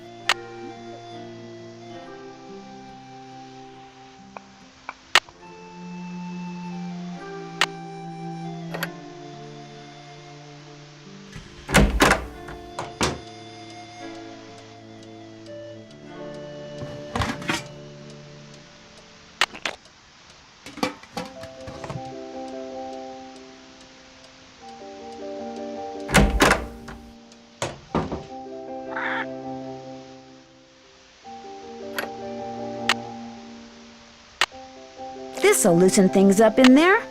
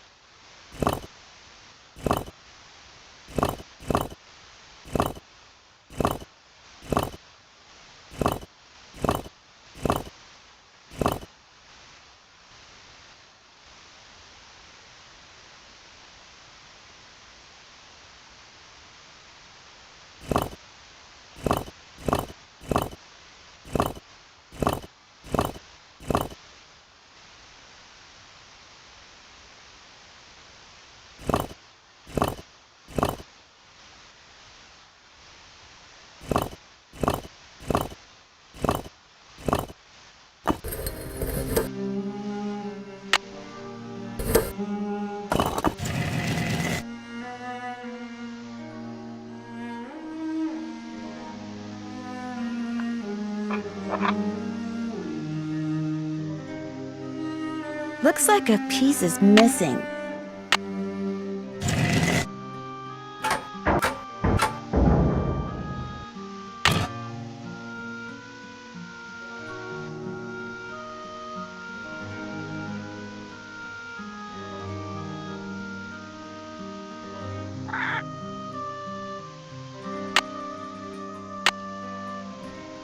Try again. Polly is a stupid bird. Polly is a stupid bird.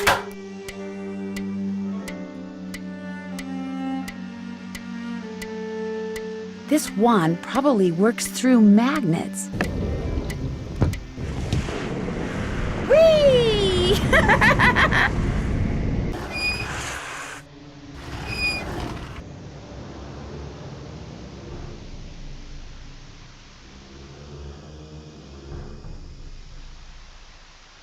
Well, that didn't do anything.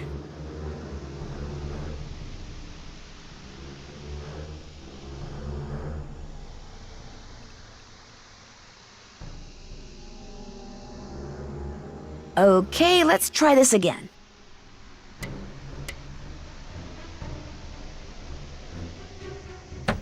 You're good.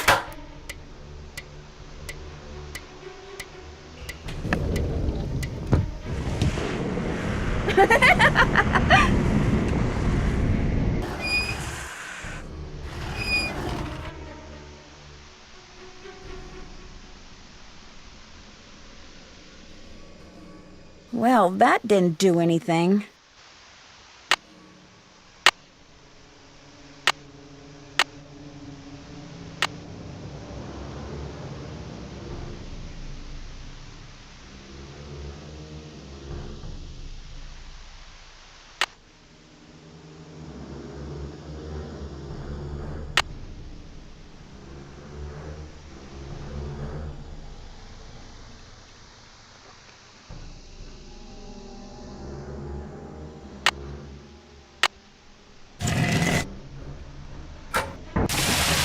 Sounds like I did something right.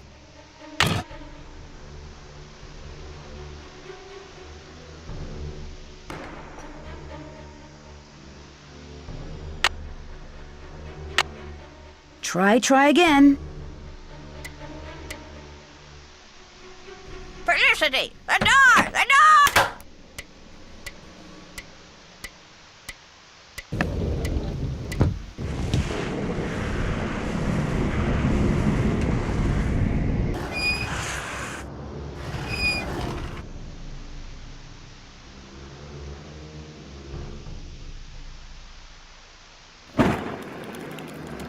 Whoa, something tells me I just succeeded in lighting the forge.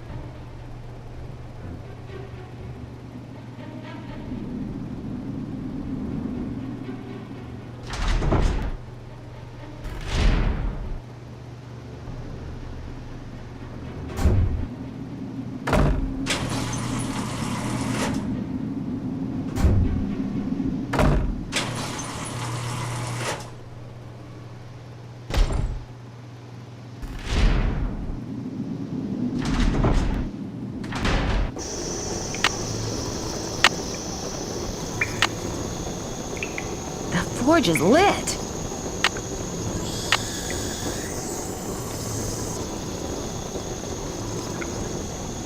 Wow, molten metal.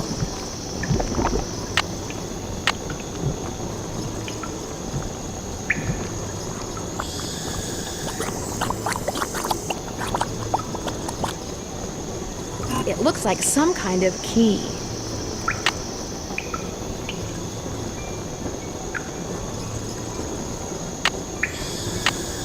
It doesn't work. I must have made it wrong. Well, might as well melt the old key down and try again.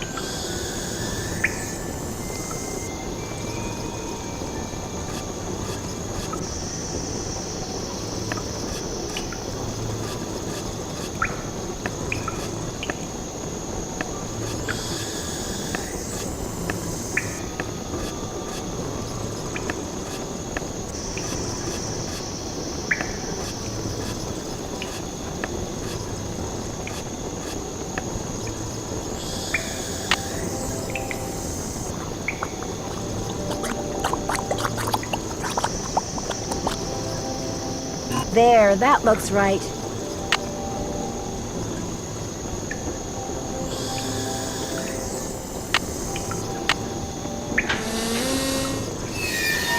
Whatever you just found, it's mine. I'm the Penvellyn, not you. Besides, I would have found it before you did if I didn't have to sit there all day learning all that other silly rubbish. What is that?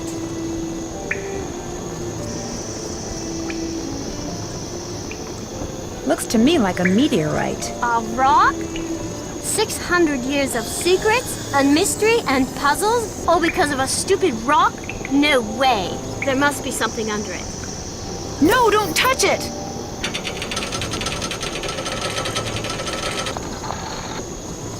Help! Nancy, help me! It's pitch black in here. I can't see anything. Get me out of here, please! I'm sorry I was mean to you before. I'm sorry for everything. What do you mean by everything? It's my fault Linda's sick. I mean, she's not really sick. I just made her think she is. I left that curse in her room and gave her allergy pills and put her medicine in a moisturizer. Why? I just wanted to go away. I just wanted to be Daddy and me and Mommy, my real Mommy. Please don't make me talk anymore, Nancy. There's no air in here. I can't breathe. I've got to figure out a way to get that box off of her fast.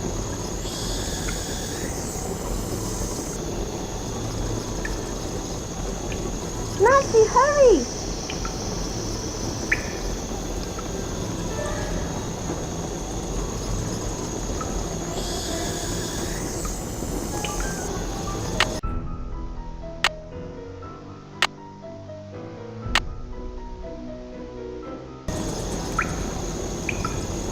I'm running out of air.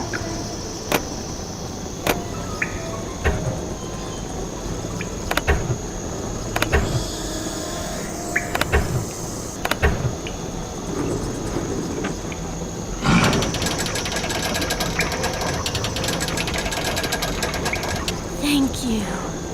Dear Ned, well, there is a beast of Blackmoor, Jane. She made poor Linda think she was turning into a monster by putting her uncle's hair restorer in Linda's moisturizer. She also slipped Mrs. Drake's allergy pills into Linda's food so she'd feel woozy all the time. An extremely dangerous thing to do. Needless to say, Jane's father was very upset, especially when he found out Jane had done it because she still wants him and her real mother to get back together.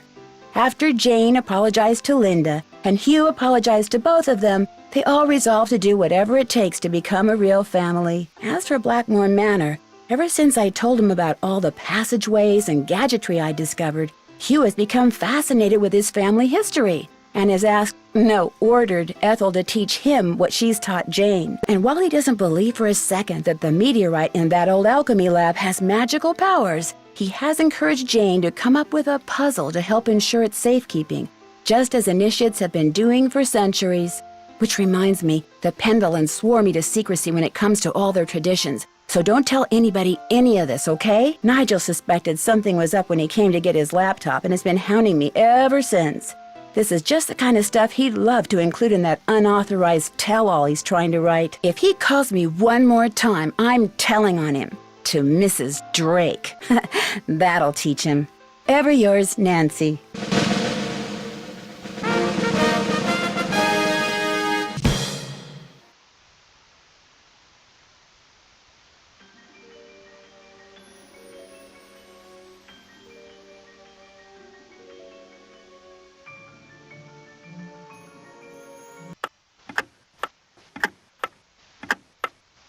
The year is 1930, and everything is on the rise. Unemployment, government breadlines, and organized crime. In the midst of it all, a heroine is born.